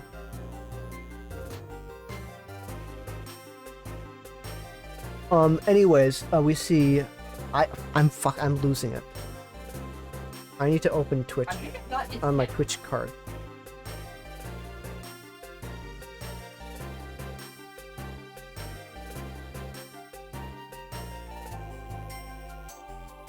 There's always a low point at every stream, right? I think, personally. And it really, it's like, I get burnt out. And it's around this point, right? It's the end of Swiss, beginning of top 8. But I think it's good enough. I think commentating for 3 hours straight is a pretty decent thing. But you build it up over time. Yeah, you do great work here. No, I don't. You do great work. We never mind. the Aqua Piplup, don't we, folks? I think I damaged my... Anyways, we have Gray on the mic. Ray, do you have anything you want to say? No. That's not very nice. Anyways, So what game are we watching? You're watching Toasty's game. I'm screen sharing it. Unless you want to switch games, because this game's going to be the longest game we're going to see. Okay, so Toasty333 has used Scott to search for Rocket's Admin, Castaway, and Cursed Stone. Now, Cursed Stone is a very unique card. Anytime between turns, each player puts 1 damage counter on their Pokemon with a Pokemon power. So that includes all of the Pidgeots and the Magcargo in play, so it can stack on damage turn after turn, which is eventually the win con, to eventually knock out a bunch of these Pokemon maybe at the same time, and you can add on to that with the back. It's not back burner. The camera up second attack with lets you do 30 to 2 Pokemon. So you can stack up damage that way. Now, Pidgeot has used Clutch to deal 40 damage to Stantler and knock it out. And now we will see what Toasty will promote. They will promote a Numel with a basic fire energy on it. So Numel has an attack called Kindle, which lets you discard a fire energy attached to Numel and lets you discard an energy attached to the defending Pokemon. Now this could be a play to remove the Holland's Castform from the Pidgeot. Potentially, Holland's Castform is very valuable for the Blastoise deck, but I'm not sure exactly how much it'll advance their game plan, but they do decide to go for the Kindle to discard the Holland's Castform. Now, Piplup, what do you have to say about that?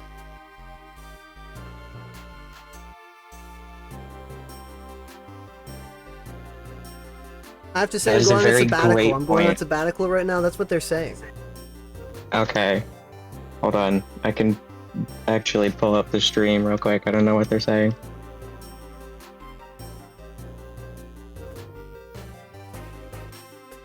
So everyone in the stream chat, what is everyone's favorite sandwich? Put that in the comments. You can put that in the comments of the VOD, whoever's watching the VOD. What is your favorite sandwich?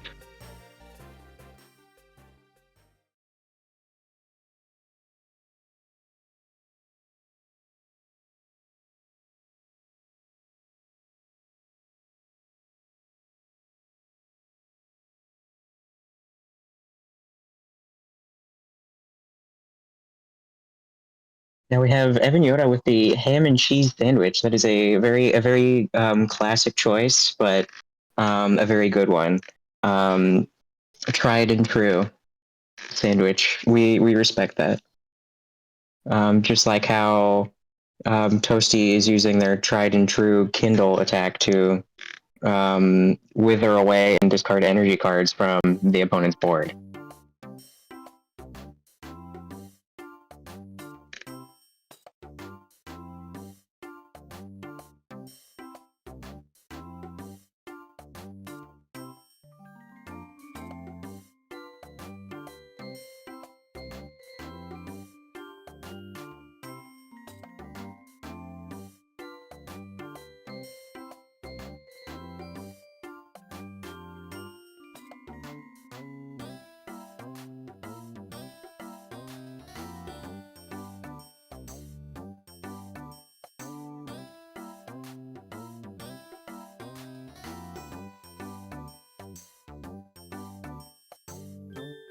Oh, can I add you to the call? I don't think I can.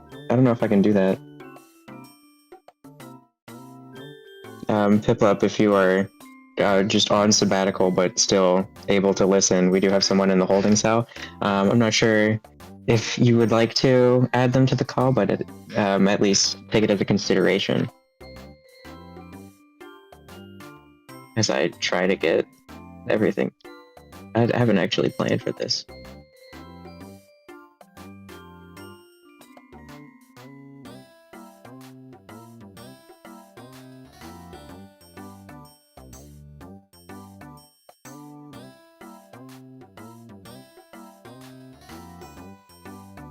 Did he join the voice thing? Yeah, there he is. Okay, sure. Yeah, he joined the holding cell. He's in the holding cell. Oh, Hello, Evan Rice, formerly known as Evan Yoda, lover of ham and cheese sandwiches. How are you doing today? I'm doing alright. That is great to hear. We love to hear it. love it when How are people we are doing feeling about great. this? Thank you. How are we feeling about this matchup? Stubby. I think Is- Toasty steamrolls toward I think this matchup's always heavy toward the maybe camera, but I think it's even more so because the Raticate's present. So I think Toasty Mhm. almost guaranteed wins this. Okay. Right now, Toasty plays the Pokemon Tool Cessation Crystal, which, as long as it's attached to an active Pokemon, excluding Pokemon EX, no Pokemon in play can use Pokebowers or Pokebodies, and Pokebowers are very essential towards game plan. Quick Search, Smooth Over, Energy Draw, even Snappy Move, all very good Pokepowers that he uses for consistency and just general damage dealing, all turned off. So the Cessation Crystal is a real problem for the LBS or the LB Blastoise deck, and the fact that Raticate can cycle them with pickup is just how is the Blastoise player going to be able to react? Yes. Another notable thing about this is that Curse Stone also just ruins this deck. So the fact that Autumn has it in her deck can really mess with Tord's board state as well. Yeah, it's Exactly. really hard for all of these ability-based decks to, you know, survive against Cessation Crystal. Now, a few of them can, a few of them are less ability-oriented, but LBS, the entire engine is ability-oriented. You can see the Magcargo, the Pidgeot, the Aipom, the Blastoise, all this stuff needs the Kyogre access to powers. No one, I think, yeah, Kaya, sure. Lugia, maybe, if you want to talk about Silver Sparkle, sure, okay. But this Chimecho? sure. And even Jirachi from Deoxys. All very important Pokepowers. Very true. And another thing is that it's one thing to have these very powerful items that stop your opponent from playing the game, but it is another thing to be able to recycle those as many times as you want. And the Raticate is very good at doing this. And it just makes it so that Tord is not able to put on any pressure. And Tord, I don't think, really has a good way to get back cards. Now, I guess he could use the Psychic Select in case he wants to get cards like Windstorm to discard the Cessation Crystals and the Stadiums in play, but I don't know how efficient that is. Yeah. I mean, No, exactly. Curse Stone, just like our beloved chatter Jason Klaczynski has said in our Twitch chat, Curse Stone sticking is what ultimately would win this matchup. So any way Tord could get rid of that might be would really help him in this game. Interesting. So we don't even see the Curse Stone get picked up here. We see a Cessation Crystal and a Stantler and a Fire Energy. Very interesting choices, but obviously you want to set up that push away because that's how you wreck this deck, or you wreck any deck, honestly, is get rid of their consistency cards. Yeah, what I think she's doing is she's trying to set up a state where Tord is ran out of all options, and the only thing is just for Tord to you slowly, agonizingly get ticked by Curse Stone turn after turn, and Tord's just going to keep passing. And I think as soon as we get to that state, we're not even going to see it. I think Tord's just going to concede. Yeah. But No, is exactly. using Psychic Select to get a Windstorm, so that is one way he could do it, by discarding the Cessation Crystals that stop him from playing the game and discarding these Stadium cards that could ultimately would win the game. But let's see if Autumn can respond, because they do not have a Stantler on board to immediately push it away. So they might need to do something about it. They might need to have some sort of contingency plan for this upcoming Windstorm, maybe like a Rockets admin. I'm not sure. There's the Rockets admin. Okay, so that is one way to, and the energy removal 2 heads. So now there's really not a lot that Tord can do at this point, because the Windstorm is assumedly gone, and now they would need a lot of, because you can't even attack with Alakazam anymore, so you'd need a lot of energy to be able to do this. Yeah.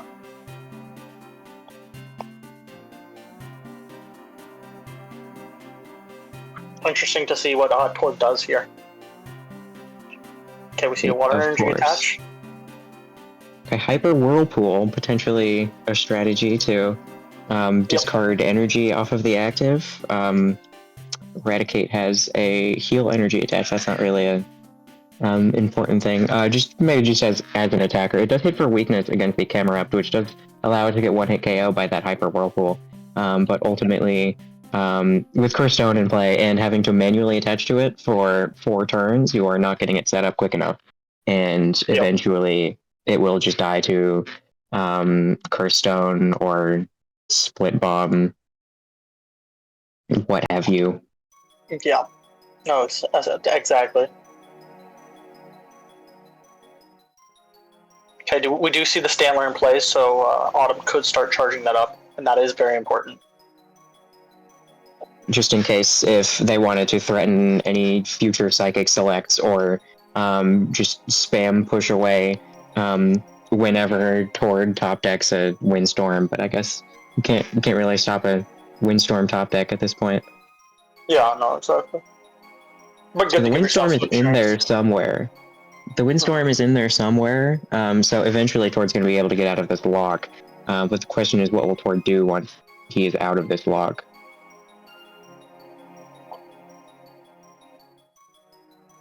Not I think looking that's like a good much, question.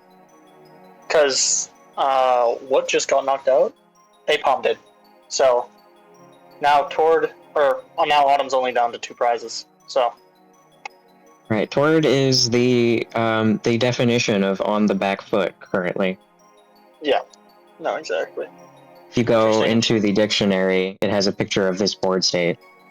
Okay, there's Yeah, no, exactly. the warp point. Now the Camerupt on the bench does have the cessation crystal, so he's not going to get out of that lock, but moving the Alakazam out of the active and moving the Raticate out of the active may prove beneficial for Tor strategy, or he just plays cards. That's good too. He does bump the Cursed Stone with the Power Tree, which is really good. Now his Pokemon won't die as quickly, and especially the Pidgeot will not get knocked out by a Split Bomb in this upcoming turn. Actually, both of his Pokemon will not get KO'd by a Split Bomb on this upcoming turn.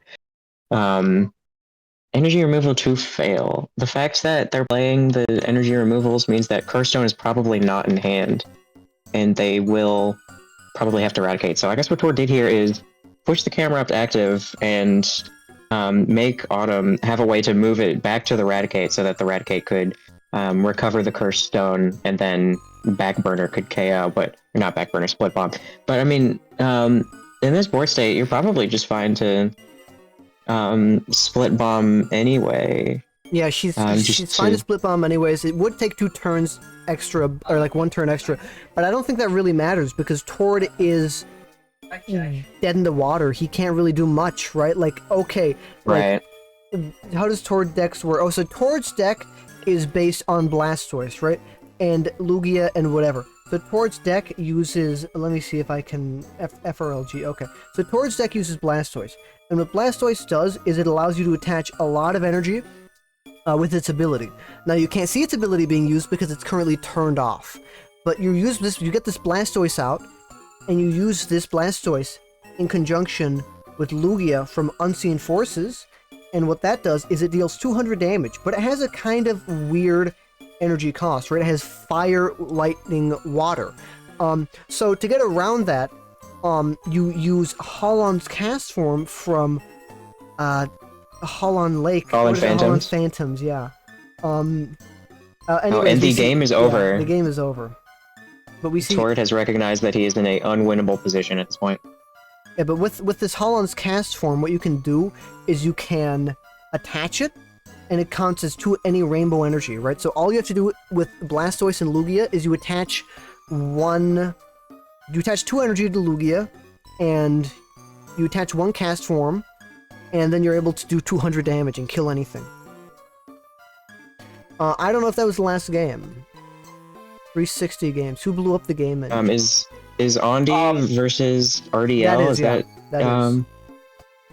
All right, so let's get the scoop on this game, shall we, Piplup? Mm-hmm. All right, now Ondi has played a Warp Point, moving this Regirock EX out of the active spot, potentially going to another attacker that can. Did he use the No, so he warp point? pointed, and the opponent RDL switched. Now it's up to him to switch, and we might see him promote Sneasel, yeah, and he's gonna then Dark Ring, I presume, with Sneasel. He could also drag off the Voltorb, but that'd kill it. He's probably just letting the thing rest, letting the Regirock heal a little bit. But it could go either way. I think Andy has it though. I think the Regirock's kind of threatening. Leaving the Regirock on the bench is good because its Healing Stone Pokebody means that at any time between turns, remove 1 damage counter from Regirock EX. So the longer the Regirock stays on the bench, the more time it has to heal, and eventually it'll get back to full 100 HP. And the Tyranitar couldn't threaten it as hard, but if he goes for the KO, they are equal on prize cards, so the Scramble Energy will not be activated. Cards, but it's very important to note that it's Spinning Tail Spinning Tail got game. But both Dark Tyranitars had Hull on FF, so they, even if Regirock was active and hitting them, it wouldn't get a 1-hit KO. But that is the end of the round. We are now on round 7. I think that went quick, but that's because I wasn't here for half the round. Seeing different we gotta energy get into our cards. last matches. So. It'd be really funny because I think both of us are 2 and 4 right now, so it'd be really funny if me and Greg played each other. Yeah, we need to pair it to each other. Is there still another game going? No, they haven't responded. I don't think. Oh, okay. Yeah, so reported the game. Yeah. It's lower now. Question of the day number 2 while we're waiting. Say it in the Twitch chat or in the YouTube VOD chat. Question of the day number 2. Are you an organ donor? I don't have it put on my license or anything, but I would probably do it. You heard it here. You heard it here first, governments. You're free to harvest this man's organs. Edwin Christian Rice harvests his organs. I give Alberta government and the Canadian government full rights. How will Evan Rice being an organ donor affect the RSPK metagame? Comment down below. I'm already donating these wins, so Thank you. You're doing great service. We couldn't have done it without you. No, exactly. But the world wouldn't run without the donors. Alrighty. Exactly. Our matches. Do we have a match? We do. Oh, let's go. Let's go. I am against my good friend Evan Rice. They're playing each other. They're playing each other. That's so Yes, we are playing against each other. Well, put it on stream or you're biased. I am biased. Or you're biased. Of course I'm biased. We're gonna... Thank you for coming on the stream, both of you. Maybe you can come on after your game or something. I don't know. Or during the break. Or I could be a boss and play a game while I'm commenting a game. Or I could take you off. Okay, fine.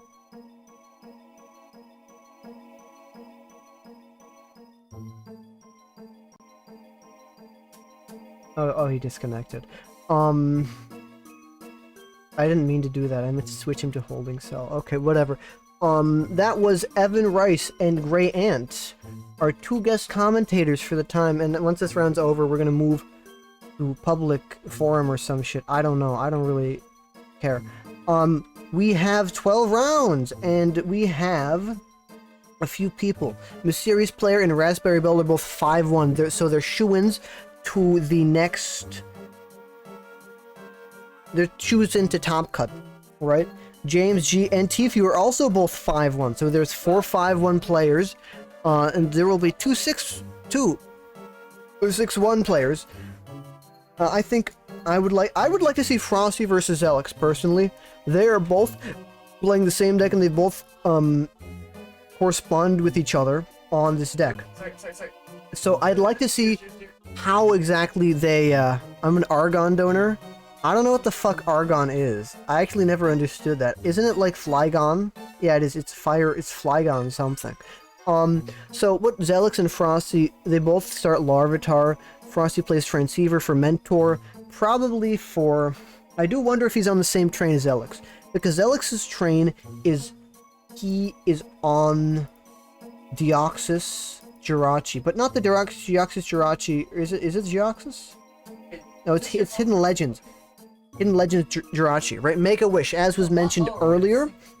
This card evolves immediately, right? If you attach an energy, Rayquaza Flygon. Or okay, the Argus stands for Flygon or Rayquaza. Okay. So he plays the Holland Transceiver. He gets a Voltorb. He gets a Jirachi, and he gets a some other card. It could be another Larvitar. Could be a Deoxys Jirachi. I don't exactly know what he gets. But he already attached the energy. No, yeah, who attached? Leo, are you No, singing? okay. Oh, so Zelik got a really bad start, but he attached a energy. And yeah, anyways, we see the Jirachi, Voltorb, a double Voltorb. Anyways, we're gonna see Make a Wish, or I think he did stuff. I think on. Okay, where is it? This onto one of these and get a Electro DX. And of course, as we do know, Electro DX, Fire Red Leaf Green, is a very strong card. It blows itself up, and this means you can control the prize trade, and that's exactly what you want in this. Because if you're behind on prizes, a lot of cards are active. Right, Scramble Energy is active, How Hand Extension is active. All of these very, very powerful cards are active, and you can control when they're I on. got it more slow. And even on top of that, But let me aim Dark Tyranitar is really strong because you you spread, right? You spread a lot of damage. You have grind. You have where's Team Rocket Returns? It's a very strong card. It's grind, which deals more damage for each energy, and of course, you know, you're blowing Electrode up, moving all the energy from the discard onto Pokemon however you like. And Dark Tyranitar really is good from that. You can use grind. You can use Spinning Tail. And you can use Bite Off. Bite Off is good, but it has a certain limitation point where, you know, the grind just becomes better than Bite Off. Yeah. Oh, no, it's gonna... I think it depends, right? It depends on various factors. But the main thing you want to do here, the main thing that Bombtar is built on, is Spinning Tail, right? And Spinning Tail spreads damage across the entire board, 20 all the way across, right? And you're able to do more damage to the active Pokemon because there's a lot of space in between these songs, and it's just gonna start right now. Yeah, come on. 20 seconds. This is a start song. What are we at? My propeller's already... I don't know. Center mass. Yes, you spread with Dark Tyranitar all across the board, but Dark Energy is really strong. You deal more damage the more Dark Energy is on your Dark Pokemon. But now we have to look at what's happening. Zelix's turn finally showed up. Holland Mentor, Holland FF, retreat the Larvitar, promote the Jirachi, the Voltorb, and you evolve the Voltorb into an Electro DX. This is kind of like a race, right? Who's able... Alright, Piplup, we're done. Who won? Who won the game? Oh, I did. You won the... Did you donk him? No, straight up 6 prizes were taken. Yep. We had a very active and interesting game. It was very cool. My I should've favorite part was when watched. you got another. Yeah, no, exactly. My favorite part was when Gray pulled out another Pidgey after seeing that I had Soul Rock out. That was really It's cool. because I prized a Trapinch, but I mean, I probably shouldn't have benched it anyway because I should have adventured off of it. But I mean, it was another basic Pokemon just in case I got another out. Do you only run 4 Pidgeys, 4 Trapinches? Why don't you grab like one of your tech, or do you have tech options in the deck? Well, I mean, I could have grabbed another Unknown, but Unknown M was also prized, so that would not have done anything. Oh, leak the sauce. Send it to me in the Discord. Well, I think Eric made like, I forget if it was an article or something else on the deck. Oh, but he did it's something unknown? about the deck. It's Unknown Flygon, Yeah, it's right? Unknown Flygon. Yeah, no, he's really a big proponent of that deck. Yeah, he made an article on it, I think, quite recently, within the past couple of months, on that. Yeah, I ripped that off of the article, played it to the Donut Cup, and then played it here, and I had a much better time at the Donut Cup. How well did you do at the Donut Cup? Well, it was only 2 rounds, so I went 2-1. So I guess I've only won 2 times per tournament.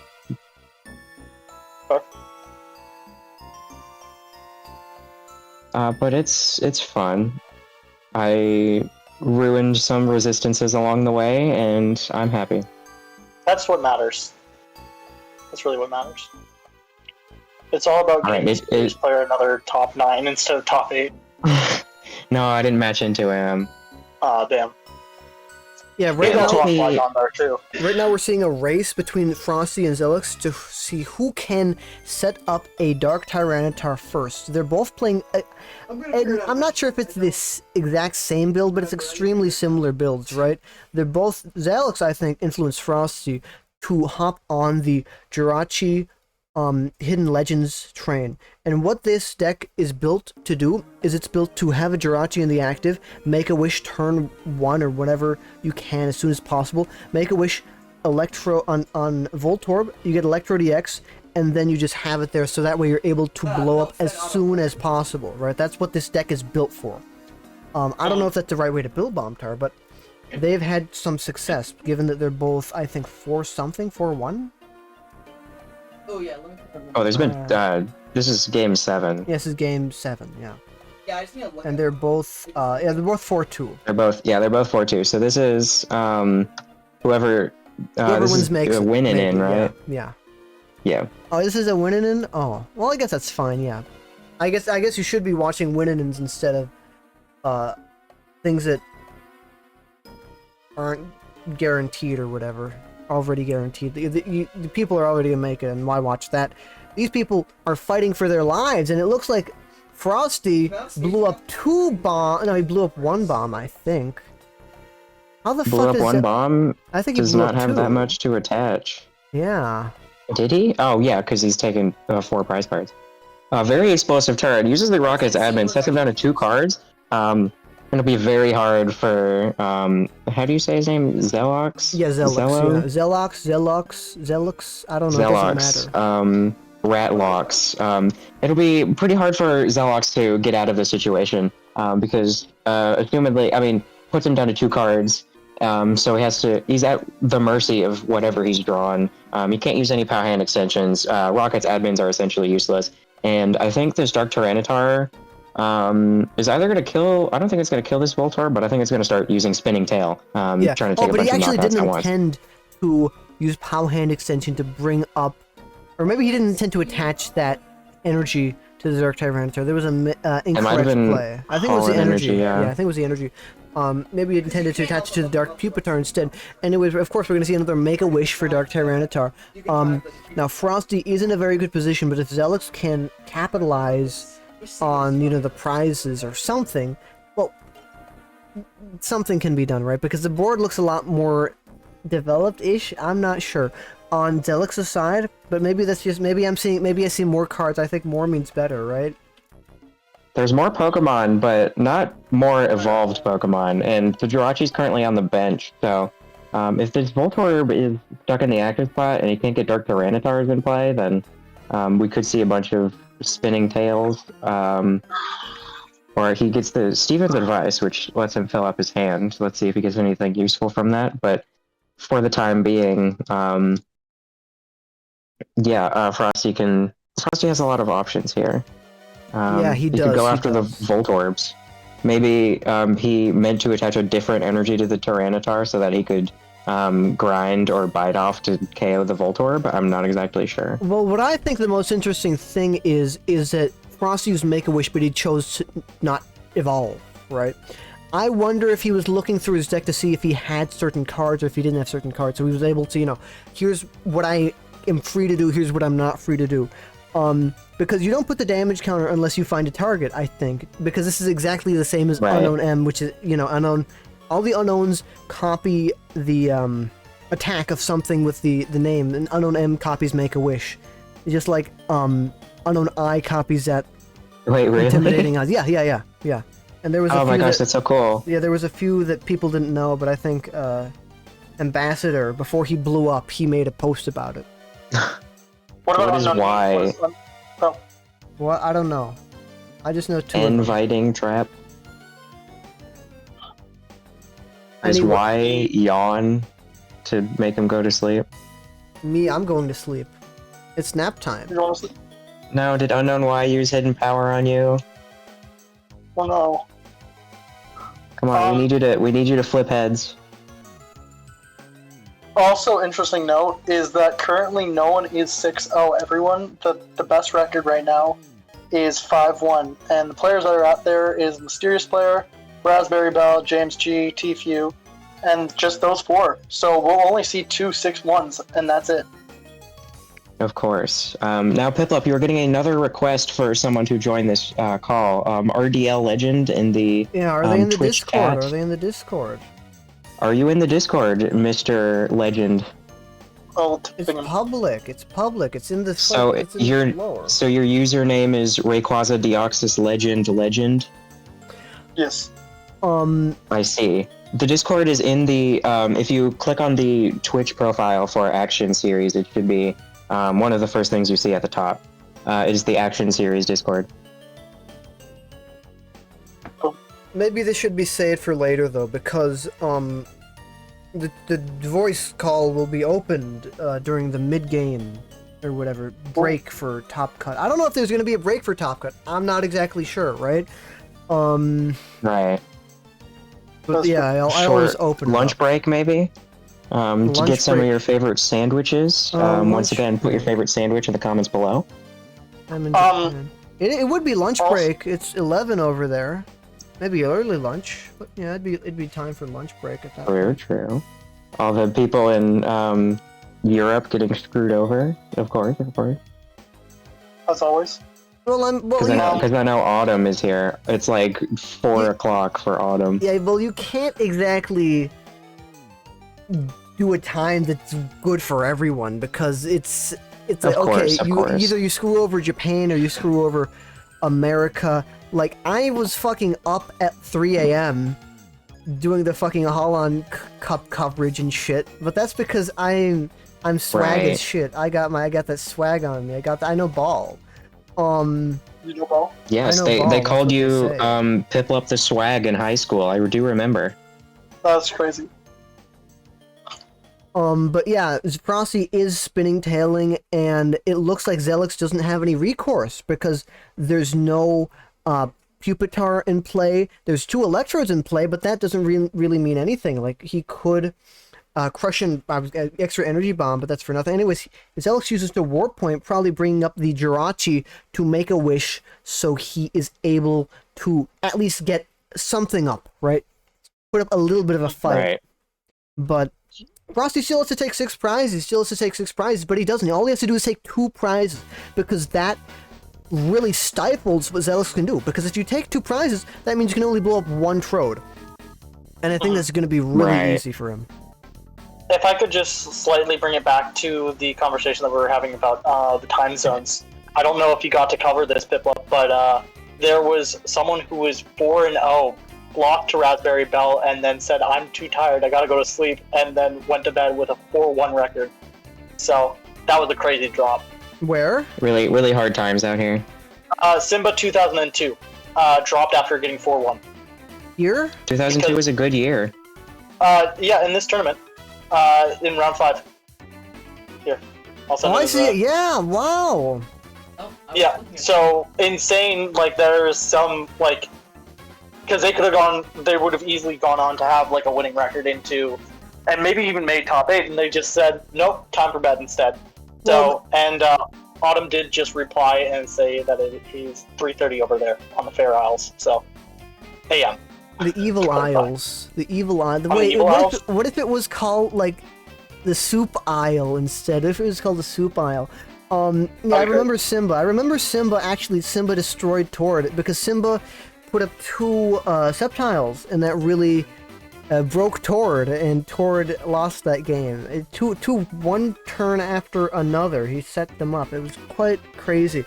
And then soon afterward, I gave him a free win to make him feel better, boost his confidence going into the next round. Of course. Beautiful.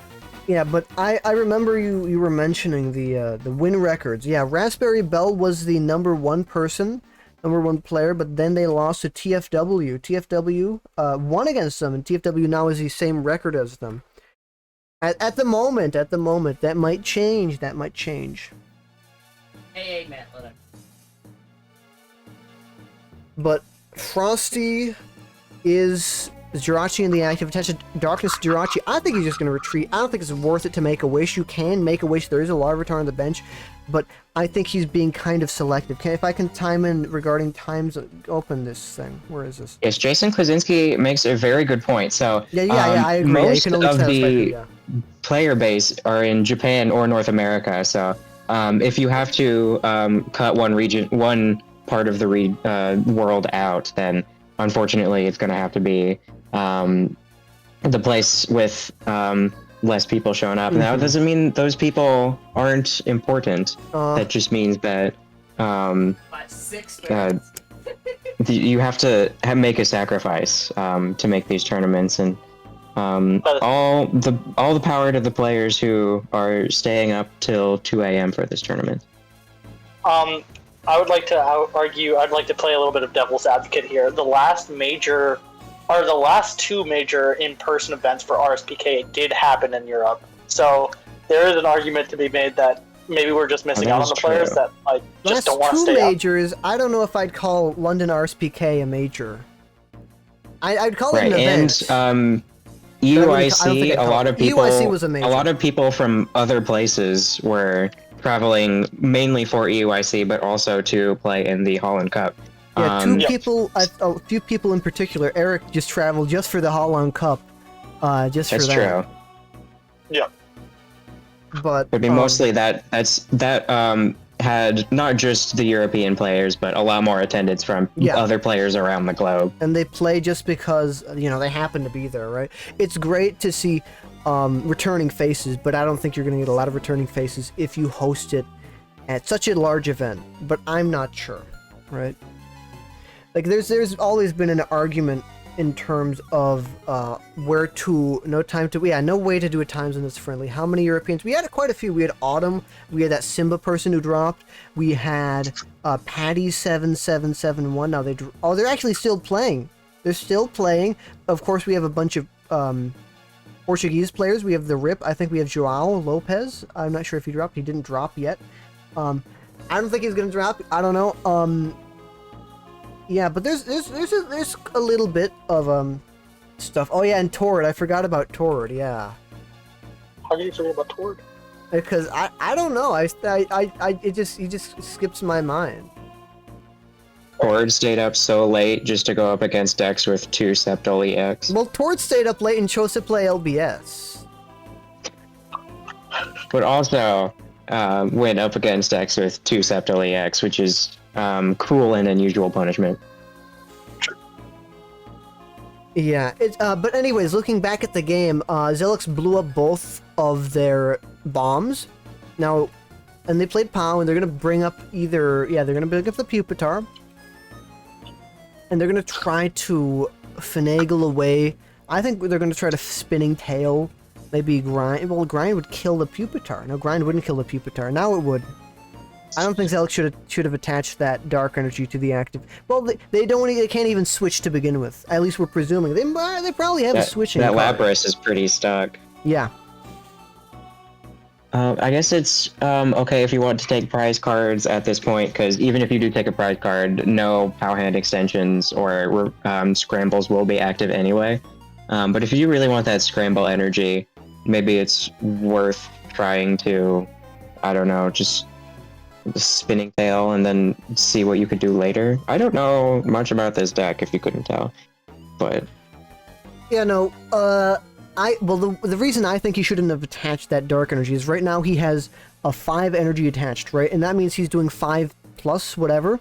If he didn't attach the Dark Energy, he'd still be doing that. But now because he attached Dark Energy, now he's doing an extra 20 because, 10 does per energy plus Dark adds 20. Adds 10, right? So it adds plus 20. That would kill the Dark Pupitar in one hit, presuming he has a way to switch. If he had a way to switch, I don't think he should have attached it, right? And because you'd be ticking on the Jirachi, now you would actually be a turn too early, because whatever. Or you could just spinning tail multiple times, in which in that case, I think you should attach the Dark, because that way you 3-hit the Dark Pupitar and you also 3-hit the Jirachi. But it does depend.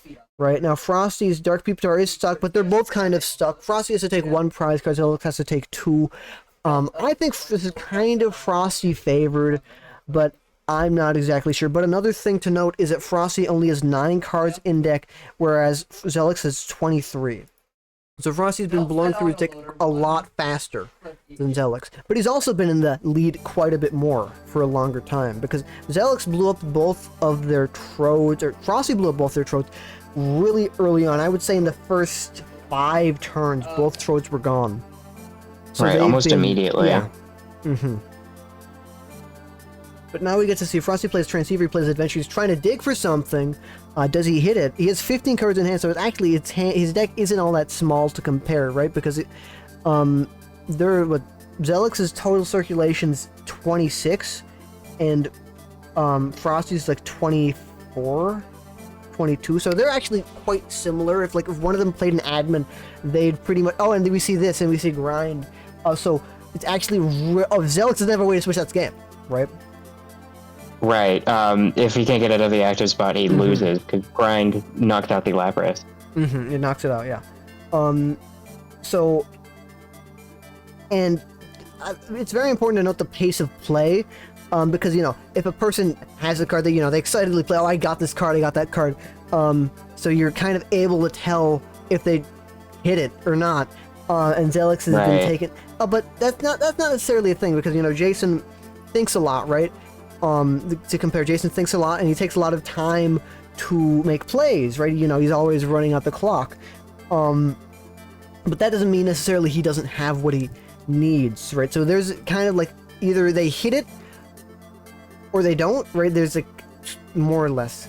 You're so old and slow. You're 50 years old. This guy's so old.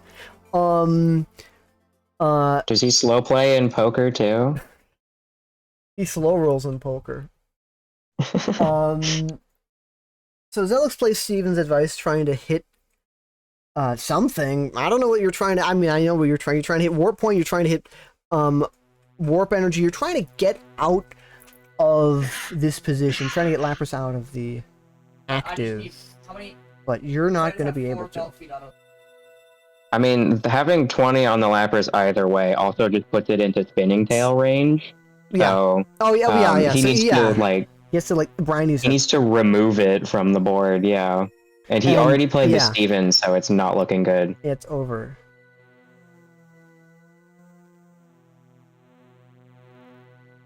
Well, no, that's... Is he going to power the Jirachi? Or is he going to power the energy off Jirachi Tyranitar? or maybe some Tyranitar having no energy on it, or a Jirachi. And he moves the energy off the Tyranitar. I think Frosty probably has the energy. But I was going to also say, a Spinning Tail is inactive. There's no dark energy on the board, and that's quite a bit of time. Oh, but he has multiple POWs. He has multiple POWs. There we go. Yeah, all Frosty needs... I mean, one energy attachment grinds KO, but now with the Jirachi, he's going to need more than that. No, he doesn't. He needs a single energy. He attaches, he retreats to Dark Tyranitar, he grinds, and that's game. Oh, yeah. Well, it's the thought that matters. It's the thought that counts. So we see Frosty, of course. I think Frosty won. I don't remember. We see Frosty, of course, show us why he is, the best Bombtar player on Earth. I think this is the last game. It's Q versus Kama Bonandakita, Kama Boko Noisha, or something like that, I think. Yeah, this is the last game. Okay, I'll be there in like 15 minutes. I gotta find it on the TCG1. Okay, so what you have to do is you scroll down to the bottom and scroll up, because all the games are on the bottom. I know. Right, but I do that, and it still takes me a few seconds to find it, but we're here. Mm-hmm. So Q is, did he kill an EX? No, he didn't kill an EX. So Kamabataka is, I don't know what their deck is. I know that it's kind of, it looks to be a sniping deck, right? It's Crobat deck. Okay. It's Crobat, it's Crobat Marowak. Oh, you have more auto. Right, the fabled Bone Bat. You think I don't need one? I guess you use Radar Jam to block items, and you, I don't know what you do. You lock items and abilities, and you attach Sensation Crystal to the active or something. I don't know what the entire premise of the deck is. I just know that Q is playing a Legend Box variant or something, and he plays Right, I think I Jirachi saw and the- whatever. Yeah, The Mewtwo in one of his games. I didn't see the Mewtwo. I completely forgot Mewtwo was a key part in that deck.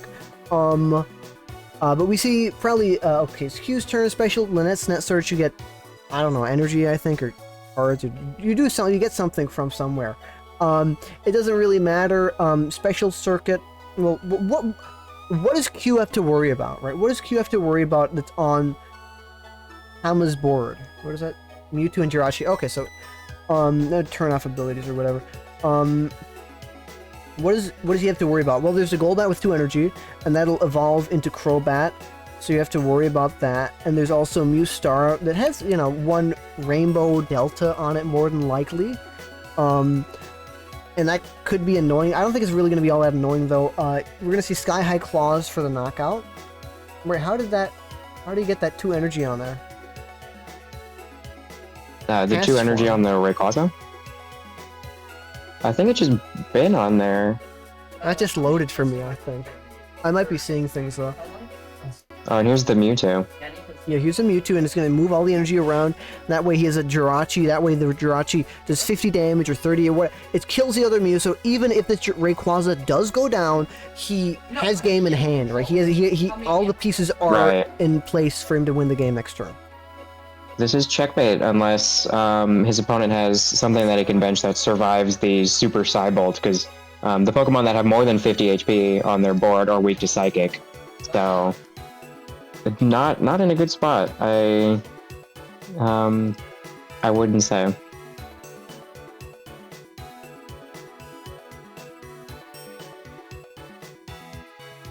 Yeah, so you or Kama is thinking. They're like, okay, well, what exactly should I promote? I think you promote the Mew. I don't think you really have many other options on what to do. And you can try to do some sort of last-ditch effort. I don't know what it would be, but you have to look at the, what happens, right? Most you could probably do is... We'll have to take 3 prizes. You're going to take 2 right here. That's guaranteed. He could try to POW up like a Stantler or a Yeah. Mewtwo and then Mimicry copy Special Circuit. There is Yeah, the Marowak on the bench. That is another Pokemon that can attack the benched Pokemon. Also, Vengeance attack, doing lots of damage for each Pokemon in their discard pile. So, Marowak does not have the energy required yet, but and then that is game. That's huge. That's huge. Jirachi. Shield. Okay, I thought Shield Beam was a different attack. Okay, never mind. I thought Shield Beam blocked damage from other EX Pokemon, right? And like Jirachi has that. Wow. No. No. Okay, no, it just turns off power. Anyways, that is it. That is round 7. Now we're in Top Cut waiting room. Top Cut. Say. Well, another possible thing that they could have done was use Mimicry to copy Sudowoodo's copy to copy Rayquaza's Sky High Claws to take a knockout on it. Okay, now the chat's open. It's in holding cell. It's open now. Oh, you informed me. We're letting all the common folk in. Yo, how's it going, guys? We're opening the gates. We're selling our shares. We're going public. We're going public. Let's go. I don't know. All right, how was your tournament, Rayquaza Deoxys Legend? It was pretty good. So this was my first ever tourney actually since starting RSPK. Nice. You know, I went positive, so 4 wins, 3 losses, which is a huge win in my book. And yeah, it started out really rough. My first two rounds were just straight losses, so I was getting a little, losing confidence a bit, but I pulled through. So it was pretty good. I think I'm on the exact same list as Zelox, because Zelox and I were testing this deck over the week. Ironically, I also think we got the same record. So, but yeah. Well, glad to hear that you had fun with your first RSPK tournament. Yeah, no, it was great, man. Like, honestly, I love this format so much, and I think this has just really solidified my love for it now. So I don't think I'm going anywhere soon. All right, that's great to hear. Well, we have phase 2 pairings up. We have Raspberry Bell against Autumn Lamb. We have I don't know how to pronounce their name. Umanosuke against James G, and we have Tfue versus Odysseus and MP against Frosty. So, what match do we want to cast first?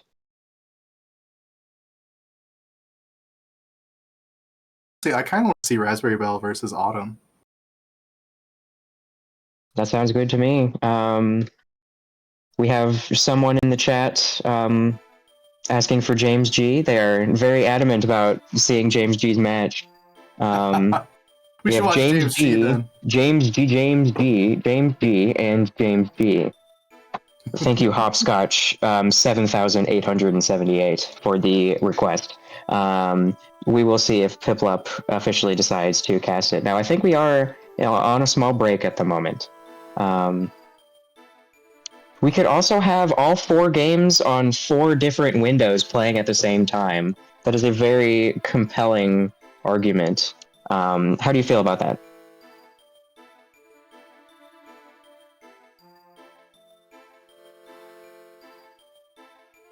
I think Piplup went away for a second. Yeah, the thing with that is you have to make 4 different accounts, and I mean, I have like 10, but that's besides the point. You have to switch between them. I think I could, but it'd take a little while, so I'd probably we have 4 people in this Discord call. We have 4 people in this Discord call. No, the way that I structure this thing is the stream overlay, and the way that works is it works on the stream, and it has to look a certain way, right?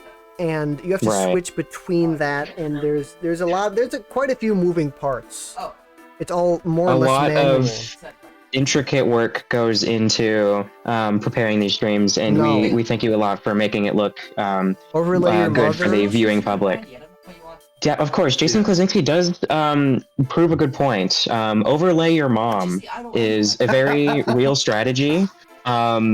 It's a good way to view multiple games at once, but that also requires a Patreon subscription, so it'll be a little hard if we don't have that. Be able to. All right, so what game are we watching first? I don't know. We could do a flip coin. I will say though, I'm very shocked that Odysseus made Top Cut. He's always wanted to. I'm also shocked. I don't know. I think of there's not really many common names that showed up here, right? I think Frosty's made Top Cut at a major once. I think with Serious Players 2. Tfue's always been snubbed at the Stamblers. Odysseus has always been snubbed at the Stamblers. James G surprisingly makes Top Cut. But I think Raspberry Bell is the prime contender for this tournament, I think. We also should look at the matchups, right? Sceptile versus Ryeeggs. And that's Odysseus versus Frosty. Now, with Serious Players, Bombtar versus Flygon. Umanosuke is Dragtor Sneasel versus Gardevoir, and the other one's Gardevoir versus Camler. Right? Which one of these sounds the most engaging or something? Well, let's ask the chat.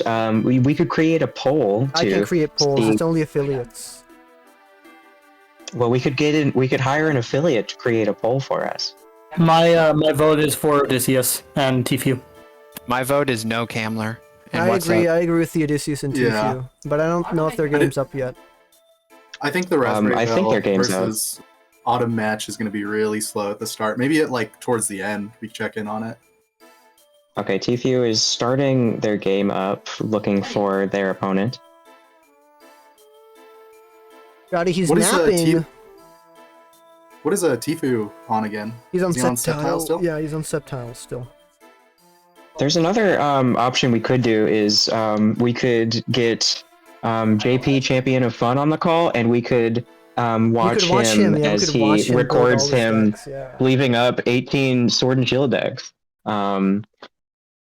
It's in the action Discord. Very compelling. We could have that in the background as a Subway Surfers-esque stimulation during the game. That's the wrong person. we go to town. Really? I thought he was in here. Oh, whatever. It is, Wait. of course, up to JP. Yeah? Are you going to be streaming under the Action Series banner from now on? What do you mean under the action? This is for real events. Ah, okay. Typically, Not fake you stream, ones. it's just been underneath the Piplup That's one. because I'm So I was just lazy. curious. That's because those are for lazy events that I Cool, don't want to cool, make okay. shit for. So the real action occurs on the Action Series channel, and then the normal stuff occurs on the Piplup channel. Yeah, but it won't be action series. Maybe that might change. That might change. I'm thinking of a rebrand. I'm thinking of making real content, and I want to make a bomb, Oh no, I can't do a one. content Greetings. bomb. He's renewing himself. This guy's Wow. he's gonna make a Um, bomb. They're gonna report me. They're gonna catch me. Everyone have a warm welcome for JP Pokemon cards. The Sleeper of Sword and Hey, Shield welcome, Retro welcome. decks, and How you doing, the Grandpa? I the have to- Enticer. I'm trying to figure out what drink to make with limes right now. I've got quite a few limes, and I'm gonna squeeze them, and they're gonna go in a drink. One for me and one for my wife. That sounds great. It's yeah. You like Is making your- like cocktails? Yeah, I have many rums. I have whiskeys, but whiskey and lime are not the best of friends, so No, no. it's probably gonna be a rum. It could be gin, maybe. I don't need any HE Warhead like. Are you going to share with Rosa? Unfortunately, Rosa is asleep. Otherwise, I would definitely. Ah, It is good for brain development. I heard. that's Right. unfortunate. Now, Like Piplup has- pediatricians. I don't know thought what I don't know what not Shoddy's intended doing. to give that to your kid, but they were wrong and dumb. So right, but I still think some of what they said holds true. I think smoking daily is actually very helpful for overall well-being. I'm 6. 100%. Yeah, you fill the little baby lungs up with various chemicals, and Exactly. It protects them for the future. they do. What They the do. hell did I anything. just walk in on?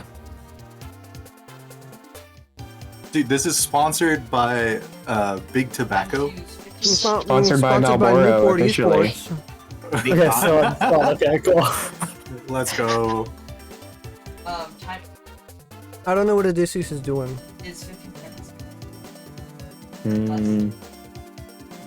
Apparently, according to the description in Tfue's game request, it says shoddy, he's napping. So we might not see a game for a little bit.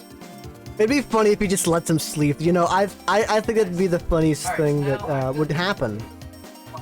That would be really cool. I'm surprised that I did not ruin Odysseus's resistance by no, winning okay, against no, him he- and then dumping against literally every other game. He's going to get something to eat. I see. Alright, so we are currently watching James G against the person whose name I don't want to mispronounce. How is that game going? It's not far. Well, it looks to be going okay. It looks like Uminosuke, I was gonna say blew up something, but it actually looks like Latias Oh, it needs to load in. killed something, right? That's what it looks like. It looks like Latias killed a card, or maybe he did something, right? It looks like Latias discarded something and it killed a Sneasel EX, yes. Right. Very nice way to get his head on the prize race for James G, but unfortunately it does not seem like his board has much else to offer. Now maybe he's getting a Professor Elm, or he's using Professor Elm to maybe get a Pidgeot, or something that can turn into a Pidgeot next turn, or a Kirlia. It's just something to further advance his board, because currently not a lot is happening, and Uminosuke may be able to put on the pressure very quickly with these drag-offs.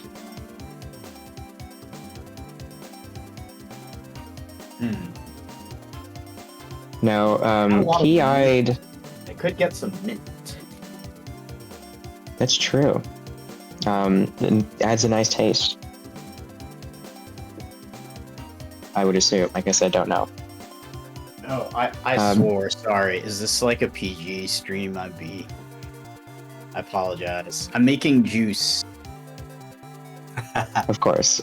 You're welcome. You're welcome. No, to I gotta do keep it do whatever you sweet. want. if people knew that the one of the admins of PKMing cards was drinking and swearing on stream, I would never hear the end of it. I'd be out of a job. You'd be That banned would for make life. me want to use that site more, honestly.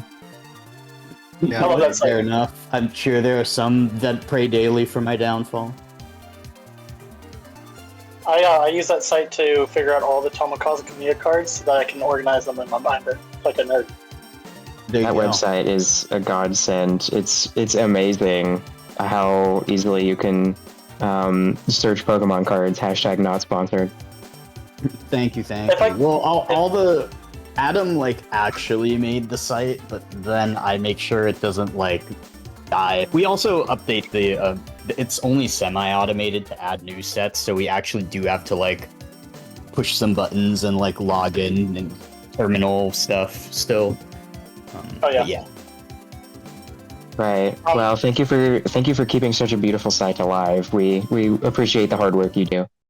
You're very welcome. Appreciate it. All right, what is there? There's a stream. I should look at the stream.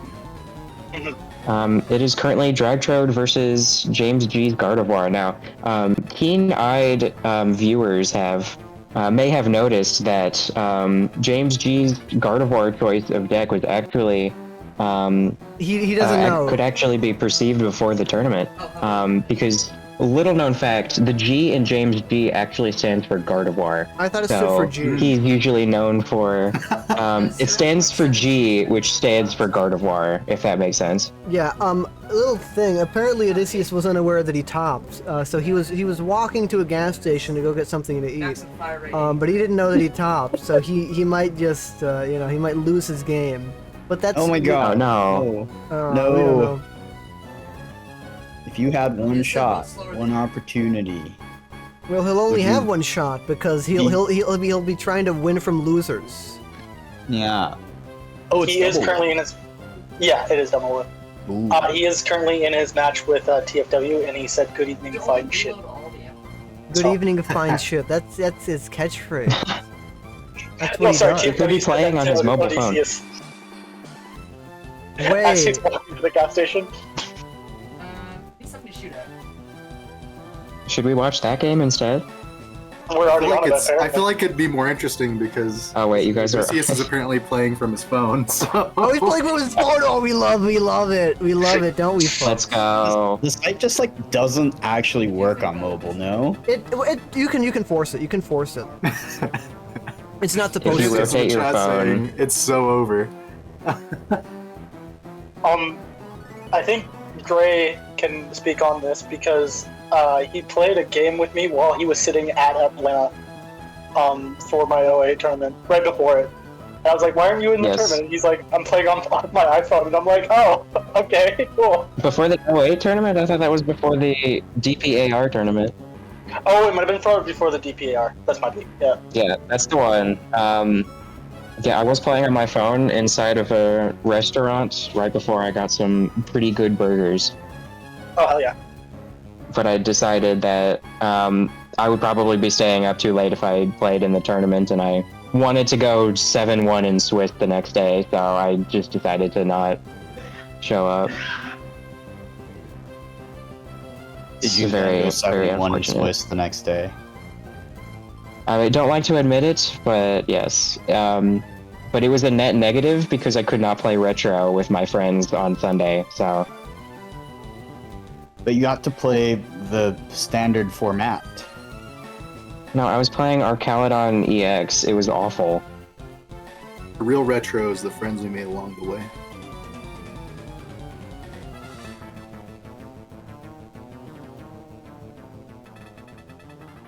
Now, the Battle Frontier theme that is being played... Okay, well, it just turned off, but the Battle Frontier theme that was being played on the stream currently is a reference to TFW's deck, which is Sceptile.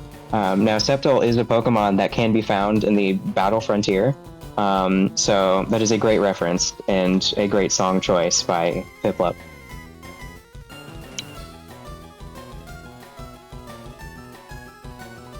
I think the Cursed Stone music should play because the Cursed Stone Stadium's in play. That's true. We should be playing There's Keystone music? Route 113. No, I don't think so. No, Or it it's should be actually Drought. Route It's Drought. 113. It's actually Drought.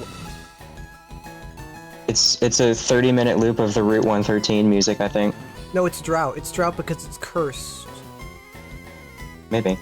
I mean, the current Mew battle theme is actually it does make sense because there is a Mew Gold Star in Odysseus' discard pile.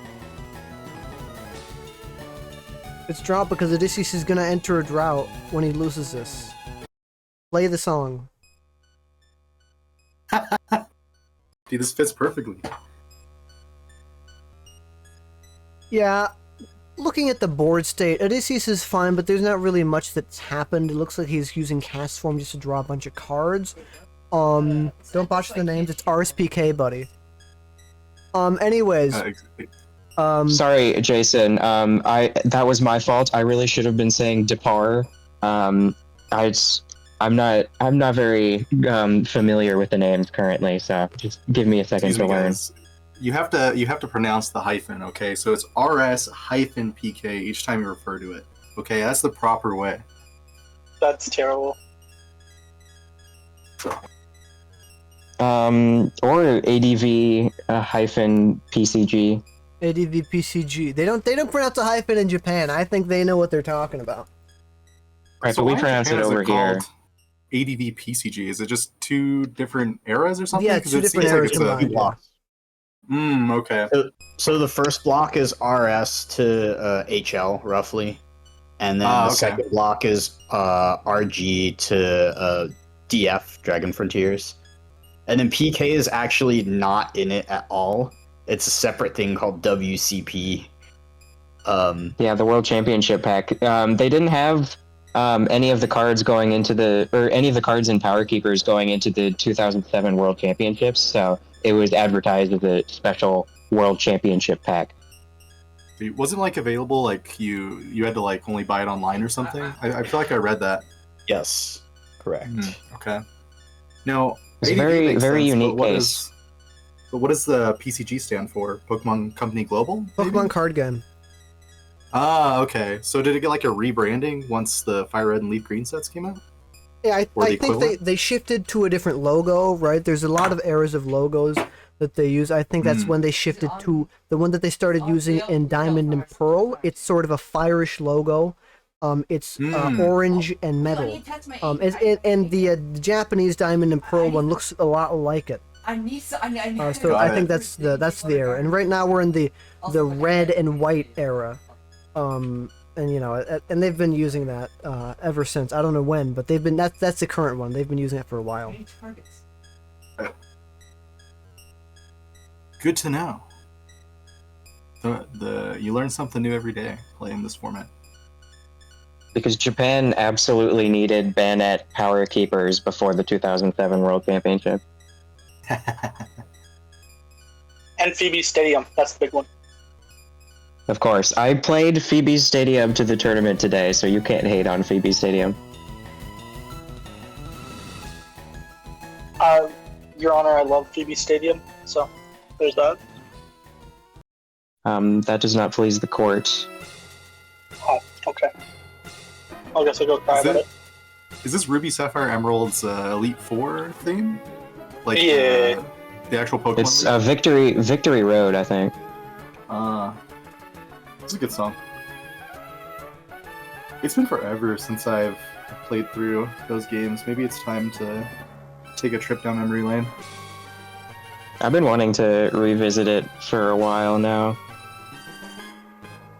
I wish there was like net play for those games. I've thought about maybe developing like a link cable adapter that works off of like an HTTP connection, but I don't know. That's the biggest killer, is just finding people near you to want to play those games if you are a completionist. Right. Or you could just do what I do and emulate the games and hack in the Pokemon. That's true. That's true. I don't actually do that. I just emulate it. I don't hack in the Pokemon. Anyway, Septal EX, dealing damage. Rocket's admin shuffling 17 cards back into Odysseus's deck. They were the one who played it, so it was more likely an attempt to disrupt than to. Well, I don't know.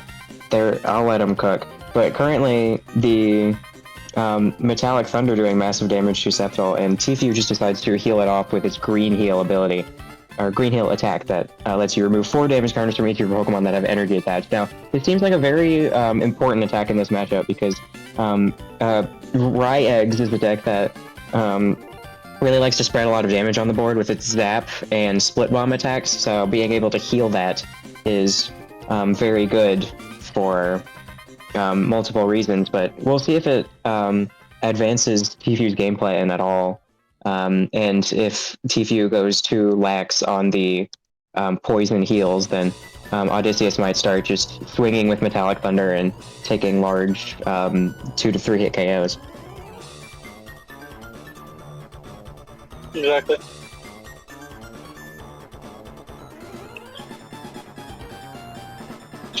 I don't understand how this deck works in 2006 when you don't have Cessation Crystal. It just seems bad. Which deck? The Rye-Eggs? Rye-Eggs, yeah. Sorry. Just completely unrelated point. I was just thinking about that. Oh. Like, it's like, I feel like Cess is like basically the whole entire deck, but I might be wrong. Well, I think you're fast, and I mean, if there's no Cessation Crystal, then there's more Poke Powers, which means more Pokemon to zap. So. There was that in the top 8 of the Holland Cup. There was this list, and I think Dino only ran a single copy of Cessation Crystal. So Wow.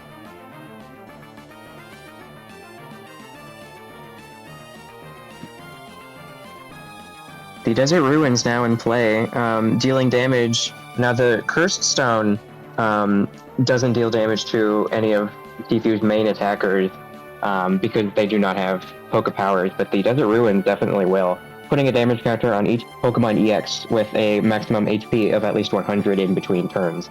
Now this damage can rack up, especially because that Septal EX on the bench is in danger.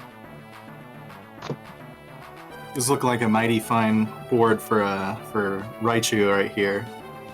So. If Tfue can't respond immediately, then a Split Bomb will win Odysseus the game. Mm-hmm. Well, I guess he would need a he'd be one double prize rainbow. off, yeah, I think. So yeah. Because if I mean, the Desert Ruins would proc twice, so the 20 on both would still do it. oh yeah, the zap, yeah. It would be 10 off on both the Septals, but then going into Tfue's turn, the Desert Ruins would activate. So let's see how Tfue decides to respond to this very threatening board state. You know, one thing I really noticed about this format that makes it kind of fun in my mind is the prizes is more of a resource, because you have POW and you have Scramble Energy in this format. So really keeping in mind your prizes compared to other formats has been something unexpected. So you can especially see that here with the Scramble Energy in play. But So Tfue once again goes for the green heal, healing both Septal EX out of Cursed Stone Split Bomb range. But this could just leave the active Septal EX open to a Metallic Thunder KO if Odysseus finds the double rainbow off of the Rocket's admin.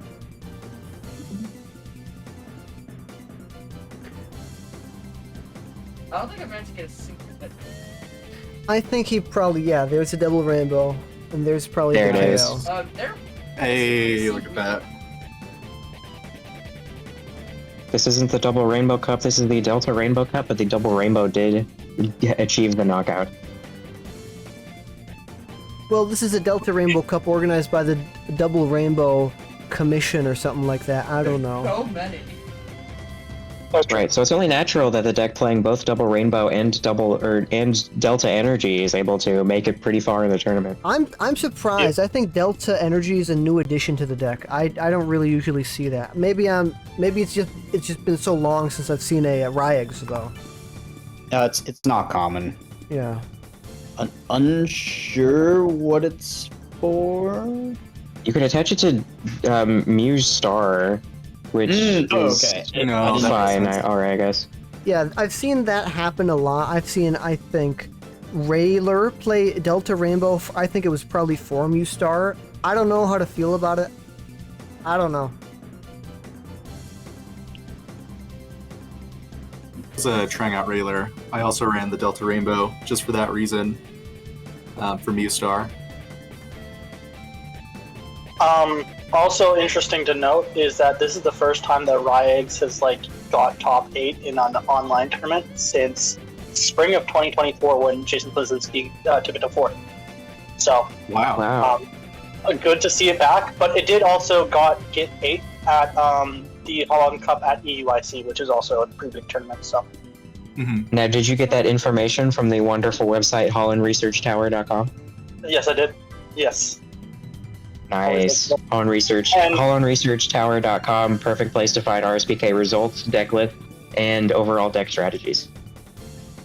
You are so amazing at doing the sponsorship stuff.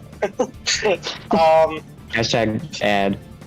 And once again, Sceptile is another unique deck that we usually don't see in tournament. The last time that it was last played in a tournament was spring of 2024, where it got 5th by Liam Williams. Well, no, the thing with... Well, it got 5th, and that's good. But the thing with this is it actually won the second Double Rainbow Cup in Japan. And actually, no, it won the first one. It won the first one. I believe it was being piloted by Chiro, and it was very new, and I remember hearing lots of things about it, specifically that it only played 3 grass energy. Very, very low energy counts. Basic energies, right? Because it does, of course, play cast form. This is following the same lineage of this deck, because I remember it's like, oh, this deck plays 3 energy, and we actually saw this one plays 5 or something. Maybe this specific build plays 3, but there was another build earlier on in the day that played like 5 or a larger amount.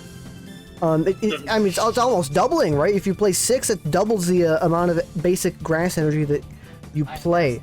But as we saw earlier, it gives you more flexibility, but less deck space. But The deck seems to want to. earlier on, the Mew actually copied the Metallic Thunder and got the KO on the Raichu that killed the Grass Sceptile EX, right? So now I think Odysseus is kind of scrambling, I don't know, to get a replacement because, well, they're both kind of not in the best position. Was that intentional? Neither player is doing so hot. Like scramble energy. Yeah, this Sceptile deck seems like it wants to set up a lot of things at once. Kind of needing all 3 Sceptiles in play, both the EX, the Energy Trans one, and the Purple EX, the Delta one. Yeah, Which is a great board state, as well as the Pidgeot. You want all 3, I'd agree, but I think you're fine with you need the Energy Trans one, but you're fine with either the Delta or the EX, right? The EX Delta or the non-EX Delta, or the non-Delta EX, right? You just want this Energy Trans one, because that way you're able to move the energies that you have on the board. You attach the cast form, that way you're able to move this stuff, you're able to put it on the Mew. Mew can do whatever it wants. But Mew tries to use Thunder Wave. Mew fails it. If Odysseus can find the stadium, what's it called? Cursed Stone or Desert Ruins. I think, no, if he can find either of them, I think he's in a very strong position. Because if he finds it right this turn, and then he uses Zap, Sceptile's gone. The Sceptile EX Delta's gone, and that means he only has to take 1 more prize card. Well, the Desert Ruins. That's true. Now, I mean, the Sceptile EX is also in split bomb range if Odysseus can attach to it for a couple turns, or just have Delta Rainbow and Desert Ruins. So that is another thing to keep in mind.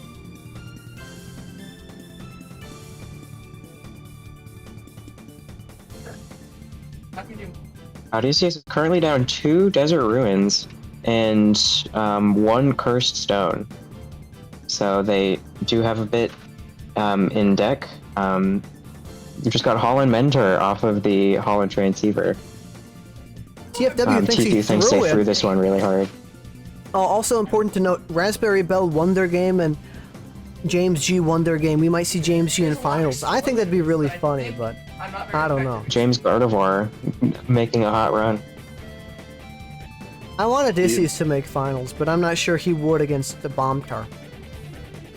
He's doing really well currently. He is setting up for a split bomb KO this next turn.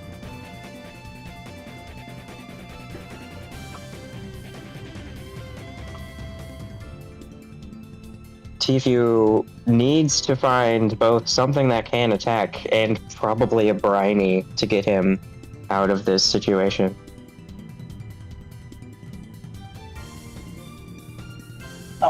Remember, Briny doesn't even save him because you can't scoop an EX. That's with true. Briny. It does not. You can't get an EX. He's hoping for that super scoop up heads, which he definitely runs. That'd be incredible. You would run an energy trans. It makes sense. I mean, you could also play Pokemon Nurse with that energy trans. Very, very enticing. If Nurse was legal, that'd be cracked. Oh yeah, because it's only legal in 2004. They Seems should like print right this. now he's going for a green heal to put it out of split bomb range. Smart. Looks like Frosty has won against Mysterious Player. Just got those results in. Solid. Seems like Tfue might be running out of energy, and his way to get energy back is the Team Magma's Camerupt, but unfortunately for this matchup, Ryex can deal damage to the Team Magma's Camerupt, making it harder for him to recur more than one energy from the discard, because the Magma's Camerupt will damage itself with its Poke Power. That is also being targeted by both Zap and Cursed Stone, so... But a green heal is able to heal that damage off, so he might be able to overheat a few more times.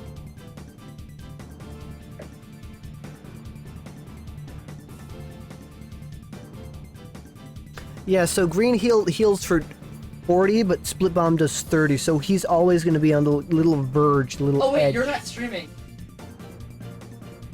No, I'm pretty sure Piplup's streaming. Oh no. Yeah, and it's actually very interesting how much Green Heal actually combos with Camera, because you do get that energy recursion for basically free. If you use one of your Green Heals, you heal off 2 overheats. So that's kind of insane. What is this camera? I feel like I've never seen this thing before. This is team. Oh, he's going for a flame ball attack potentially, or he just attached it to the camera up so he could move it to something else. This camera is insanely good in the Magma build in 2004. Yes. So I'm surprised that you've never seen it. It's kind of sick. I love Magma in 2004. I really haven't explored the 04, 05, and 06 formats personally. It's just been RSPK from the start for me for this era. So. Yeah, no, fair enough. 04 is like definitely got its own unique breed, whereas like, and 06 has a lot of decks that this format doesn't. Like just as we saw, like you can't play Dark Slowking. I tried to play that for my 06 tournament, but yeah, that did not go well. But I feel like I've been hearing a lot of discussion of like LBS, for example. How LBS lately, hasn't been performing well on RSPK, but in like 06, that's it's a from premier one deck. person. Lots of discussion who's from that one from? person. Strawman. It's Zelix. What do you mean lots of? That's the only person talking about LBS was so good in 2006, but it's not good in RSPK. That's the only person talking about that. 06 06 is a tier 0. Yeah, independently, I have played LBS in this format and it sucks. So there you go, 2 people. Everyone knows LBS sucks in this format. Everyone knows it's the butt of the joke. For what's I thought worth, Floriados was the butt of the joke. Lariatos sucks. That's genuine hatred. to make a deep run with LBS was Lil Slinky, No, and I may he's have so good. spoken to him, and he may have said that, yeah, the deck is not very good. No, Lil Slinky is, I think they're an LBS believer, because I remember that they showed up, and this was a EX Mega Battle. Those were the big major events back in the day. And what they did is they eked into top cut, right? They were like the lowest player. They were like 3-2 or something like. I think they might have had a losing record. Anyways, they won the event from super duper like they just wiped the entire event clean. And then they also made top cut with that at a few other mega battles as well. No, they know how to play LBS, and if anyone made a top cut run, made a very hot run with LBS, of course it'd be Little Slinky. JP, I have a non-incriminating question to ask you. Sure. You're not gonna hear that. You're not gonna hear that. I know what the question is. You don't get to know what the question is. That's top secret information. But let's look at the match right now, right? TFW is. What is he doing? Secession Crystal's on the active, turning off a bunch of abilities. Of course, you know, TFW's deck is ability based. First Railer appeared, then Gardevoir. I think Gardevoir was always there. No, Railer showed up. Gardevoir EX Delta. I think Gardevoir was always there. It's just been more refined now. And I think Sceptile showed up before Gardevoir. Sceptile showed up before Gardevoir? Before Gardevoir was refined in its present state. I can feel that, 'cause it's slow. But right now, oh, he retreated from the Executor. Oh no, it's TFW. TFW played Warp Point. Pidgeot is in a clutch to KO the Pikachu. This really puts a very bad position for Odysseus, because now TFW only has to take a single prize card, and he definitely has he definitely has the resources to do it, right? He needs a single energy on Slashing Strike. But oh well, actually, he could just have the Sceptile up in the active, Poison Ring, 40, it's KO'd. Have it up there ready for Slashing Strike. Next turn, he kills it, and there's no way that he can respond. Yeah, all three are very, very problematic for the deck. For LBS. But it's not even LBS now, because you don't even really play a Steelix. But yeah, we're just going to see Poison Ring, Knockout, and you have Slashing Strike ready. Now, of course, Scramble Energy is active, but you have no way to kill the active Pokemon. And he's like, oh, and the entire reason, because he had the, what do you do here? Well, you can't really do a single thing here. Now it's gone. It's very bad for you. Does he have Cursed Stone? He has Cursed Stone Delta Circle. There we go. Insane. Insane. Wow. That top deck, that was awesome. Insane. He eked it out. What a game. Not even with Cleffa. He eked it out and he didn't even need to use Cleffa. That Rai Eggs deck honestly looks fun. I might try that next, honestly. We'll see if I get sick of Bombtar. It's too fun. Bombtar's these too are- good. Best of one double limbs? It's the Yes. best of one double of them, yeah. Yeah, okay, that makes sense. Of course, the Camler deck is the one that is still playing. No, Camler's in losers. I would love to make. Oh, this is already a loser's game? Okay. Oh, how was this? Oh no, okay, that makes sense.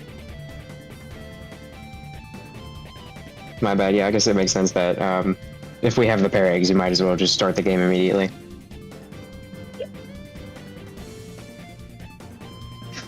Alright, James Gardevoir going up against Raspberry Bell. Let's see how this matchup will play out. Also on Gardevoir. Very, very fun mirror. Seems to be... I don't know, I guess this might be the Japanese variant of Gardevoir. I'm not exactly sure, but it is a Gardevoir I with think, Raspberry beating Bell's, wings. Yeah, Raspberry Bell I think is playing a sort of Japanese Eric build. It plays Beating Wings. I don't think it plays Heal Circle though. I think it's more or less based on Eric's build, but it has a few different, texts. The Japanese usually play, and of course James is more than likely Right. just playing 1-to-1, maybe a few different cards, 1 or 2 switch from Eric's list, but it's more broadly this is an Eric list mirror, I think. So really interesting fact about the Pidgeot, the Beating Wings one, is that Reprint. it sucks. It sucks so much that it makes your opponent repark their car mid-match. They have to go out to the parking lot and then repark. And another fun fact, it is also a reprint of a card from one of the E-card sets. I don't even remember. Yeah, the E-card art is much Expedition. better. Very Much better. Was it Expedition? Yeah. Yeah, and it's a Tomokazu Kamiya original. I know that because I've been hunting for that same card for like the past 3 years, and I've never come across one in Exactly. person. You're trying to get one to play this Gardevoir deck, I've heard. Yes, and also to play Nerode. I love Nerode format. Of Oh, course. I think I have 2 of the Kamiya in my Nerodes because I have both unproxied. Hell yeah. I'm slowly working towards getting the Nerode built because that format's like crack. I've just been playing, like, I play it and then I'm like, I just think about it for the next day. I'm like, oh fuck, how could I play better there? Anyways, Is Raspberry Bell playing Jolteon Star? I heard that is something that the Japanese Gardevoir lists have been playing. Jolteon Stars yeah. comes to state. Yeah. The Beating Wings is- We got quite the rivalry matchup. Mysterious Player versus Tfue right now. Ooh. Yeah, there were some harsh words thrown out by either party at the beginning of the tournament. Yeah. Mysterious Player claimed that Tfue wasn't at the tournament because he was scared of running into Mysterious Player, so there's definitely some beef there. We love a good drama. Good to see We'll see which Mysterious one makes Player it out up of the top. the. Agreed. We'll see which one makes it out of the loser bracket. Mysterious Player also has a lot to prove here because everyone's been calling Argon trash recently. So everyone being me and like Delzu. Well, I'm not dragging Delzu into this. It's mostly me. I'm calling his deck build trash. So good to see that it got top 8 with it. And I have not done anything with my stupid build. So God bless. Yeah, made a pretty deep tournament run. Congratulations. It's no mystery how that deck did so well. Yeah. Exactly. Now, going back to this match, the Beating Wings Pidgeot does serve as an important tech in this matchup because if James G ever uses Imprison to shut off a Pokemon's ability, like maybe the Delta Gardevoir or a Pidgeot, Beating Wings can shuffle that Pokemon back into Raspberry Bell's deck, and once they get it back out again, they can use that Poke Power once again. So, Imprison is still decently effective, but not as effective against another Gardevoir player. Yes.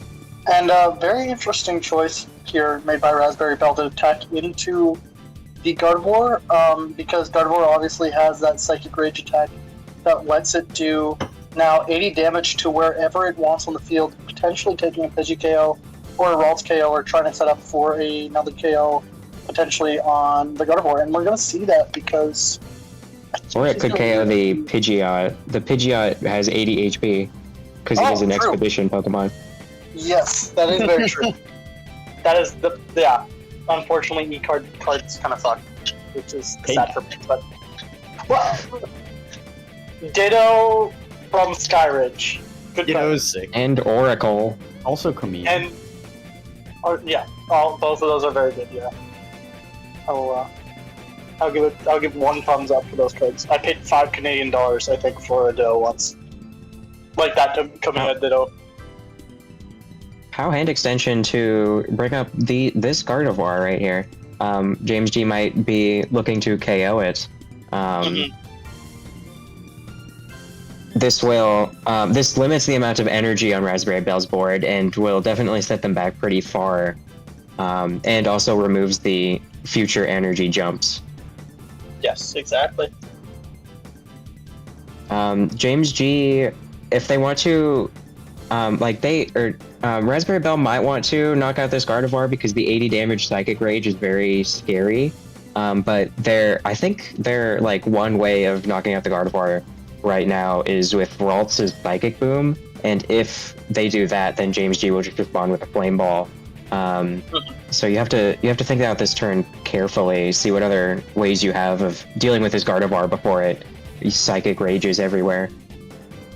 And this might be a place where Jolteon can come into play. So, interesting. That is true as well. It does. When you bench it, it does 10 to everything on your opponent's board, right? I think it's 10 to both actives. Yeah, I'm pretty sure 10 it's to into both both actives. actives? Yeah. Yeah. Okay, interesting. Both actives being like double play shenanigans that we don't touch with 10. I'm pretty sure it's both your Right. active and your opponent's active. Yes. Okay. Yeah. Well, technically, it could also work with double. Yeah, of course it does And we work with do double play. see, we do see the other Pidgeot come out and play, Sod, and James G is going to hit us with a wall for that. He Wall is could. the right- Raspberry Bell could go bench Jolteon, Beating Wings, search for Jolteon, bench Jolteon, and then they do not need an energy to. They do not need to use an energy to knock out anything, which saves the energy for the next turn, which is valuable because you want to get rid of the Gardevoir, but you don't want to waste an energy card because you are now very behind on attachment. Yeah. Exactly. Raspberry Bell is trying to see if he has the play here. I'm assuming just trying to make sure that Matt's right. We see it in prison. Okay, interesting. Imprison on the active Gardevoir, so maybe Raspberry is not looking to KO the Gardevoir this turn. Okay, we see a Rayquaza down. We bench the Rayquaza and we warp energy into the Rayquaza.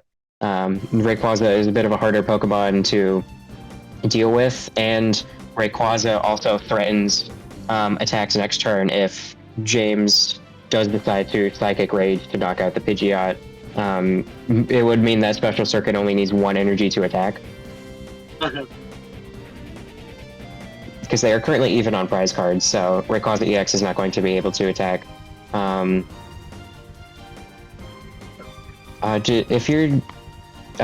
If you're James, do you decide to Psychic Rage the Pidgeot, or do you knock out the Ralts so that they can't get up another Energy Jump Gardevoir in the future?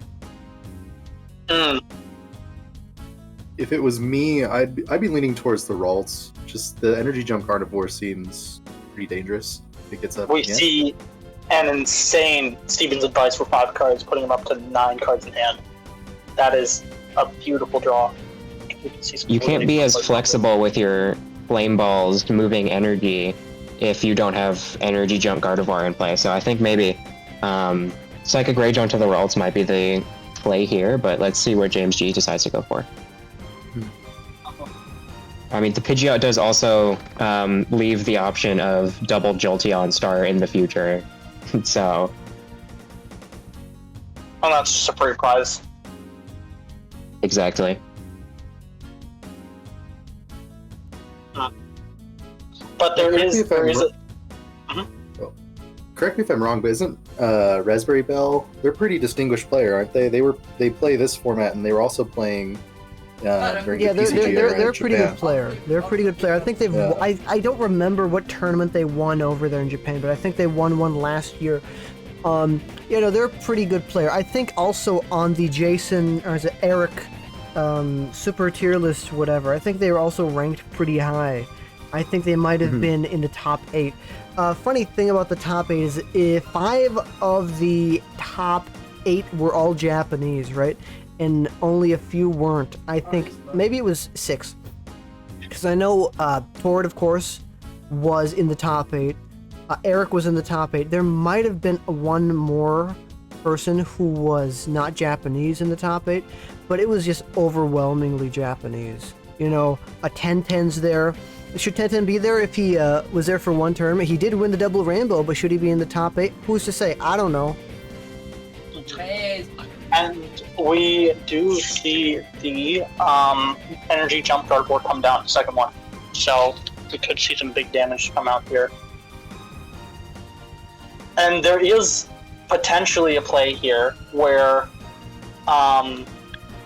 he does Rare Candy Aralts into another Energy Jump Gardevoir and then gets a Black Magic off to knock out this Gardevoir EX.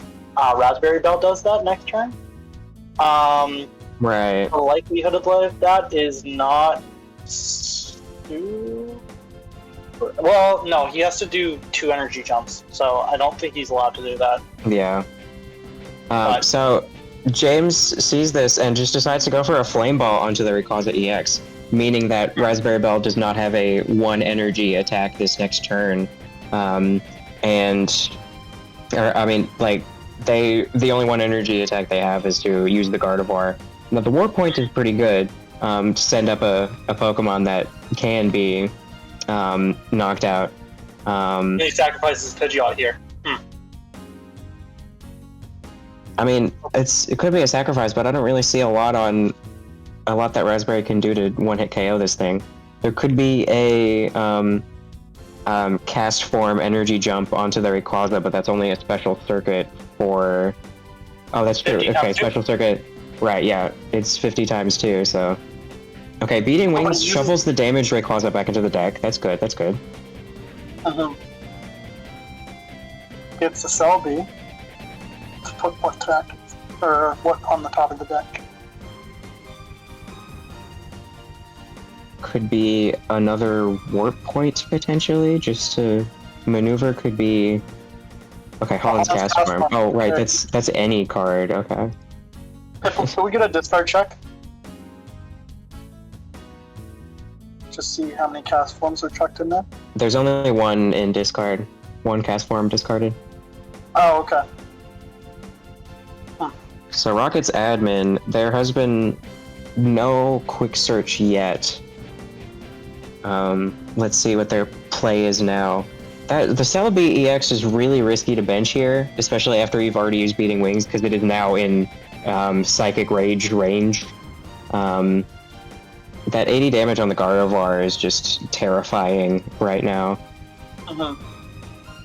And also wild that, like, he only did that to get a Holland's Cast Form back, which assumedly he has more in deck, right? If there was only 1 in discard before. So, very interesting play. I'm gonna see it. Like, it's gonna be interesting to see how this pans out.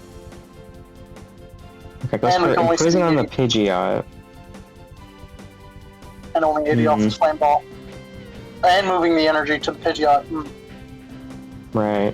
I don't know, do we think Raspberry plays ATM Rock? Are they setting up an ATM Rock play? Most decks really don't play ATM Rock. I would really doubt it. It would be a funny tech, but I really doubt it, especially because your deck really rarely snipes, right? I mean, of course you have Psychic Rage, but you don't really massively spread. Like, I think Argon, I'm not sure if it plays ATM Rock, but I think that'd make a lot more sense. Of course, Bomb Tar. You know, a lot of these more spready decks would probably Wimpy Chicken played ATM Rock. A very realistic decks, Wimpy Chicken.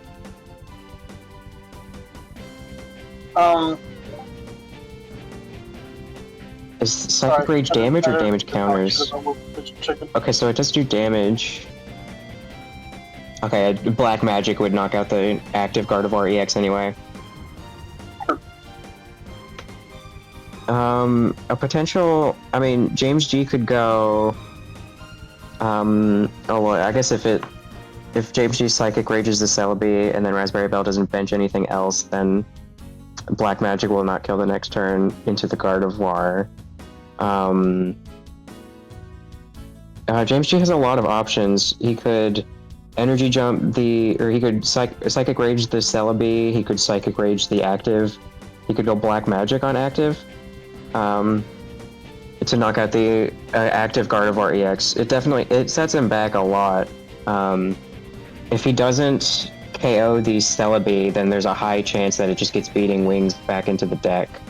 But at the same time, if the Celebi gets knocked out and nothing else gets benched, then it might be hard to Black Magic the Gardevoir EX the next turn, but that might be the less of your problems, because you just need 2 prize cards left to take. If he doesn't get the Gardevoir, out this turn, he can just Psychic Rage the Gardevoir, and then, the Ralts, and then effectively Raspberry Bell here is dead in the water, right?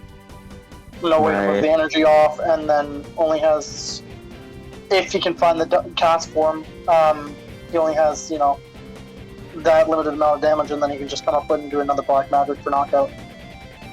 So James is just trying to slowly whittle away his board and getting a 2 big prize knockout there. Right. For something that didn't even seem like it was worth it, just getting the cast form off that is really odd. Yeah. Okay, so warp energy is the energy attachment for turn into the Pidgeot. So it doesn't seem like we're going to be able to see anything energy jumpy wise or anything. I might be wrong, but it seems like he hasn't played anything that indicates that he has a rare candy, and how many rare candy has he already used this game? Did we count on that? Right. I mean, I feel like Raspberry needs to deal with this Gardevoir at some point, because it's just gonna knock out all of your Pokemon. Yeah. I mean, the Imprison on both the Energy Jump Gardevoirs means that it'll be really hard to attack with Gardevoir EX, but Black Magic might be all you need. And Raspberry Bell does have 2 rare candies already used in the discard pile, so most Mhm. Oh, and we see a Curlia come down, so my suspicions were right. You didn't have that rare candy card for play in hand. And Yeah, we're just so- going with a clutch KO. Not the worst thing, but not great either. Yeah, I mean, James's board is just feels a lot better than Raspberry's, but Raspberry is getting it built up. If the Pidgeot's probably not going to get knocked out this turn, so that means the energy is going to stay, and the Curlia has a high chance of evolving into Energy Jump, which means that they can use the energy. But now, it'll be right because James can't Energy Jump, but if he could get 2 energy on the Pidgeot and just retreat lock this Pidgeot. But that would also mean sacrificing his Pidgeot, so...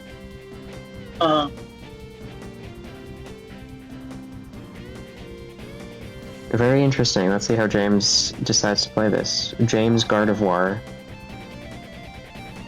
And interesting to note, for some reason it doesn't really show it on the screen, but Pidgeot is ability locked, so you can't quick search with that either, so... Oh, yes, thank you. Yeah, no problem. I don't know why that Right, because it has indicator's the exclamation mark. Oh, true. Oh, let's hope James does not run out of time. And you can't extend timers, so I think that might be the end of his turn. At least, well, no, Jason's tournaments were like you can't extend timers. I don't know if this tournament might be different. I don't think you can. Your actions do add like 8 seconds to the timer. Okay, he's just going with a wishing star. He might just be like, he's just in such a commanding position that he can take a turn to sit behind Jirachi and just kind of develop his board even more. Right, because there's the warp energy on the Gardevoir and not the Jirachi, so... Okay, so just a sleeping Jirachi in the active. This will give Raspberry some time to build up their board, but I don't know if there's a lot you can do. If you, how much is this doing? Okay, so Black Magic is 10 damage away from knocking out your Gardevoir EX. So you physically just should not be benching anything else other than if you Beating Wings something away. Yeah, you can use Beating Wings, so that's pretty good. So if you just throw up the if you throw up the Gardevoir, that feels bad or the Gardevoir EX, that feels bad because he could just take a easy 2 prize cards. Or it seems like that's what Raspberry's gonna do.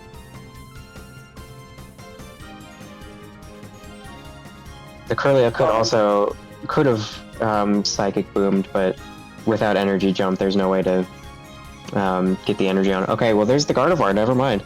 Just wanted to play a warp point. Oh, and the Pow Hand extension comes out, and then There we Black go. Magic will Okay, the knockout. Interesting. doing to James what he did to them many turns ago, bringing up their energy jump Gardevoir and getting rid of all of their energy. Not all hope is lost for James though, because he does still have 2 energies on board. Right, Other than- and he has significantly less bench Pokemon. Now there's the Radman. Radman to 2 with an imprisoned Pidgeot is really scary. And he goes up to Pidgeot, just letting that thing die. Or just at the free retreat pivot. Yeah, that's true. I don't see any reason why you would want to attack on this turn though, because then you just get instantly Black Magic for knock. Well, no, I guess you don't have knockout yet. But doesn't feel great. Well, I mean, well, yeah, you can't attack into the Gardevoir with your Gardevoir EX because Psychic Rage just kills you with weakness. Oh, true. Yeah, the 2. Because it does do damage, not damage counters.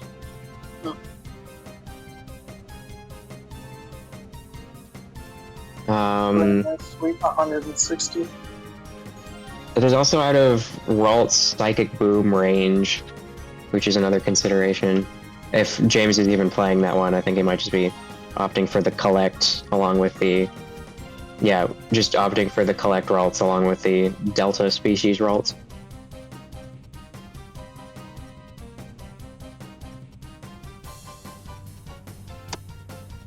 And she's going back in with Jirachi. And Just to did not report on even the get other- to... Oh, And that's it. That's the game. It looks like it was a AFK timer because someone just ended the turns, and James couldn't make any plays, and he just conceded because the game's effectively over yeah. at that point. yeah, the Jirachi was imprisoned. I will, Nice, I will comeback. say, thank you everyone. I think it's time to buy back shares. I think I'm gonna buy back all the shares. We're going private now. So thank you everyone for commentating, right? RDL, Grant, Hopkins, JP, Evan Rice. Thank you all. We're going. Thank you for letting me join. Mm-hmm. It was an honor. Of course, yeah. Thanks for letting me join, guys. It was a pleasure chatting and hanging out with you. Pleasure as Yep. always. Hopefully we can do it again. Mm-hmm. Yep. See y'all. Bye. See ya. Okay, so let's look at the top games right now. We're gonna look at Odysseus Frosty because that is the last game before we have a little drought. Right? I think we look at the winners' games because the winners' games, of course, they're in the winners, so they're more likely to win. Oh, but their game just ended. Their game just ended right now, this minute, and it was Frosty who won. Yeah, Frosty who won. That is just to be expected. After that, there's Raspberry Bell versus Frosty, and then it's James G versus TFW. I think James G versus TFW would be quite interesting. Especially, well, I would say it'd be interesting, but I believe we all know who's going to win. It's a Sceptile deck versus a Bomb deck. Now, given that TFW is playing a Sceptile deck, a purely Sceptile, I would say that if he can get up the Sceptile EX Delta, he 100% wins the game, right? He doesn't exactly 100% it, but it would be very... Oh, James G's playing Gardevoir. I'm getting so confused. I thought he was playing Raspberry Bell. Though I will say, I'm pretty sure Raspberry Bell, it does play a lot of Bomb Tar. I think this might be their first venture into Gardevoir. Or not their first venture, because of course they've played Gardevoir before. But I believe that they... Oh no, they've played Gardevoir quite a bit, right? EX Mega Battle 2022, Gardevoir, September, Arcanine, Ryax, Bomb Champ, right? And after that, it looks like they haven't shown up for quite a while. Of course, this is probably because time zones, right? Not many Japanese players play online, right? There's very few, right? It used to be Chiro. Chiro was a big new player, and now it's Little River, and now, you know, they all slowly are coming online to these online tournaments, right? Like, you see Canton, we see, we don't really see Shiro much anymore.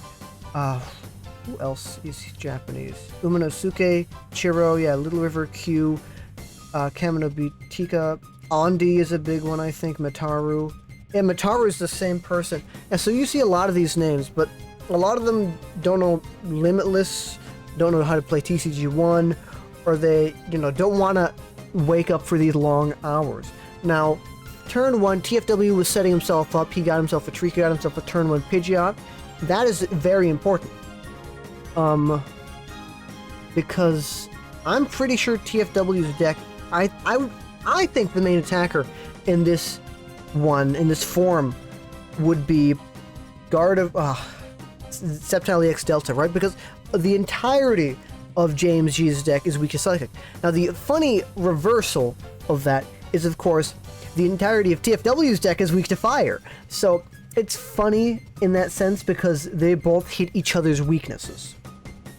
And of course, having the Jirachi, that's what you want. You want to set yourself up. Now, I don't think we're going to see another Pidgeot on his side of the board, but it would be funny. It would be, okay, I guess we see another Pidgeot on his side of the board.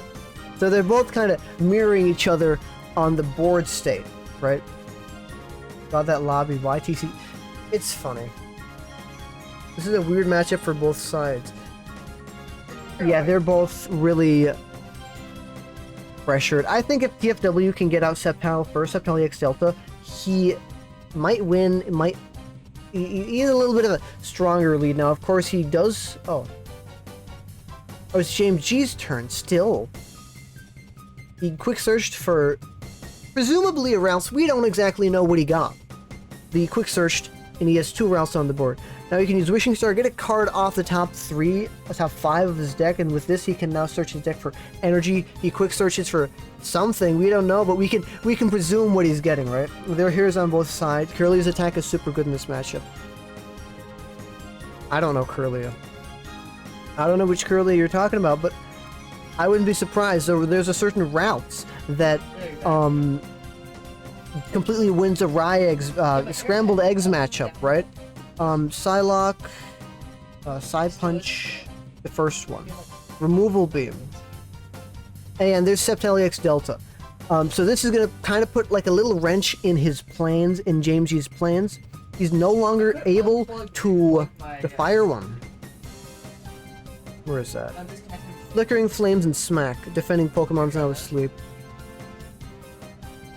Oh yeah, because you can just because you're weak to fire and you hit weakness on it. No. The thing that is also very notable here is Imprison Gardevoir is no longer able to imprison other Pokemon. This is because it's not able to use its abilities because, you know, Sceptile EX Delta is up and online.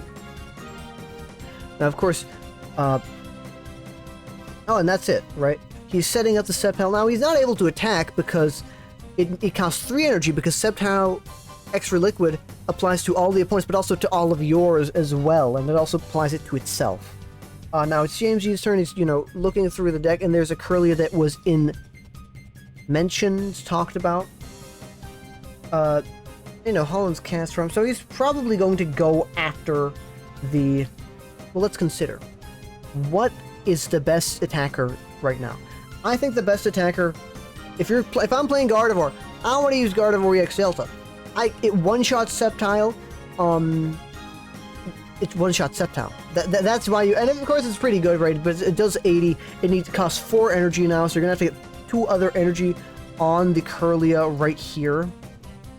Trico's on the bench. Of course, you know, this is a Sceptile deck, you're gonna start benching them. You want to move the energy around, but the Sceptile EX Delta is the most important thing right now.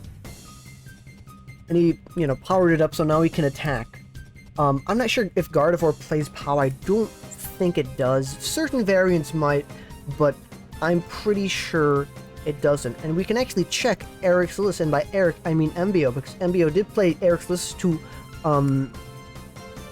Double Rainbow, but those aren't online, so I guess we do have to search up, aren't MBO's lists, Tournaments?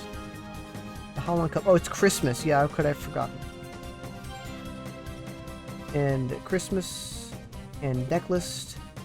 And oh, there's one POW in his list, right? There's one POW in Eric's list. So we're working under the assumption that there might be like one POW. Why was I talking about POW? Guess not. Oh, the first KO, right? And there's Gardevoir. So that Gardevoir is not able to attack yet because it costs 4 energy instead of 3. The other Gardevoir can, you know, energy jump. The energy make things show up out of nowhere, but there's not much you can do against Sceptile. You can hit weakness on it though. Except that one can't, but you can hit, Sceptile can hit weakness on that Gardevoir instead in return. So he just attaches a warp energy just to get that on there so he can try to use Flame Ball next turn, right? That's TFW's turn. He got something with Wishing Star. What does he get? We don't know. And then he gets something with Quick Search as well. He's going to want to set up a camera up soon so he can start getting this energy from the discard, but we don't know. Well, we're presuming he doesn't have any of the discard. I don't think he does. He gets the other energy transfer Sceptile up and online. We're going to see him energy trans the energy onto the Rayquaza EX. I'm presuming he might special circuit.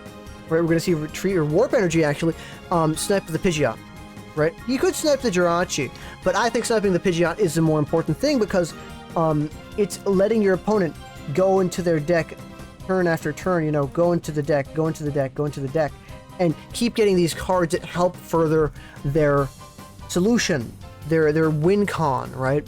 You don't want that. You want to kill them. I think you want to kill them. I'm not exactly sure. But it's James G's turn now. Does James G respond in any way? Does he retreat the Jirachi perhaps? Does he Flame Ball the Rayquaza? Does he do something else? Does he let the Pidgeot go down, maybe let him try to bait him into doing that? He wouldn't do it, of course.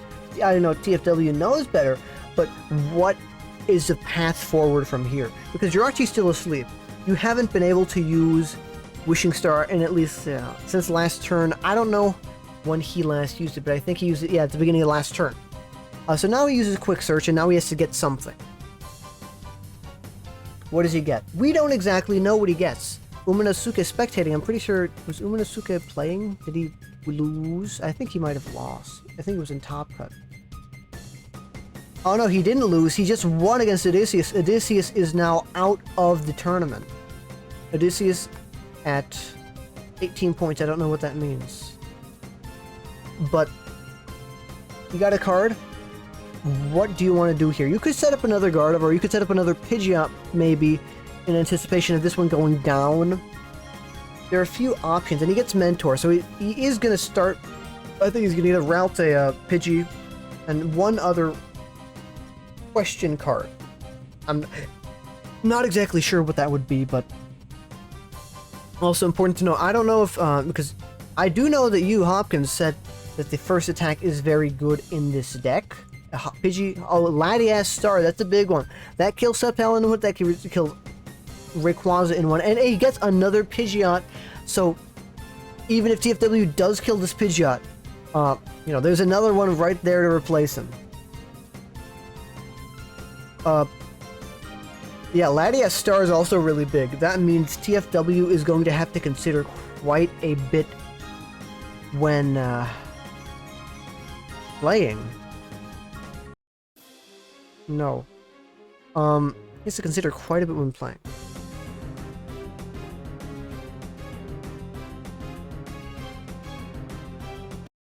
Because all of the, loud?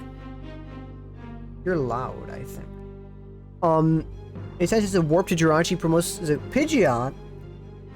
I think he's gonna try to, because you could, I guess he's thinking on what he wants to do.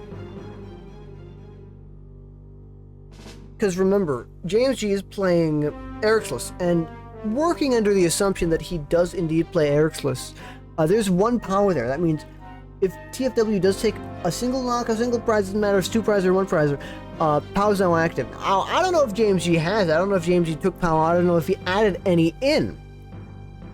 But that's an important card. But he just keeps the Pidgeot up there trying to say, hey, kill him, take the KO.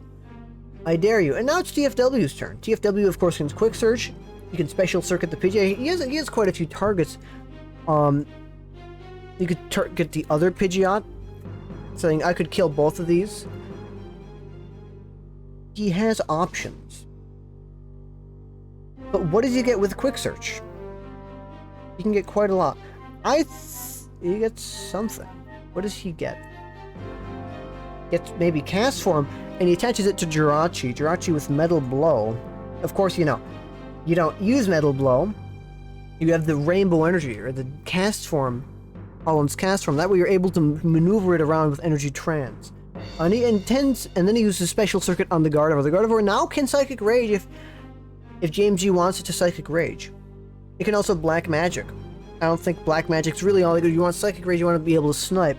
But you can't kill anything because it's only the damage counters on the Gardevoir, right? It's not the damage plus 10, so he wouldn't be able to kill anything on TFW. Most he could do is snipe at Jirachi. Jirachi has 10 health left. I don't know if you play Curse Stone, that'd knock it out, but you don't play Curse Stone because your deck is built on abilities. Your deck is built on Poke Powers. You wouldn't do that. But now it's James G's turn. Get something with his deck, get something with Quick Search. We don't know what it is. It could be another Routes. Could be something else. Could be a Metal Energy to say, this is not KO'd next turn. That's pretty big. Meaning that now it'd be able to snipe for 90. Gardevoir would be dropping 90s all across the board.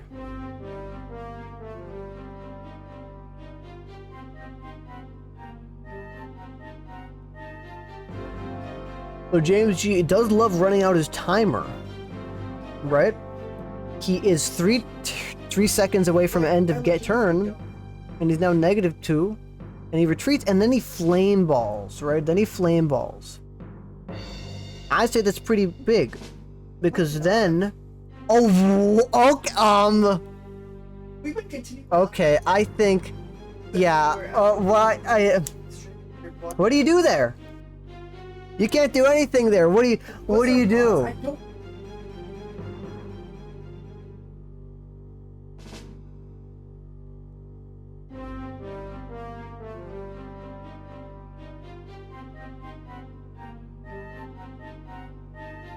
So now, Chifu fights Uminosuke, but we're gonna watch instead Raspberry Bell versus Frosty because that is the game that will, you know, that's the game who's up there.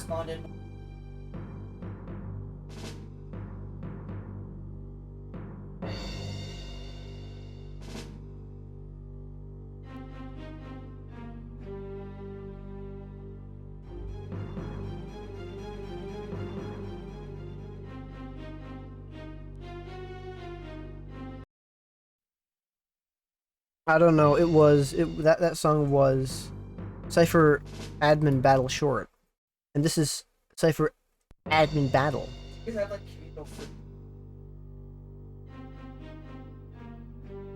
This music sucks. We're switching to different music, but anyways, Frosty did blow up a single Pokemon. Frosty blew up the Trode, and he accelerated all the energy there.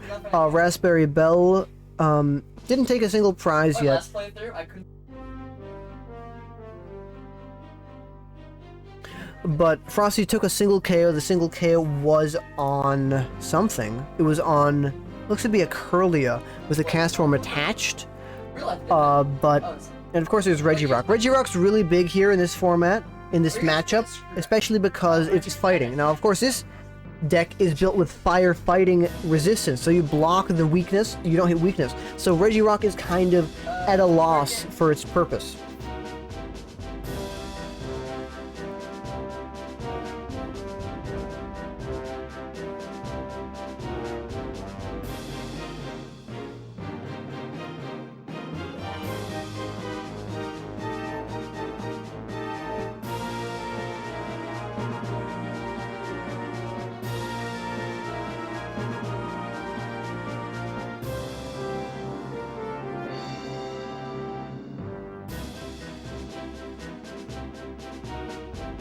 We have Odysseus in. Odysseus, what do you think about making Top Cut? Did you expect you'd make... I don't think you did. He's currently muted. That's what they're saying. But... No, did... I did alright, yeah. That's what they're saying. That's What? He might be inebriated. He might be I think I did pretty well.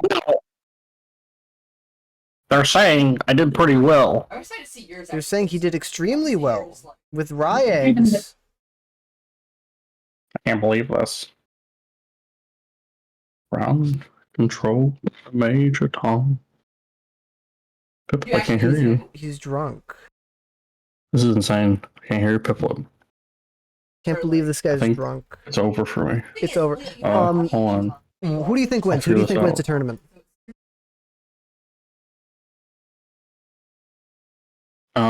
I see. Wow, I can't stand the internet. Hello. Yes. Who do you think? Who do you think wins the tournament? I definitely think Frosty wins the tournament. You think Frosty wins the tournament? You think we live in the age of Bomb Turn Gardevoir now? Let me explain why. So we had two very impressive, and we had like several impressive bomb turtlets that showed up today. The highest seed being Zelox, and the only reason Zelox did not do as well as he could have was probably because he blew up a little too early. But this was like his first tournament, so he did really well. Frosty is playing a very similar list, but Frosty also adds a few other cards that other people play. And if, as we've seen carefully, Frosty's a little more conservative about his plays. He tends to just sit there and wait because he knows he has an out in his hand. This type of Tyranitar is just built to battle the incessant Pidgeot decks. That's what they've been planning for the longest time. We've been talking about it too, where Pidgeot has just been showing up everywhere. And with 4 Windstorm in every deck and a counter to every kind of ability lock there is, there's really no point in trying to just build a deck that counters them. So instead, the ways you get around that are Heavy Warp Point, which you have seen all day, and Steven's Advice. Both of those cards are very crucial text to both of these decks. And Gardevoir naturally plays it because in the mirror you're going to play out another Pidgeot deck that's going to get set up as just as fast as you. You're going to want to draw 5 to 6 cards in that game to get your POW and other combinations of cards to be able to take knockouts. Tyranitar's the same way, however, so rather than play the Jirachi from Deoxys, they've tended to shift to the new Hidden Legends one to not only proc themselves from a KO ahead of time with like Scramble Energy.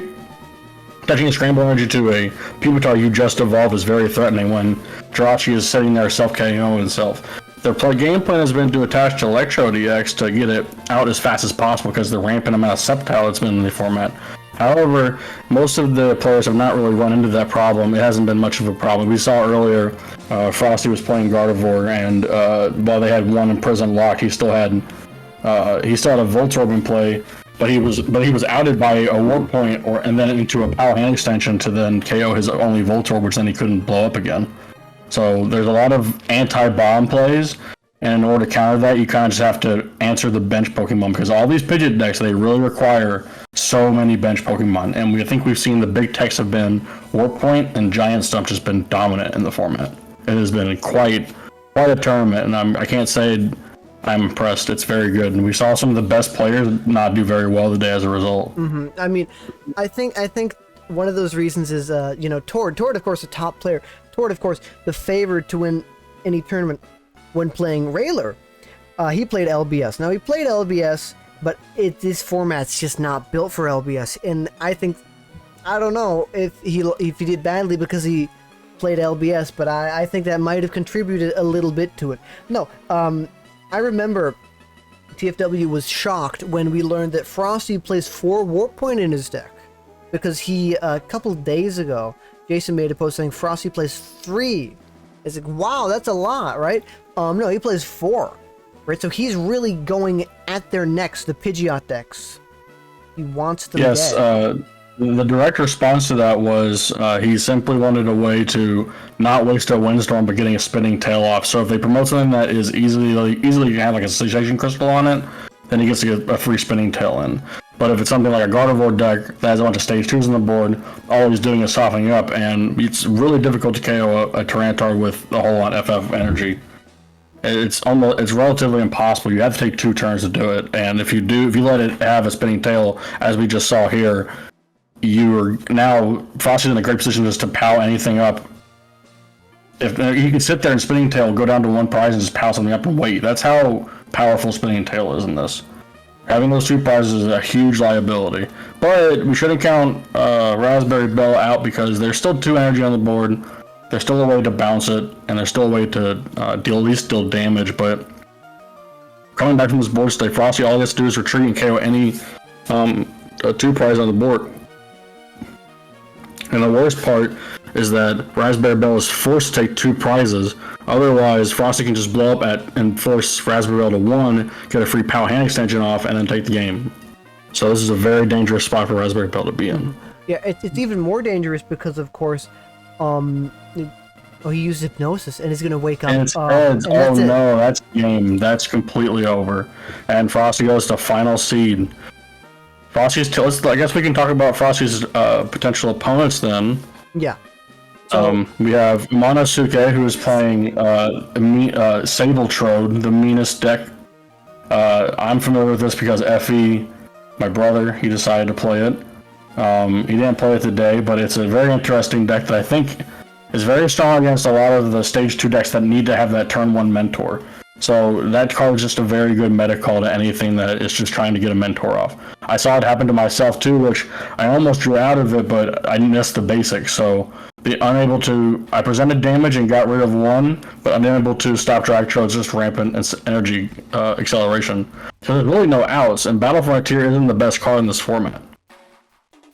And it's very difficult to run without being able to trap it there with a deafening effect, but Tyranitar doesn't really care about deafening effects at all. It just sits there and goes, okay, I'll just grind you for 60, spinning tail your board until you die, and I can take at least 3 of these, so good luck. So yes, the nature of RSBK's strongest heavy hitters is actually the reason why a lot of these cards we don't see together. We had a question earlier of like, why is Ryegg how is it even a deck in 2006? Well, the answer is that it was a deck because in 30 minutes, Ryegg could set a board where they could take up multiple prizes in the board state, or if they got lucky, a Tyranitar didn't have the whole FF on them, and you could just easily double rainbow kill something. In RSPK, however, because of the nature of a Station Crystal, Tyranitar sometimes has to take a step back, and Windstorm isn't always that effective to run at high counts on Bombtar. It effectively becomes a dead card, which is why Frosty decided that Warp Point was the way to get around that.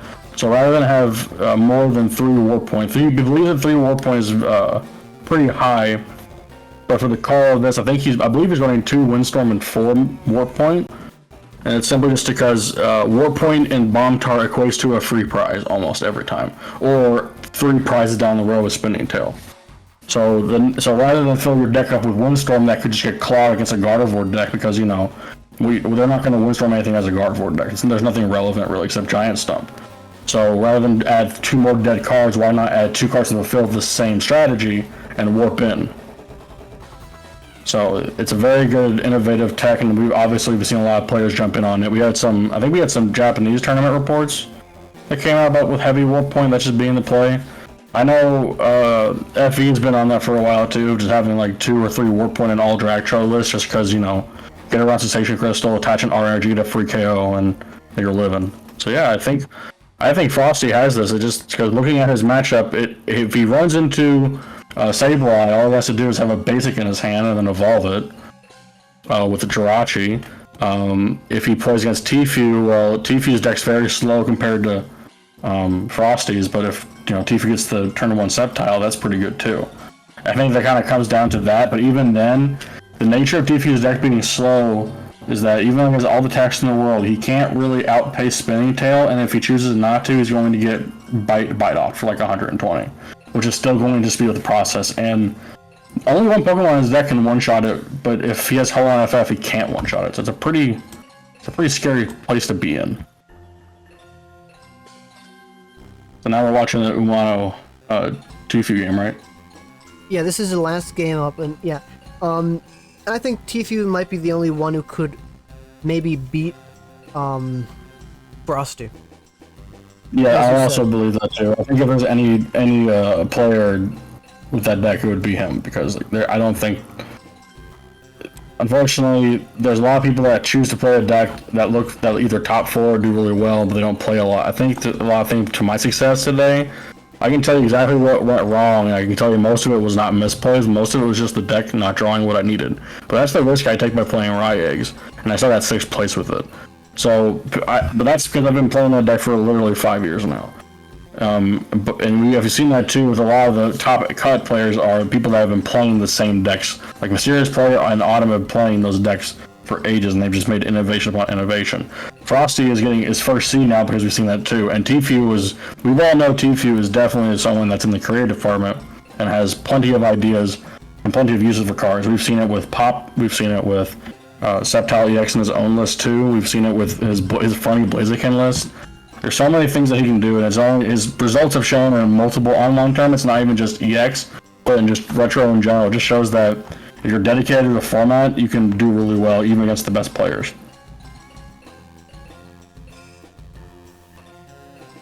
Yeah, there's a message in chat. How scary do you think Green Heal is for spinning tail strategies? I don't think it's that scary. Very difficult.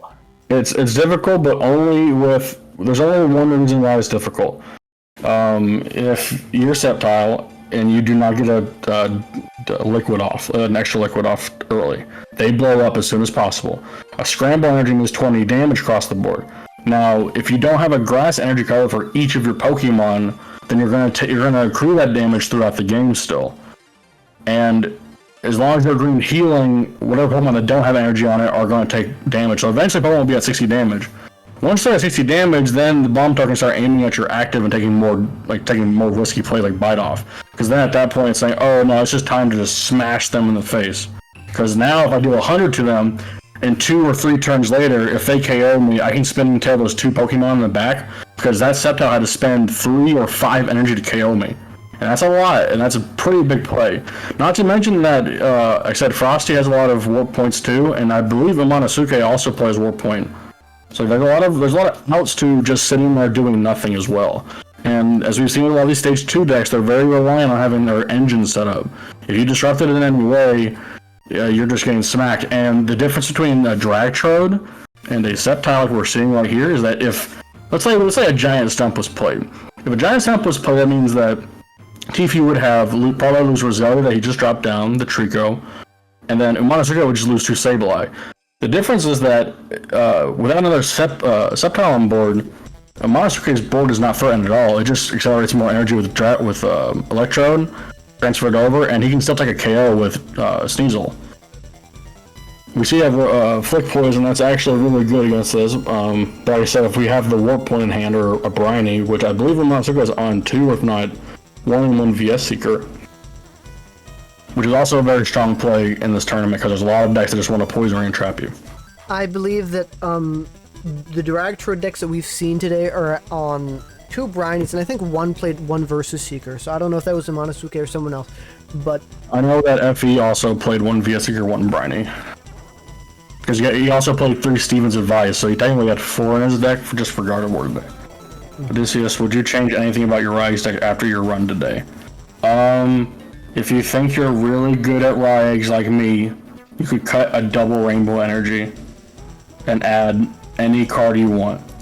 I don't think Ancient Techno Machine Rock was relevant today. I thought about it all day, but it really wasn't. If you pace out your stadiums correctly in the Gardevoir matchup, if you force them to waste a Windstorm on a stadium only and on a Crystal, you're winning. And today I can tell you I lost to James definitely just because I missed a turn of Raichu. I didn't see one, and as a result I couldn't shoot anything for 90, which I had set up across the board. Delta Rainbow, that card was added because 2 reasons. It acts as another attachable energy in the matchup for Metallic Thunder and for Mewstar, but more importantly, I expected a lot of control decks today that would be playing Crystal Beach. And with that card in play, I saw it happen today in round 3 or 4. I played Kalen 0. I turned to Delta Circle a Stantler to Oblivion, and then when we got to an Admin to 5, I had a Scramble and a Magnemite on my board, but I couldn't Split Bomb I couldn't have a Castform in my deck, but I had Delta Rainbow Energy, so I got to Split Bomb and take the KO on the active Rayquaza, and still put the bench one to to 50. So I think the deck's really good. I think everything's correct. I think really we just come out of preference.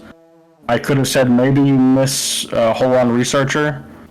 Honestly, I think you add a third Steven's Advice or more basic Pokemon. Stantler even. Swoop Teleporter would have been good. I think Swoop Teleporter would have been a really good miss. That's something I missed out on, but I didn't think I wanted with 2 Cast Form and 1 Magnemite. But with the amount of Warp Point in the game, you want Cast Form to stay on the board as long as possible, so having Swoop on some turns would have definitely threatened just KOs that I would have been unexpected, so I think that would have been a good cut if you were going to cut anything out of the deck. But I think 5 Stadiums is like mandatory. And we see here too that why Flick Poison is such a good play is that now that Dark Dragonite's just stuck. And without another Dragonite to actually promote on the board, as we saw the fail, this thing has to force to attach itself, which is going to provide TFW so a couple of turns, which is good for him. We have to see if he gets the giant step off after he gets enough energy on board, because that's what TFW looks like he's trying to do. He's really trying to get rid of his liabilities on board before Sneasel, this Dragonite goes away and Sneasel gets to just take a KO. Scientist is good, that means he's not Brinying. So that means that there is an attempt for either a Dragonite play or maybe they miss it. I mentioned in my article too, or my thread rather, that Sableye represents 10 damage on the board with Sneasel. It's just a free mentor. It's like having more Sneasel in your deck when you don't want to play Sneasel. That's why Sableye is such a good Pokemon. I love that card. I even like the Disable one. I think the Disable one's really good. I think it's even playable in Dragtrode. Just because you're saying, oh, Stantler, you can't use Push Away. Oh, Rayquaza, you can't use Special Circuit. Sorry, man. Very good stuff. Can't use Power Revenge, can't use Clutch. There's so many good applications for Sableye. So all the Sableye cards are very good.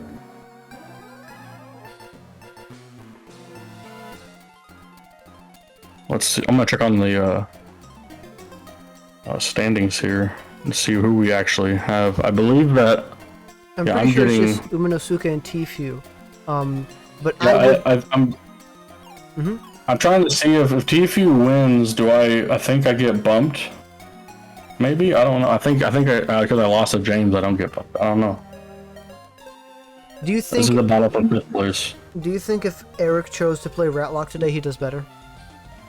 If Eric chose to play Ratlock today, he would have been bodied by the just sheer amount of Gardevoir. He would have been bodied by the sheer amount of turn 2 bomb decks that have been playing 3 to 4 Station Crystal, really forcing you to have the Windstorm just naturally in your hand. I think Ratlock is now suffering the problem of people know what it is, like we've all said before. It's the reason why we don't see a lot of Railer today. It was like everyone knows what it is.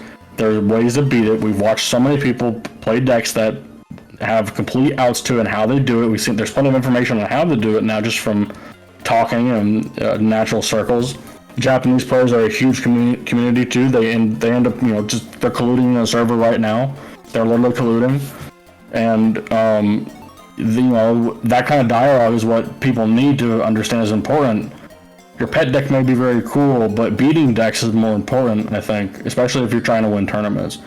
And honestly, your view on decks is determined by if you like what your tournament decks results are like too. Yeah, they do. Yeah, this is it's the person from losers has to double win. Yeah, so that means and double elimination's also a good point for Bombtar to be so present too. Cause it's like just win one game, you're good. Yeah, if you throw the first game, you still have the second one to back you up as insurance. Right. All right, we saw a drag off. That's another powerful thing about Sceptile in Sneasel is that, yeah, drag off says, give me your cards. The reason why Dragtro does pretty well against control decks is because you have drag off. You can just remove things from board and just stall for time. And the nature of Sneasel being a 2-prizer means that if they KO it, if they have to, for example, with the Stantler or something, or choose not to, they're stuck taking 10 or 20 damage every turn. The longer you take with Sneasel, once you get KO, you're at 2 prizes, and they take 2 prizes, and you're at 6 to their 4. And now you're saying, okay, you can't play POW for 2 turns. That's awesome. I'm going to go off now. And we're seeing here that Tfue understood that the Sneasel with too much energy needs to go. That's probably the biggest flaw, and if Momonosuke loses this match, that would be the reason right there. Getting greedy with the Drag-Off. A Drag-Off works when you're not being greedy, but Sceptile EX only has 1 retreat cost. Forcing it to come into the active and giving them a way to retreat, especially with all the stage 2 decks playing so many warp points and warp energy, I think that was just a terrible play, and that might cost him. Because if he doesn't have another Sneasel to respond with the dark energy on the Sceptile, he just loses, because the Sceptile will just obliterate him. Because the good news is that as long as he has a Dark Electrode, Dragon Knight can actually win this trade with Sceptile. But it's going to take a lot of work. There's the Sneasel into an admin to 5 as well. I don't think he has it though. I think Tfue got it. I think this is just losing all those dark energies is what's going to make him lose the game. Yeah, and we see the energy bomb there. And that's not good because Poison Ring can also just, leave that thing inactive. And I'm sure Tfue's aware of Brining as well, Brining's relevance in this matchup. So we'll see what happens here. It looks like he's going either for a green heal. And if he does, we've understood that Tfue just understands that since he's lost that much dark energy, there's no way that he can drag off for a KO at this point. So, and being ahead at 3 prizes means you can really sit there and just build up a board. Because Dragtrade's pretty sneaky. You can get some crazy prizes in there. It's not a fun deck to lose to, especially when you're like, I think I win this way, and then all of a sudden they POW you, admin you to 3, and then have a warp point from their 2-card hand, and then all energy as well, and KO you. It's just, that's the way of the world. It works that way. That's the power of dark decks. Plus 10 damage is that relevant in our SPK. There's the green heal as we saw. So yeah, Piplup, I think he's taking in that drink, and I think he's taking in that extra liquid, and he's just living off it directly into that lizard's mouth. It's one ting mouth. You should play it out. Always play it out. Always believe in yourself.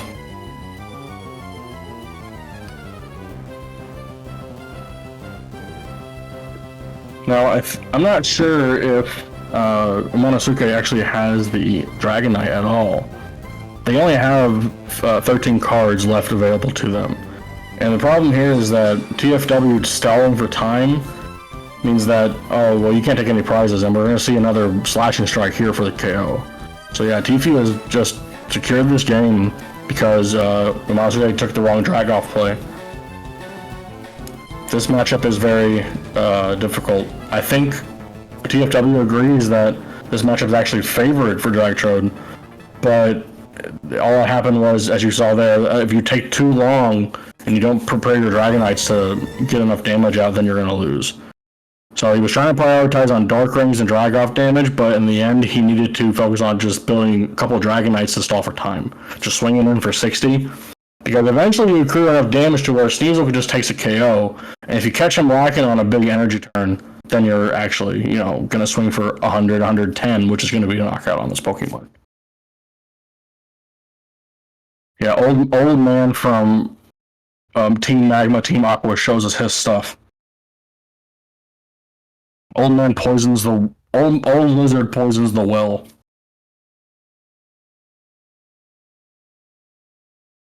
Wow. What do you say, Piplup? Well, what was Raspberry Bell playing? Raspberry Bell was playing Gardevoir, right? Mm-hmm. So now it's Gardevoir versus Sceptile, which we have seen Tfue has had no problem cleaning up Gardevoirs today. Yeah, he even won against Raspberry Bell in the 6th round of Swiss. He beat James G in the 7th round. He beat James G in losers again. So it should be understandable that we should expect him to beat Raspberry Bell. Maybe Raspberry Bell understood something. Maybe they learned from the matchup, but I think TFW beats him. Yeah, this is a close matchup in all things considered. Simply because if you get Sceptile up, it doesn't mean you win. It just means you stop Gardevoir from shutting your Pidgeot off. But if they get their Pidgeot up, and they get the Gardevoir up first, they shut off your Pidgeot, and then you sit there and go, sad. But if you get Sceptile up late, then you're winning, because you use your Pidgeot late. It's a very strange matchup. It's a back and forth. The best way I could describe it for like a modern retro, it's like an Yveltal mirror. It's just simply we're Y-balling back and forth to each other, and we're just waiting for one of us to fuck up. The difference is we don't just have Lysander just to take the game. So in both of their decks, Pal Hand is going to decide the matchup, I think. I think that's actually going to decide the game. Whoever plays their Pal Hand at the right time at the right moment. That's what, and turning on what Pokemon. And we see TFW start with Rayquaza, which is actually pretty strong in this. And he has the energy too, so yes, this is actually a very strong start for TFW. If he can keep that energy on there, a free 50 or 30 anywhere is not bad in this. Yeah, that's great. And if he has a mentor or not a mentor, he could also probably just find Castform attached to Rayquaza, start sniping next turn, right? But Yes, that's if he it's wants just to as play far very back. aggressively. I talked to my brother, and Effie said that Rayquaza Delta is definitely the play in Drag Chode.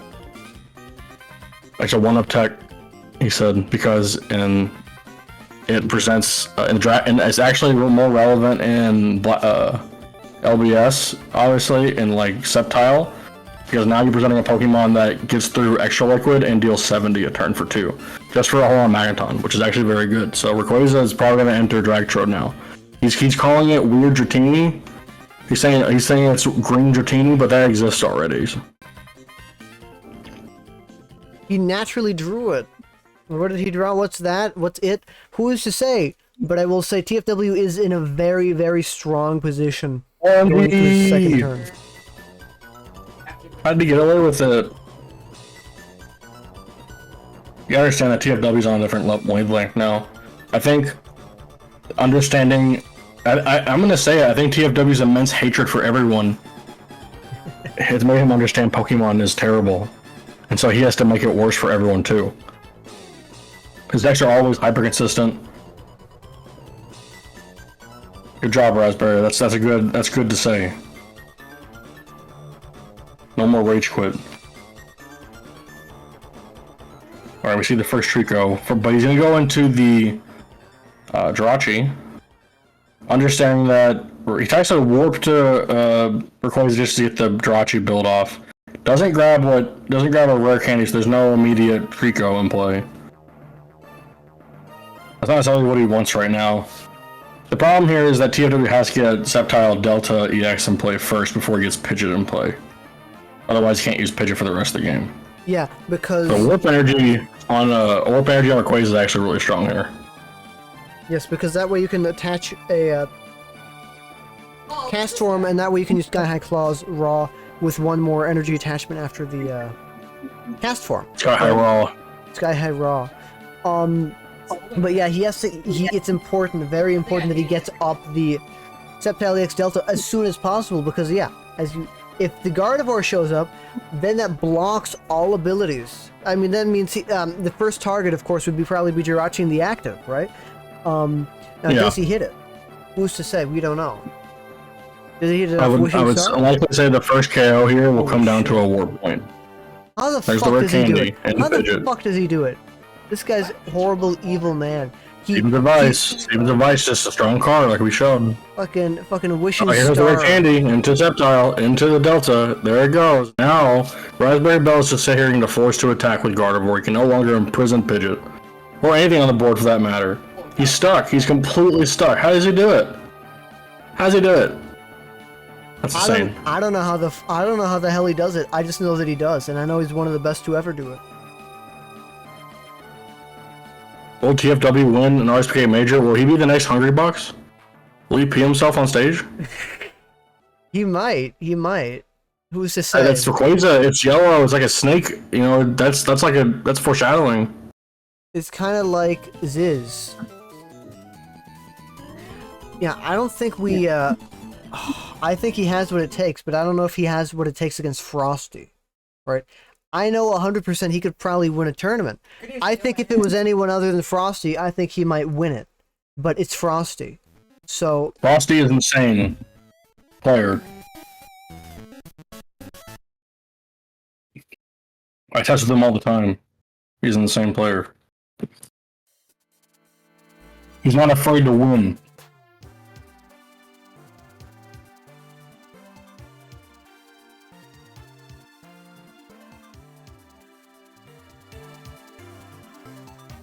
Okay, Yeah, so now he's been Here's on the thing. Bomb-Tar a long time, so he knows how to play. it's like his only deck. Yeah. Frosty only has like 3 main decks, and 2 of them are Bomb-Tar. And that just tells you something. A bullying's bomb, you could say. And he almost didn't make it. He almost didn't make it to the tournament. He was actually, I believe he was 1-2 at the start of the day. He was like he won out into top cut, and now he's final seed.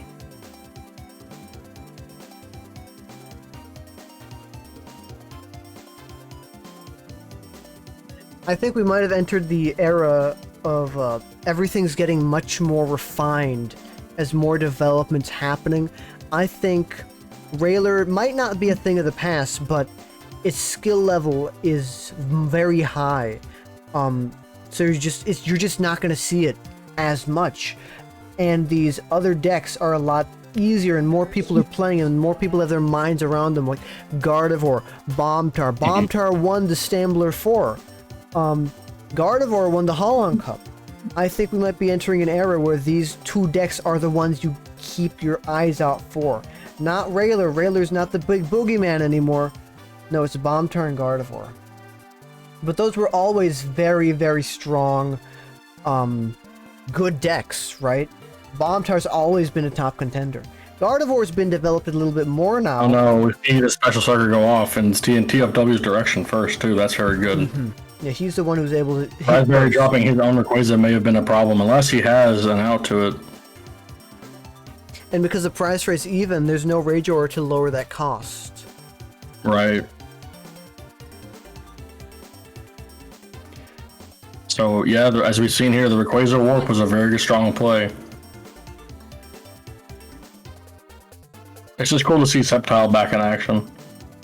Sceptile has always been a really cool Pokemon, but for some reason people were just afraid of it because it had dual weakness, I think. And, you know, in the early days of RSPK, it was like, oh my gosh, Arcanine and Bomb-Tar, you can never set up Sceptile fast enough. And then when people started playing Pidgeot decks and realizing that, you know, the meta pushed away a lot of the Pidgeot counters to the format, as long as you run 4 Windstorm in your deck, you're going to get out with Pidgeot. And as a result, there have been a lot of decks that have shown up to abuse that meta. I really do believe that RSPK is a game of preference. You play the deck that you're best at, or you play the deck that's best for the meta. And then the meta will just circulate. Whoever wins, wins, but really what determines it is what is everyone feeling like everyone was playing. And, you know, it can backfire too. For example, Wimpy Chicken, very good deck, very strong deck. I think Roller Rivers admitted that I'm the only Ryze player to ever beat him with that deck, because it's very good into a lot of the small decks, especially into Gardevoir. That Gardevoir can only sit there and take prizes from the active, really. And I don't think Little River is dumb enough to, you know, just hit a Psychic Rage, for example. So as long as you're dealing 60, they're forced to take a prizes slowly, because they'll just drop another fossil on you every turn. They fossil this, fossil that, and they play their own Sceptile decks as well. So at any point, they can just Psychic Rage you, or Psychic Revenge you for KO on your own Gardevoir. Then you're down 2 prizes again. It's very difficult, but as we saw, like I said, like decks like that, why would Little River play that over Destiny? I feel like Destiny actually is better against Gardevoir, but, you know, Chicken's also pretty good against it too, and it's also better against a lot of Dragtrodes as well, which we saw. So yeah, I think RSPK, that's right, you lost, sorry. I think it's best right now, where everyone's just kind of playing the field and realizing that Pidgeot is a very strong force in the meta right now. And and abusing that fact by playing decks that either beat it or can abuse its slowness. For example, we saw a lot of Steven's advice and Warp Point because Gardevoir's huge ass bench just, you want to take KOs and abuse that number. If you can draw 5 cards in Pokemon, that's pretty significant, especially if you're Dragtrode, when you have 3 abilities to pop off next turn as well before they imprison you. So yeah, I think as long as we see, and if I think this meta is also driven by a lot of the best players.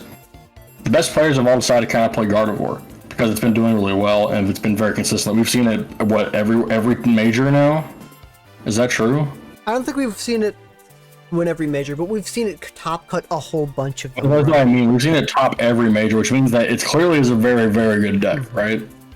So I think in the nature of that, once the best players start gravitating away from that deck and they start doing well, I think that we'll start seeing people playing less and less of those decks as well because people want to follow, they want to follow the best deck in the format or figure out. Yeah. I mean, that's why Rayler was such a top deck because Chuck, Tord, Jason were all playing that deck. Now, Chuck is retired. Chuck's at Lorcana. Chuck's at Snorcana. And Jason jumps between decks. Tord really stuck to Rayler, but Jason now refuses to play good decks. He only plays the 2 funny decks. Who, Tord? He likes gambling too much. Oh, Jason. Yeah. Yeah, Jason likes to play funny decks. He needs to stop. He needs to play real decks. Yeah. If he just played a Pidgeot deck, he would win. If Tord's just stuck with Rayler and LBS, and those are the 2 decks, and he really, likes LBS. I mean, that's his LBS deck's fully blinged out. I think we saw that at the Brawl at the Mall, but I don't think it's just not accommodating. I think LBS honestly isn't the worst call if you're expecting a Gardevoir meta, but the problem was there was too much Sceptile around. Like that's what triggered Gardevoir's response to that was playing more Sceptile, even to the point where Gardevoirs are playing Sceptile.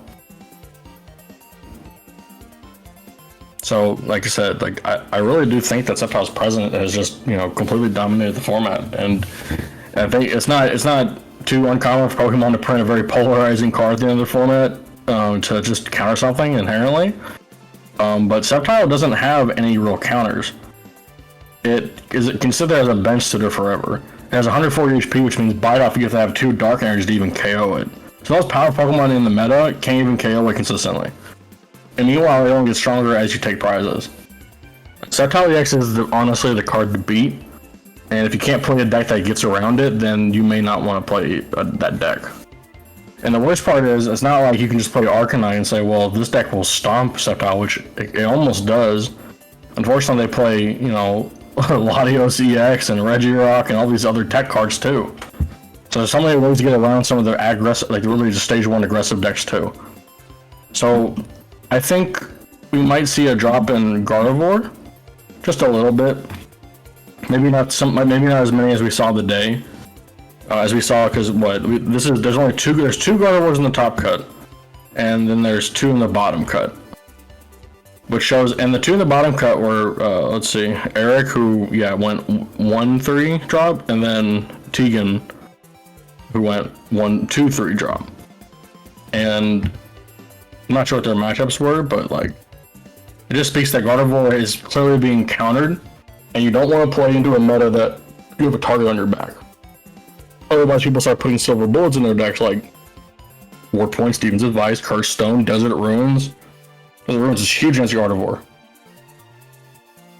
If you put Desert Ruins in play as Rye Eggs and you have a scramble turn, you can attach Cessation Crystal that turn and then take 90 and then deal 10 to the Regirock and take a few prizes. Very important. There's a lot of micro decisions you can make too.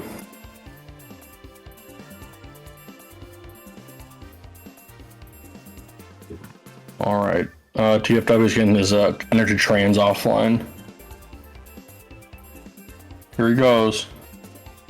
And honestly, I'm not sure if he goes out of the Rayquaza. I think there's really no incentive to not leave it up there. If Raspberry Bell takes additional prizes, if he takes additional prizes, you just say, okay, there you go. So yeah, is it taking the KO here? Because there's not another Gardevoir in play. It could be very unfortunate if Raspberry Bell had the rare candy Gardevoir with an energy in hand. That could be very bad. We have to see. It is a 7-card hand. And I'm not sure, I think if I was TFW, I leave the Rayquaza there. I leave a Hold On Cast Form on it, and I deal 50 somewhere. I think probably on that Pidgeot. Yeah, I think you should diversify your damage a little bit. Yeah, I think the big card that ends this game is what is it? Giant Stump. Giant Stump's gonna be very dangerous because if Raspberry Bell plays it, they can remove the Rayquaza as a liability, retriever it back, and then use it later. And we see a Pidgeot go down. I think if he gets that in the active, he's able to remove the Rayquaza with all the damage on it if he likes. It's also relevant too that Psychic Rage is currently doing what is it? 90 damage. That's pretty good. So that's a solid number. So in other words, if TFW just gets smacked once, a lot of Pokemon are gonna go down. And he doesn't have a green heal up, which isn't too relevant in this matchup. Obviously, because Gardevoir's a fire type, you don't want to really put it down. Towards the later half, though, if Raspberry Bell can't, threaten with another Gardevoir Delta, we will have to see it probably come down. Otherwise, you're just building 80 damage or 70 damage on these big-ass Pokemon on the board, and things cleans up after that. The obstacle for the Sky High Claws, yeah. Sky High Raw, bro. It's over. Yeah, what does he do from here? Because now there's no energy on the board. The Rayquaza is dead. TFW has to take 2 more prizes, but there's all single prizes on the board. I think TFW is in a very favored position right now. Yeah, had a Raspberry Bell had a Gardevoir Delta on board, EX. I mean, this would be a different story. But they whiffed it. They didn't get the. Let's see how many rare candy they played. They played 3 rare candy, so there's probably no chance they were ever gonna get that strategy going. And then they dropped a rare candy on a Pidgeot, which I think was wrong. I don't think you should have done that. I think that was the game ender right there. If you had to save the rare candy for the Gardevoir, or at least try to dig into it, but we have to see what happens. For all we know, they could just drop Latios EX and a Delta Rainbow and just say, okay, Ice Barrier. And then what do? Oh no, we see it. We see the other Latios EX.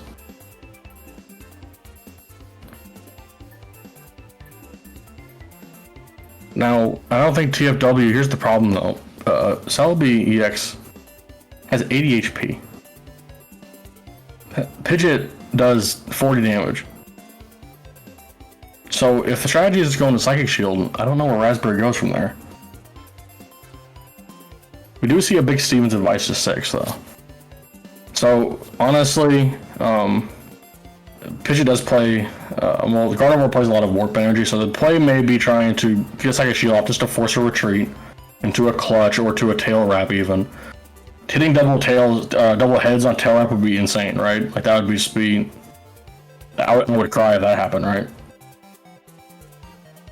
There's the attachment. Now, and there's a Beating Wings away the Jirachi, which I don't think they know.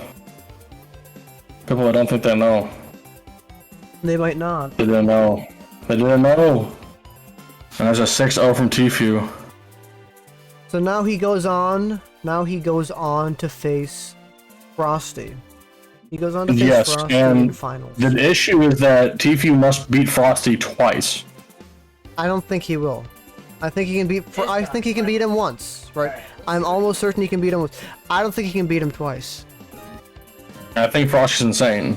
So, but Tfue's shown that he's pretty good. Mm-hmm. Multiple points. All right. Well, congratulations to everybody that participated, and congratulations to our Top Cut players. It's been very fun. I know I had a lot of fun today too. Even though I was mad at Draw Raichus. My list was pretty good. I'm pretty happy with Advanced Eggs. It's called Advanced Eggs, by the way. In fact, I'm gonna post it on everyone's favorite website right now. Hippo, here's the question. Here's the actual question. Do you think TFW is going to just get bodied in one game? Or do you think he's going to get that win and get so close and then just get bodied? Because you seem to have it out for him. Yeah, I think it's very volatile. I think it could go... I think it really depends on the start, right? If the start is bad for TFW, and he's not able to get a Sceptile out turn 1 really super soon, I don't think he wins it. I think he loses without winning a game. I think if he's able to do it for game 1, if he's able to get that Sceptile up really, really early, I think he has it. I think he has, at least maybe he has a foot in the race, he has a leg in the race at that point, but it's really dependent on his start. And I think it's really dependent on, can Frosty, does he develop a, can he develop a bomb before Sceptile? If he doesn't, the question is, can TFW present enough energy on board to just, kind of coast his way through the matchup? Because the good news is that in Bomb Tar, they give you 2 prizes. However, Bomb Tar, a lot of the times, in order to win the game, has to blow up twice in a game. But Sceptile EX has a lot of tech cards that can get around that. I don't know exactly what TFW's are. I think he has Regirock, right? I think he might, but it's very important to know that Frosty did start with the Jirachi. And TFW and if he hits Sensation Crystal and TFW doesn't have a Windstorm, that would be very good. Mm-hmm. So there's a lot of ways to just get locked out of this. This is RSPK, because Bomb Tar is the best deck, and because Bomb is just the best deck. The game is now a race to see who can get the out before they can, because it's just that relevant. I've had games where I've been up all game, and then Ultra EX shows up and they win because Scramble Energy is just that powerful. Power Access is just that powerful. We see a Lapras off on an admin, so that means that either he doesn't have a basic or he's forcing TFW to respond to something in his hand. Which is good too, because if you don't, that means you're saying, okay, I guess have this, which is not good. You don't want to give your opponent just a free card in hand. That means that they have information that you don't. I will say it's very important to know that TFW just Wishing Star and then ended his turn, right? He didn't have a good hand, or at least he didn't have anything he could do, right? Going first is sometimes a disadvantage in Gardevoir because, you have rare candy, but if you don't get a mentor, that's even worse. Going first, though, you can get the turn 1 rare candy plays, but it's more difficult when you don't have a rare candy into a guaranteed Pidgeot. And most of these lists, I think, only really play 2 Pidgey. So they're desperate to get the mentor off, which they're more inclined to get first. Like I said, we have to just sit here and wait. There's a Sensation Crystal, so... oh, and TFW had the Windstorm, that's really good. Very good. Go for that Wishing Star. He probably grabbed the Windstorm off Wishing Star, honestly. Without Sceptile, Stantler, there's no real threat to Windstorm. You can just kind of hold it in your hand, because Trantar's not getting rid of it. This is good. And the Transceiver off, I think probably Windstorm's really huge. Now you can mentor, now you can set yourself up, but you still need to get that Sceptile out. Now Frosty looks to have bricked a little bit, so he was not able to get out an Electrode, a Larvitar, a whatever energy, so you could then evolve them. But that's probably going to change very soon. Yes. Also important to know that he also got another Jirachi, so I wonder if he has some way to switch. He does. He has his Warp Point, the Wishing Stars. Does he get something? What does he get? And then it looks like he just passed his turn. What was that? With a 3-card hand, likely going 3 into 4, likely just trying to really build a hand here. Because he knows that Frosty has a mentor, so maybe it's Steven's advice, just because he knows that 3 mentor might go down. You do want to draw cards. That's pretty important. I've been told that's pretty important. It's almost as important as flipping heads on coins. Mm-hmm. That's one of the most important things you can do. He gets mentor on the Yep. He's playing a second second. The only games I had that came down to flipping heads on Thunderwave and sitting with the Curse Stone play. It's just irrelevant. Yeah, it is very. And, nice. and actually, it's also very important to optimize your coin flips too. Very important. That's why decks like Gardevoir have a bunch of warp energy and warp point. They don't want to get locked like that. They don't want to lose to variants. But yeah, you get Holland's Voltorb, you attach, and then you get Electro DX. Now he has to get that Sceptile this or next turn or something, right? Because I think that as soon as Frosty's able to blow up Electro, he blows it up. Oh, it's I think he's gonna blow it up. Oh, he didn't blow it up immediately.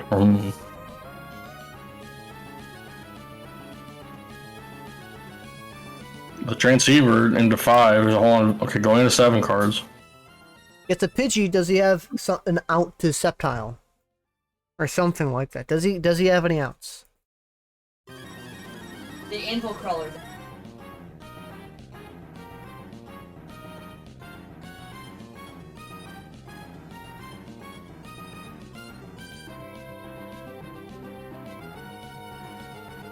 Oh, it's tense. Yeah, he's spending a long time quick searching. Opts to get the Grovyle. I said, well, it's I don't not know. a I don't think that's Sceptile. enough. I don't think that's enough. And if I'm Frosty, I'm gonna sit here and go, okay, with a big smile. Okay, here I go. Here's my best explosion.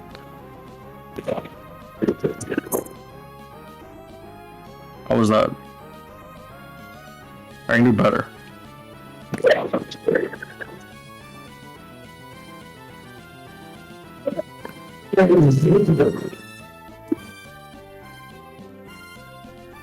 And there it is. He blows up the Trode for like 0 over. energy, right? It doesn't get a single energy off Yeah, it. and because he understands that TFW for the longest time is going to be stuck on just one energy attachment until they get the camera up. So he can just sit there and go, okay, I have scrambles. They equate to 3 energy. That's 2 of those means a bite off. So come over, come feast with me is what Tyranitar says. And giving TFW a huge hand here too is very good for Frosty because he knows that he plays Transceiver and he hasn't seen one yet. He might be holding one in hand just to get that big draw off too. And unfortunately, because of the nature of Bomb Tower, you're not really you're not going to win the admin trade at a 4-prize game. So you're actually discarding your admins a lot of the time. You don't really want to see those. You want to see your Transceiver so you draw into Holon Scientist and stuff. This is good. Very good gameplay. This is action at its peak. We have like one of the old guard and one of the new guard of actioneers. This is insane. Yeah, Frosty's to be good. Frosty's been around for a long time. This game isn't close even. TFW wins this game, Jason says.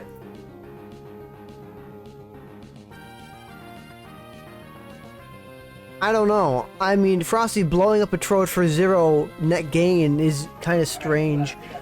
But I think Frosty knows something. I don't know. I think he knows how to play the game at least. Whoa. Because he went undefeated after. He just won every game look at that. after going 2-0 or going 1-2.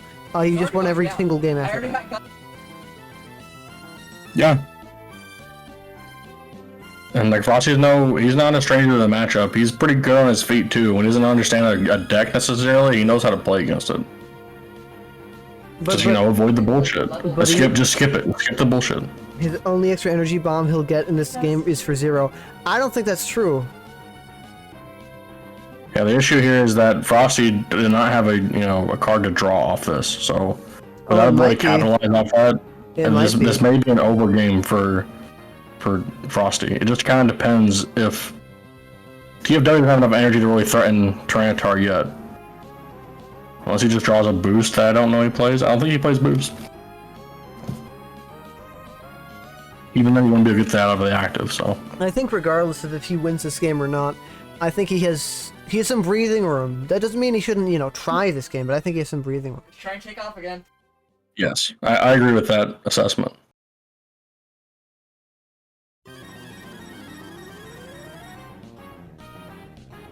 Okay, let's see. Goes into the Pidgeot from the warp point.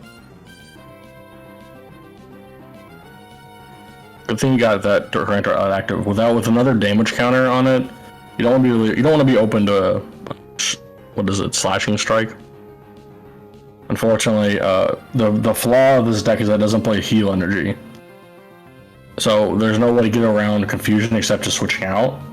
But the one important key factor to Bomb Tower is that heal energy also kind of equates to saving turns and damage. But in order to get fit a lot of the other cards he needed in the deck, unfortunately he had to cut those. He said they're very unneeded. Here's the transceiver he was looking for a couple turns earlier. So I might get him something. If he gets another Pupitar on board, he's not in a terrible spot. But I think here he has to at least I think he has to Spinning Tail here. Or at least take it KO, because otherwise he won't be able to... He'll need to focus on taking wide prizes or setting up the KOs for down the road for another Tyranitar. But if he draws 8 cards, there's the scramble. The question is, does he have another Larvitar in play? I think Frosty still plays Swoop Teleporter. So, you know, basic's not necessarily a problem for him.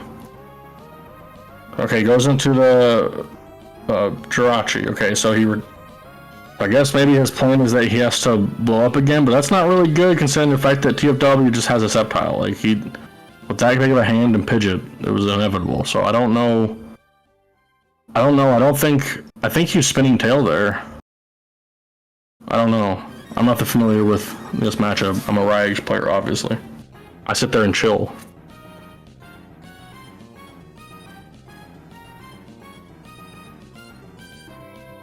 Alright.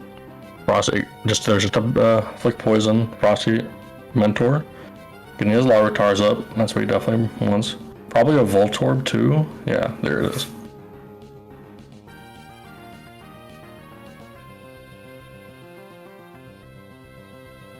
Okay, there's another scramble. He retreats again. I think he really is just buying time. Yeah, I think Frosty understands the only way he's gonna win is getting another Tyranitar up and blowing it up. But he can't blow it up, so either he's waiting for TFW just to waste his time on this Tyranitar while he builds up 2 Pupitar.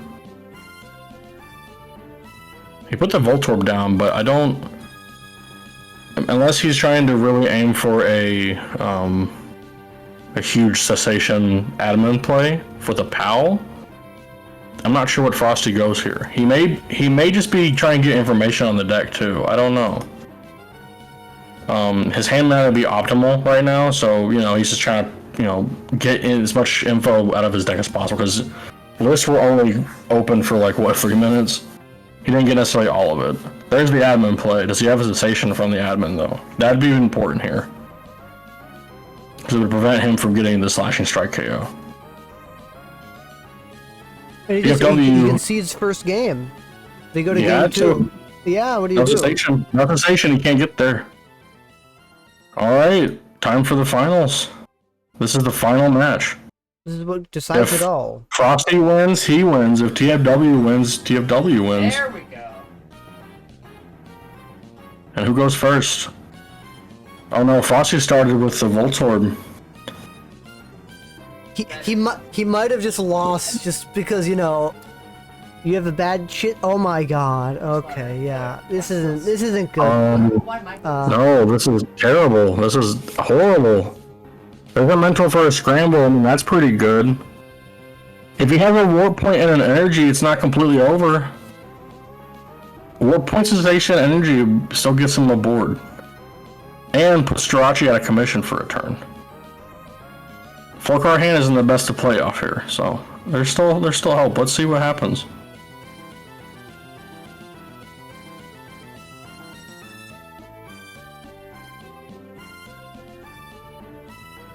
Alright, it's coming on his mentor. Frosty's taking as much time as he possibly can.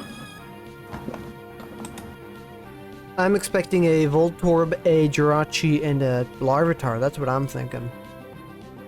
But he's probably checking other stuff. Yeah, honestly here too, like, knowing what's in your prizes on the Bomb Tower, if you know you have a PAL there, you definitely know when it starts taking KOs a little faster. A good thing to note too is Trico only has 40 HP. Everything on that board only has 40 HP. So there it is. There's the trio there. Does he have? He had the warp point. Does he have the energy? Does he have the energy? Because the good news is if TFW doesn't have a warp point himself, he has to waste an energy or have the Pidgeot here and now to get out. Okay, there's the Electrode. Now, let's see what TFW has the rare candy. Let's see if he has the way out. There's the net. That's probably gonna get him a Magnemite, if I had to guess. He can get any Probably the Pokemon? retreat No, out. I think he has it. No, he has it.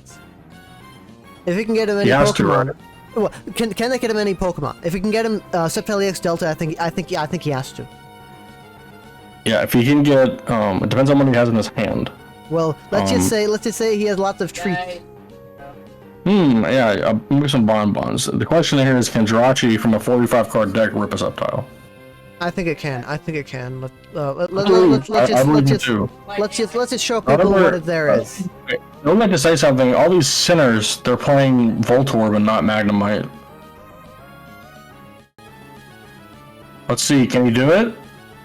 Let's see. Okay, here's the Jirachi. He dropped another Jirachi down. Wait, he did it wrong. Oh no! Did he hit Sceptile?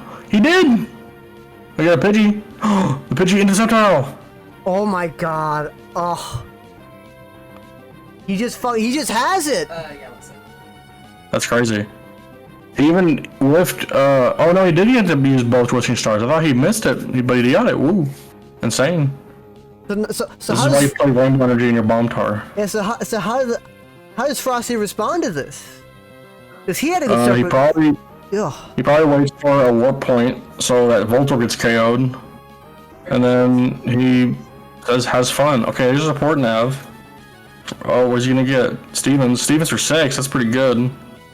It's not over, man. Like, TFW still has to take 6 prizes against Bomb Tower. Now that he knows that he can't blow his Electrode, he could just say, okay, take my wings all day, I guess.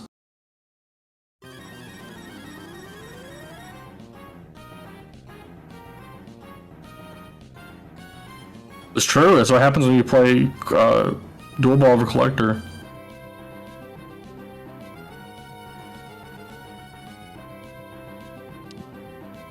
Insane turn. It could have went either way there. Especially because Frosty had energy in the discard.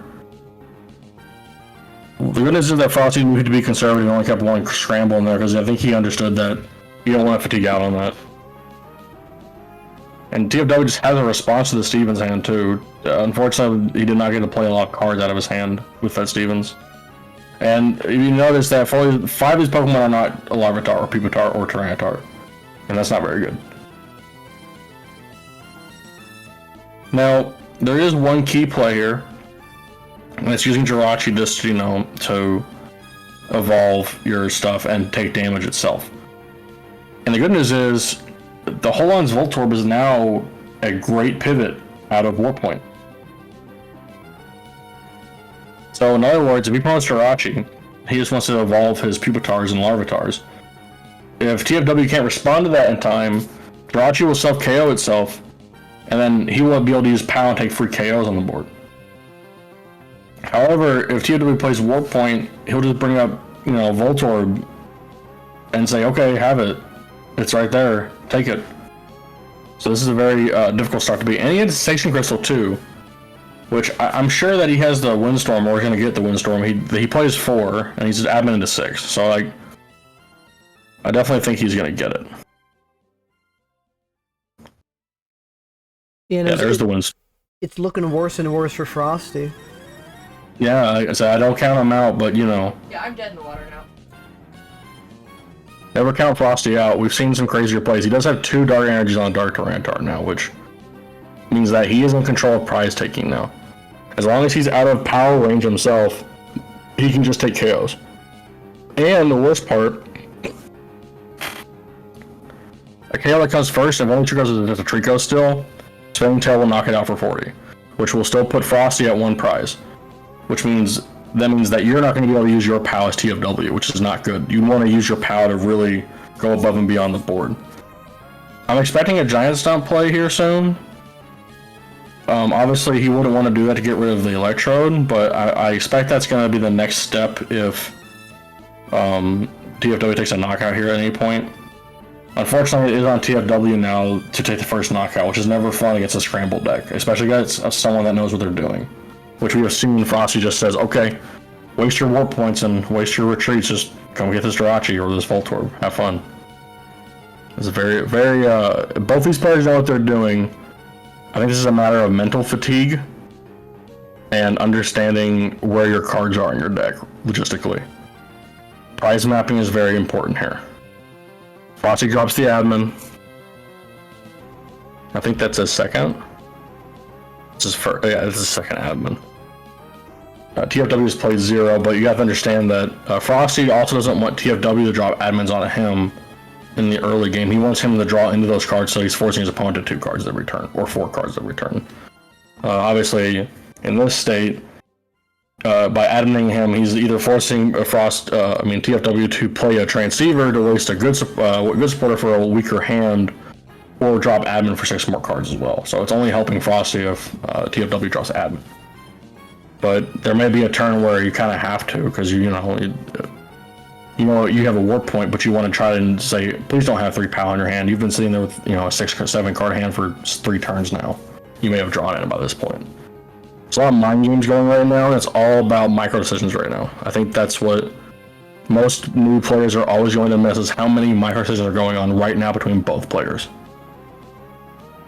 And Frosty naturally will time out because, classic Frosty.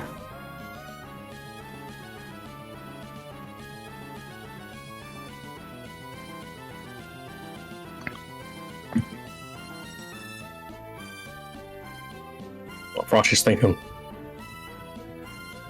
He promotes the Tyranitar. Is he going for a spinning tail? If I had to guess, probably. He doesn't KO the Jirachi, which is kind of what he wants. He doesn't want to take the KO here necessarily. There it goes. And from this stage, if he plays Warp Point, he'll take a free prize on Jirachi as well. And he's not threatened. Since Tyranitar has no damage on it, there's no point in worrying. He resists Psychic too, so the only thing that can really damage this thing is Pidgeot and the Grass Sceptile EX, which is not beneficial in any way. I don't think you want to go into that, because if you go into Sceptile EX, you're gonna be forced to Green Heal that turn for sure.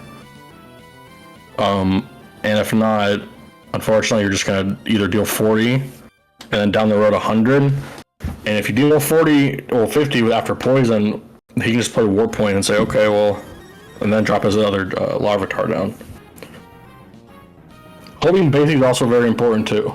I think Frosty recognizes that as well. Sometimes you don't necessarily want a Warp Point coming your way and have to force between a 2-prizer or 1-prizer. That never feels good. So there's the Warp Point, there's the hole on Voltorb Sacrifice, we'll call it. The circular sacrifice. This is the Delta Sacrifice here. If I'm TFW here, I probably Green Heal, which we've seen right now, probably.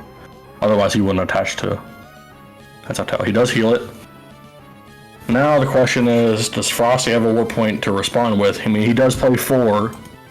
He's already played 2. And Warp Point isn't necessarily really good right here, because the Jirachi, he'll probably just bring up the one that's already going to be KO'd, and Frosty definitely wants to use that as a 2-prize opportunity. There's another Scramble Energy, another admin.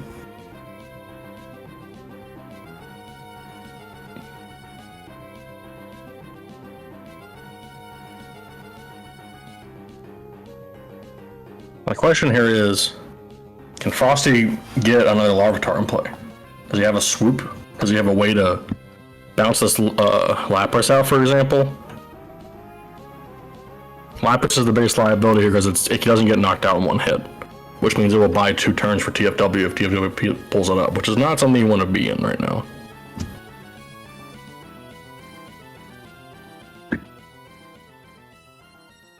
But these guys are drawing 6 cards each.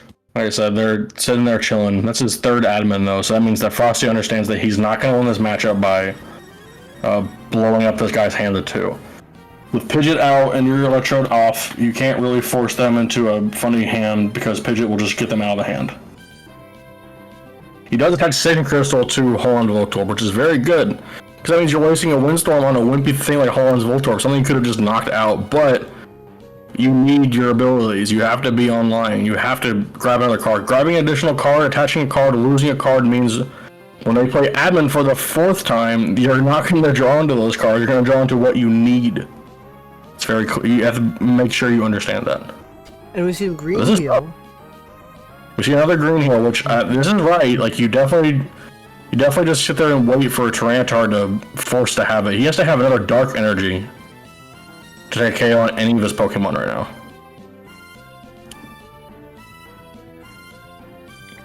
It's Frosty. He could easily have it, but he doesn't want to start Holon's Voltorb.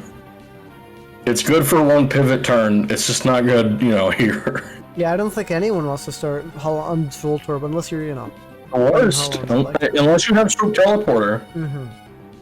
Which I'm not sure if Frosty's even playing. I thought he had it in his list. It's one of the best cards in the format, for sure. Steel. Oh wait, did you finally get it? What do you think?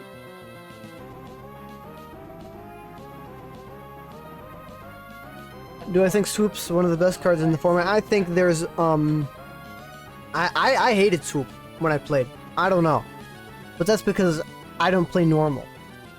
I think it's a very decent card. I think it maybe should be played a little bit more though.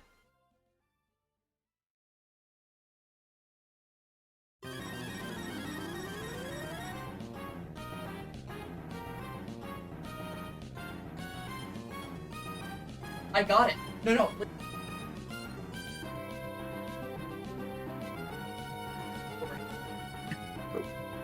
Hey, sorry, back. I wanted to know why a Mulock player says he hates Swoop Teleport. That's crazy. Well, I didn't. Well, you see, actually, I wasn't playing that. I was He playing. never played it. I played Mulock. No, I was. It was in the put Mutrick. Rat It was in in Mutrick. Mulock. I didn't like it in there. You should put Raticate in Mulock. I think They've been that's saying. that's a different. I think that's Ratlock. No, because you have Mew. You have Mew Rat. Mew has 20 more HP.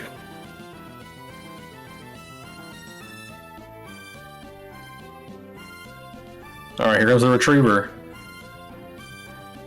Quasar, Mew, and Holon's cast form.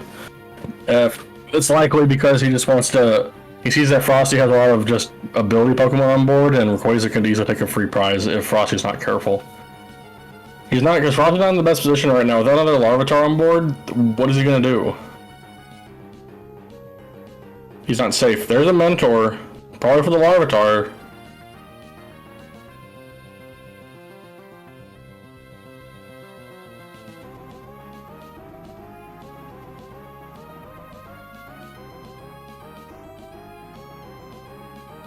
Another important note is that Frosty, I don't think he's playing Rocket's Pokeball. That just shows you that Steven's advice is that strong. I don't think he would be playing Rocket's Pokeball either. I think he's playing a different style, different build. I don't think his build would necessitate that. It seems like he's more, since he's so less dark focused, he's more focused on just consistency, getting the bomb up turn 2 with the Jirachi. Yeah. I don't think you really, you're a remember- lot slower, but you're also faster because of it, which Yeah, is strange. It's fun to play. I remember Zelix was posting. They're like, this Jirachi is really strong. You want Electrode up as soon as possible. I forget what else, but it was generally along those lines, and it looks like that might be true, right? Frosty's in finals. We've seen a lot of Japanese lists like that. We've seen a lot of them played Make-A-Wish before. That's just a good card. It's very good against POW as well.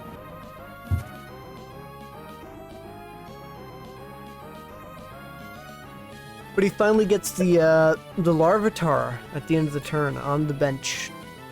Yeah, so now no one can do anything. We are literally in a stalemate.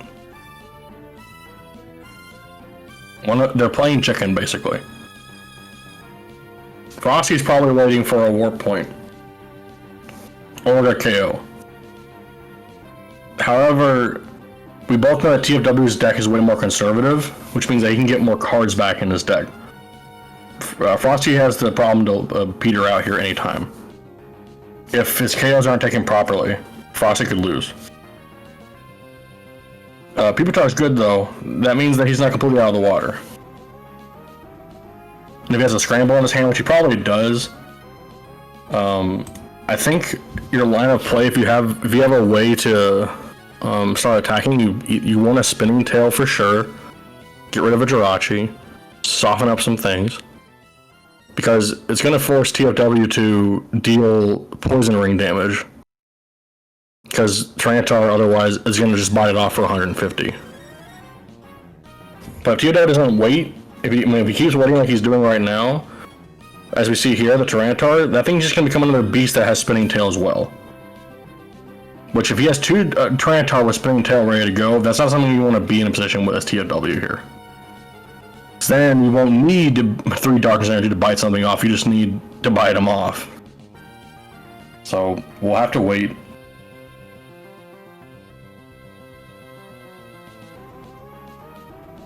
Yeah, that's what I was saying too, Hopkins. Frosty definitely needs to start getting the Spinning Tail. That's what I'm saying. TFW is kind of in a pickle here. He's kind of forced to respond. However, Frosty doesn't have any more admin. He only has 1, I think. So he's not really going to get shut off anytime soon. He's not going to get, like... I don't think there's any world where Frosty at this stage can admin him into a terrible state. Everyone has all their energy up on board. It really is kind of like avoiding POW hand extension. It kind of just comes down to who can attack. Who's going to... We're literally playing chicken. Like, that's really how I can just describe it. It's on Frosty again. He's adventuring. Frosty confident in his 19-card deck. TFW has 25 cards available to him. If I had to guess, Frosty's just waiting for the inevitable admin. He just is preparing himself for that. He knows he's getting rid of all his fluff in his deck. Just so when he gets admin, it's going to likely be 2, if not 3 POW hand extension. And he still has 2 Warp Point in his list too, as well as a Windstorm, I believe. So there's not going to be any giant stump trapping to prevent him from getting another Larvitar on board. There's not going to be any I Warp Point you, and you can't Warp Point me back shenanigans or none of that. So yeah, I think both players are going to have to just figure out what the hell to do. And I think it's going to come down to sacking a Pidgeot for this fucking Voltorb that's been here for 22 turns. Oh, this Voltorb. They're just really drawing and passing. They're not really doing much. I mean, like, yeah, it is a stalemate, but draw-wise, TFW has a few more cards, it looks like, in circulation. Right. And I don't think either player is going to deck out necessarily, but it is relevant about admin disrupting. Since Frosty can't blow up anymore, he can't force TFW to take prizes and shuffle into a terrible hand that he can't get out of. So it's about building this Tyranitar up. Once he gets 2 up, I think Frosty wins it. But it's just up to if Frosty can, if TFW gives him enough time. If TFW sees his other outs and stuff, like, I don't know, does he play Latios? Latios Star? If he plays Latios Star, I mean, that's a terrible, like, awesome tech to play into Bombtar. And with enough hold-on energy on the board, like we've seen here, like, he's in a good spot to just chain them too. So yeah, I don't know. The stalemate will come. Frosty, there it is. Frosty's dropping his final admin, just saying, fuck it, I know what you have in hand. Attaches to the Voltorb. Frosty's taking, I think he's taking the initiative here. They're looking back to bite him. Because, yeah. If I had to guess, he's probably just gonna go for a grind. Go. Or maybe he's just gonna put this Voltorb and say, alright, do something. It is only a hold on FF, which is irrelevant in this matchup too. Yeah, what I was thinking is that he'd Spinning Tail, right? Well, I would say this is actually a really bad place to Spinning Tail. Only because you're going to take 1 prize here. And if he green heals... Yeah, if you green heal with that thing, you're saving energy on the back end too. And TFW's only played 3 Candy. He definitely has 1 more for another Sceptile EX, which then... So it's just about doing damage to this Tyranitar and then getting a decisive slashing strike on it. You want those 3 Dark Energies gone. Once those are gone, yeah, Frosty has no way to come back. And we know TFW plays a POW hand extension. So even 100 damage on that Tyranitar with the energy is terrible for him. It looks like TFW's probably going to go for his own Spinning Tail.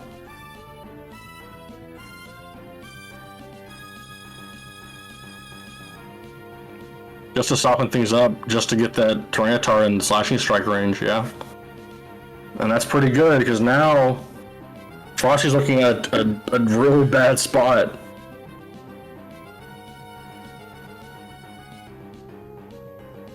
See, the issue now is that since Frosty's a prize ahead, we know TFW has that POW hand extension. And with Pidgeot active, he can search it anytime he wants. So yeah, we were on the wrong. We did not play Latios Star, but we played Muse Star. Just as good, as you can see. In this deck, it's just as good. Yes, copy Gets spinning around, tail is huge, I think. Yeah, no, it is definitely huge. Because you're gonna next turn, presuming that you keep spinning tails, you're gonna be able to kill a Voltorb on the bench, and you're gonna keep ticking, and the Jirachi will just be one more spinning tail after that, and whatever. You're just gonna keep piling on. I'm gonna argue that TFW definitely doesn't want to KO the Voltorb, but softening up the Tyranitar for slashing strike, like the only way you as Frosty get around that is killing the Mew. We could maybe see him copy Mind Bend. I think it'd be interesting. Maybe. I think he should have. Yeah, I think he should have. I don't know. Maybe could you KO the Mew? No, I don't think he should have either, because it would still be POW active too. That's tough. So here comes the first. Yeah, here comes the. Here it comes. Oh, Mimicry. Oh, okay. Grinding. All right, I see you. This can't be easy for Frosty. Just that fucking turn 2 Sceptile, man. They got him. And TFW may be our champion here.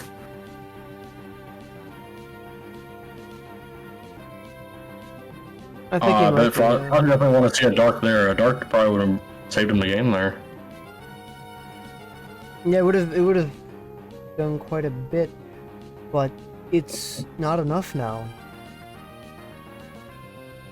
Yeah, I don't know what Frosty's attempt is next.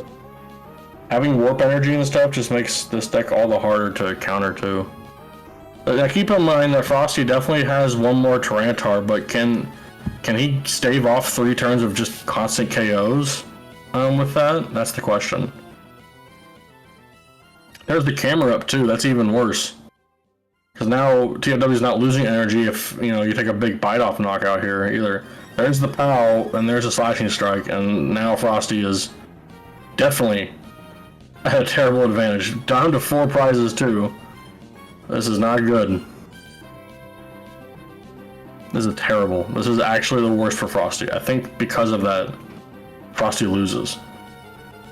I think Frosty lost turn 1, or very early on in the game. I think he lost because starting Voltorb and getting Sceptiled, that's one thing.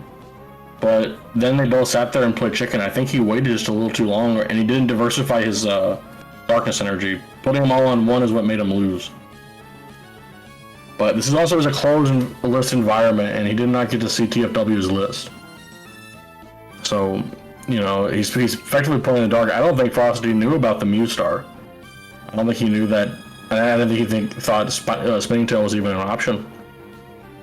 I just showed you RSBK developing every little corner. So many niche plays to do.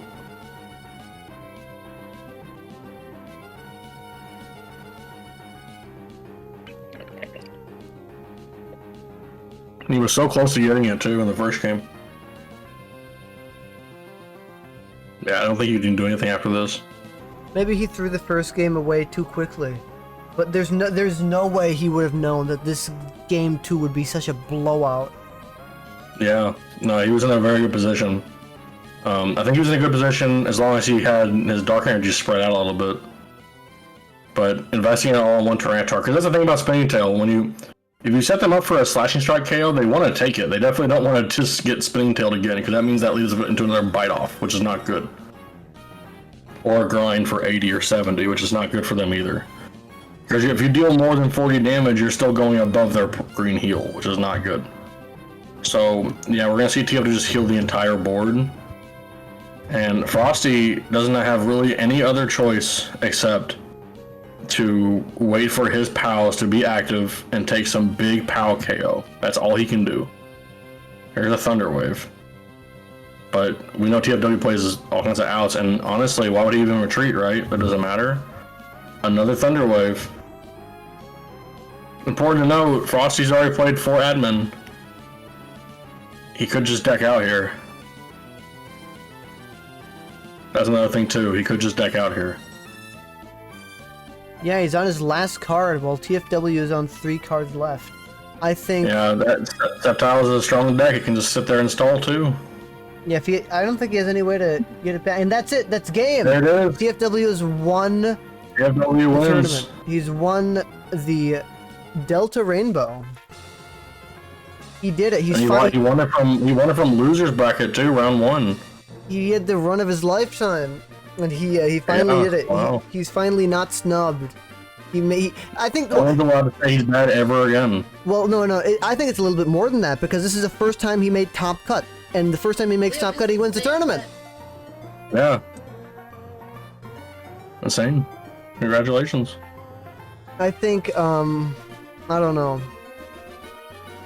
It's good. Let me see if I can get him on the line though. Though it is really late. I feel a little bit drowsy, personally.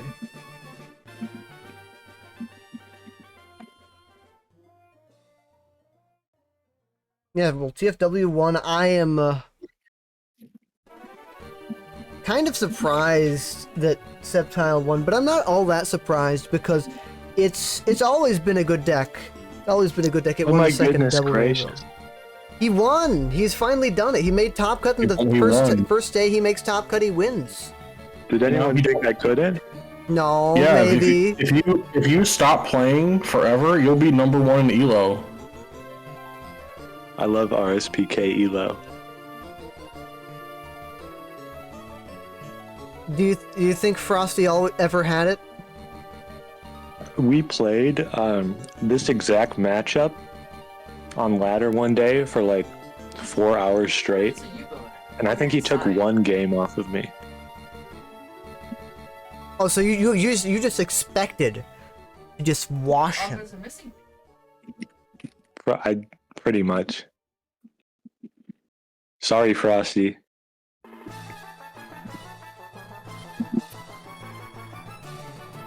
You know, it was a complete blowout. Like, it was a 50-50 shot between you locking him out of the game or him locking you out of the game. Even if he explodes before I get Sceptile up, it's completely fine.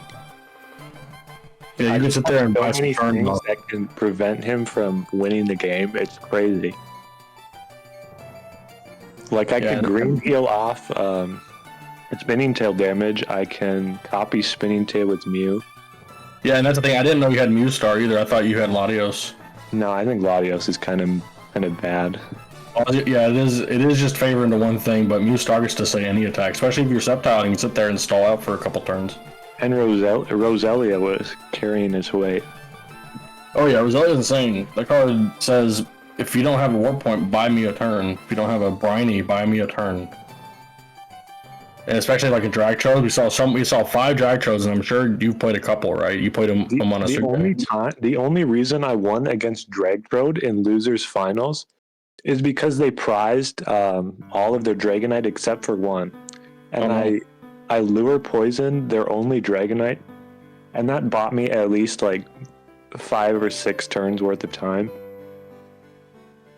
If I didn't have Roselia, or if they didn't prize those Dragonites, I would not be number 1 today. Do you think you're gonna keep being number 1? You think you're gonna keep destroying these players? No, I like sandbagging too much. Do you think if you play Pop, you'll ever return?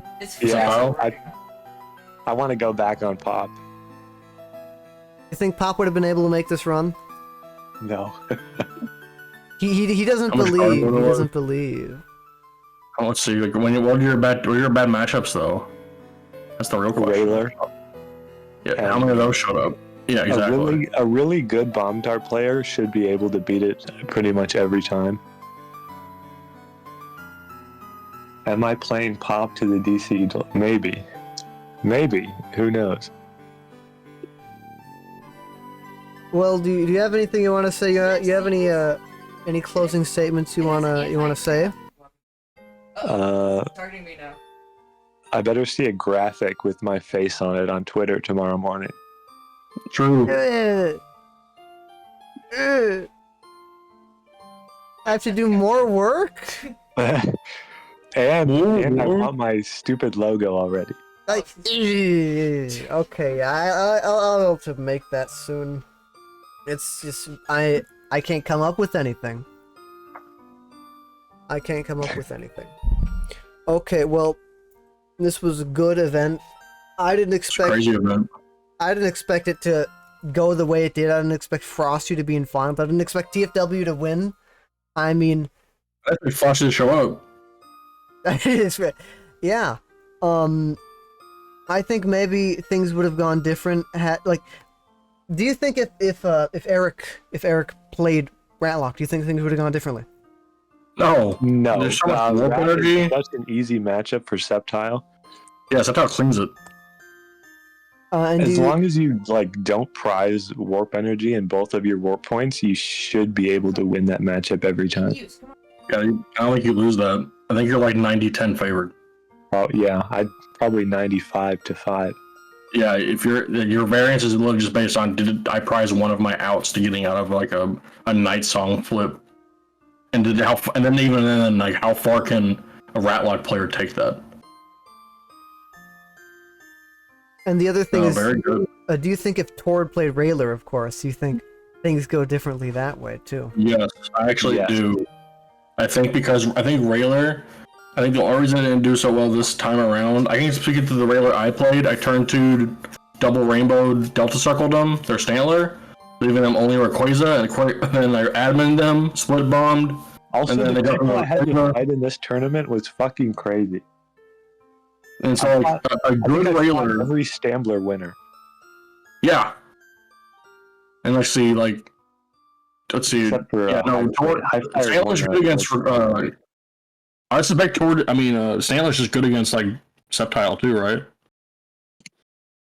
Yeah, it's Railer's difficult because first stone eats your entire board, and you play so little energy that ER2 is a lot more impactful than it should be.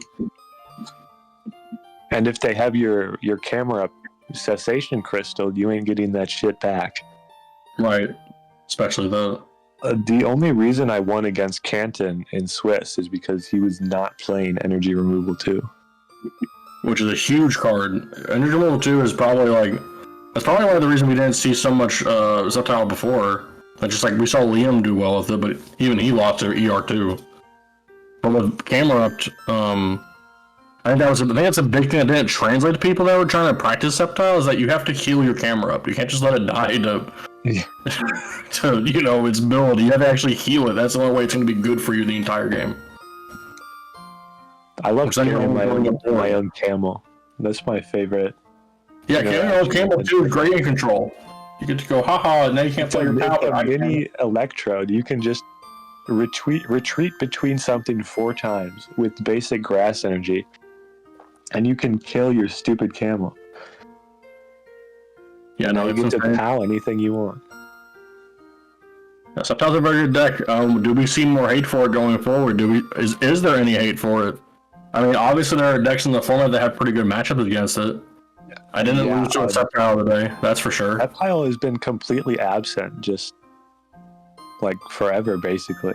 I think people are just afraid. It's a full deck. The last couple tournaments, people were on Swampert decks and Bayonet decks and Gardevoir and shit like that. And it's just I think the Yokohama Open, all the top 8 decks all reasonably took an auto loss or near unfavorable matchup to Sceptile. And it's just crazy how 0 people decide to play it. Yeah, Sceptile I think's always been there. I think it won the double Rainbow 2, right? I think, or the first one actually was won by Chiro, and he was on. It was a whole new thing. He was playing 3 energy, and it just didn't really catch on. Like, a few people played it here and then, but it really didn't leave a lasting impact. Yeah, my list was melded over time from Liam's list. I probably changed like 30 cards by now, but it took a lot of work to get it to a playable state in modern RS2PK. I can't believe I topped a major. I know, I scrubbed out the last 5 It was times. And what sucks too is that the bracket I played on the TFW, I was like, I think I win this, but I don't want to play him right now. I want him to go beat a Gardevoir for me. I have never played the Rye Eggs matchup. I had no idea Never? how that was supposed to go. It's since you're so slow, it's not easy, but I thought the answer was just Green Heal forever until I can deal 90. I can deal 90 and eventually that adds up. I realized that, and I was like, okay, he can win in like 3 turns because I have so much damage on my EXs. Yep, and just well traded. Like if you force the trick to Rye Eggs now is forcing an opponent, because most decks are just playing 4 Windstorm and not really any stadium outs, or they're playing like 1 stadium out that's very like a Giant Stump and Gardevoir. It's like a 1-of that you have to play on a very, very specific turn.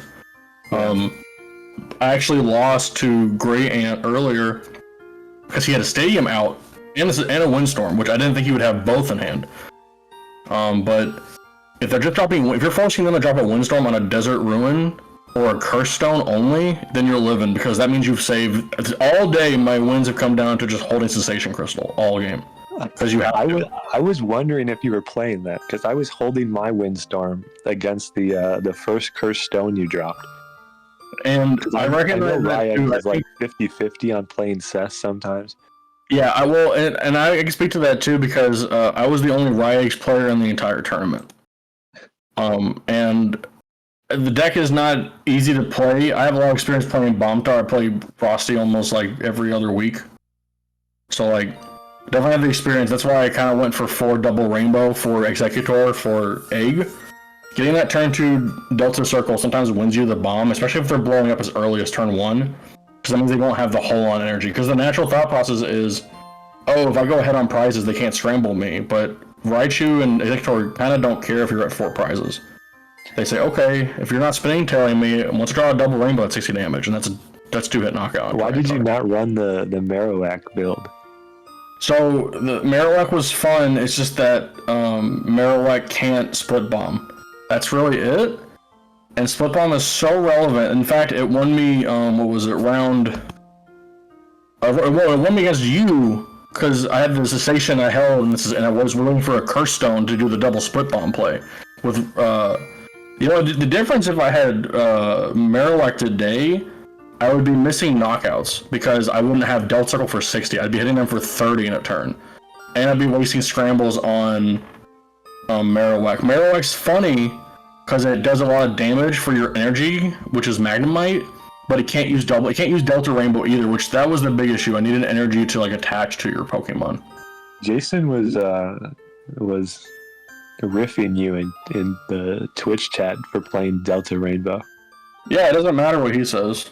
I don't remember what he said exactly. I'm the one that plays the deck. I played it enough to a point where I realized Delta Rainbow solves the Crystal Beach problem, and it also solves the oh no, I have 2 unplayable energy on a Executor. I don't want to waste a Cast Form on it. I want to, because the other problem too, I didn't run as many Cast Form today because there's 2 problems with drawing with Cast Form, which is either you're going to get admin immediately because a pitch is going to search for the out and you're not going to be able to capitalize on that, or they abuse Hold On Scientist and they Hold On Scientist for 16. That happened to me today.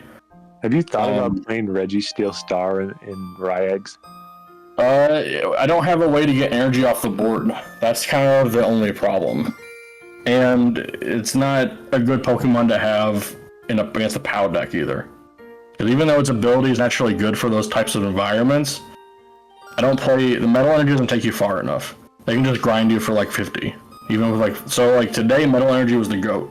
You can throw a want- cast form on him. Huh? You can throw a cast form on him. That's true. That's true. But I think really what comes down to the Delta Rainbow just acts as an additional energy to attach. Which the biggest problem I was having in Rise was not having an energy in hand. So playing against a lot of Destiny and seeing what Destiny was just good at, I was like, oh, it's because they never miss an energy drop.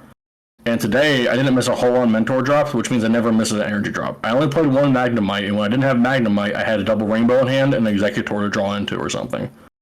So the deck was really just about attaching to my bench Pokemon first, and then surprise Delta Rainbow knockout with a Delta Circle, and a lot of matchups too. Shout out to my brother. He got a 14th place. He lost to some very bad matchups, which is very funny. But this is his first major, which is cool. Playing him a lot too made me realize that the aggressive decks take the advantage of being a bad Ryage player. So whatever you can make faster. If you have more energy to attach to a Raichu, that means you have one turn of Zap, then you can retreat out of, and then you have a Metallic Thunder for 80, which you saw with TFW's game, where I was like, oh, I just can shoot him for 80 and 90 every turn, because I have an energy for free, and if he doesn't get out of this, I can zap him too. Just accruing damage on the board is very good. But I don't think what other cards I would add over Delta Rainbow would only make the deck worse. If I added more a Magnemite cast form, like I said, today there's a lot of control decks, like a lot of Camler and stuff. And I don't necessarily want to start with Magnemite against Bombtar. We saw TFW just win because of that. So I definitely want to reduce my chances of that. So the replacement of cast form is having an energy that is cast form's fulfillment. And Ryage's Delta, you really only need it for Mew and Executor, because Executor only needs one fighting to use Split Bomb. So it acts as your fighting if you only have like a Magnemite and a Metal in hand, for example. So it's like surprise, Split Bomb, and they're like, oh man, I wish he didn't. And it also has another energy to be able to deal 70, which 70 damage is pretty relevant, especially on the Sceptile or someone with 150 HP like Gardevoir. Doing 70 and then 90 is 160.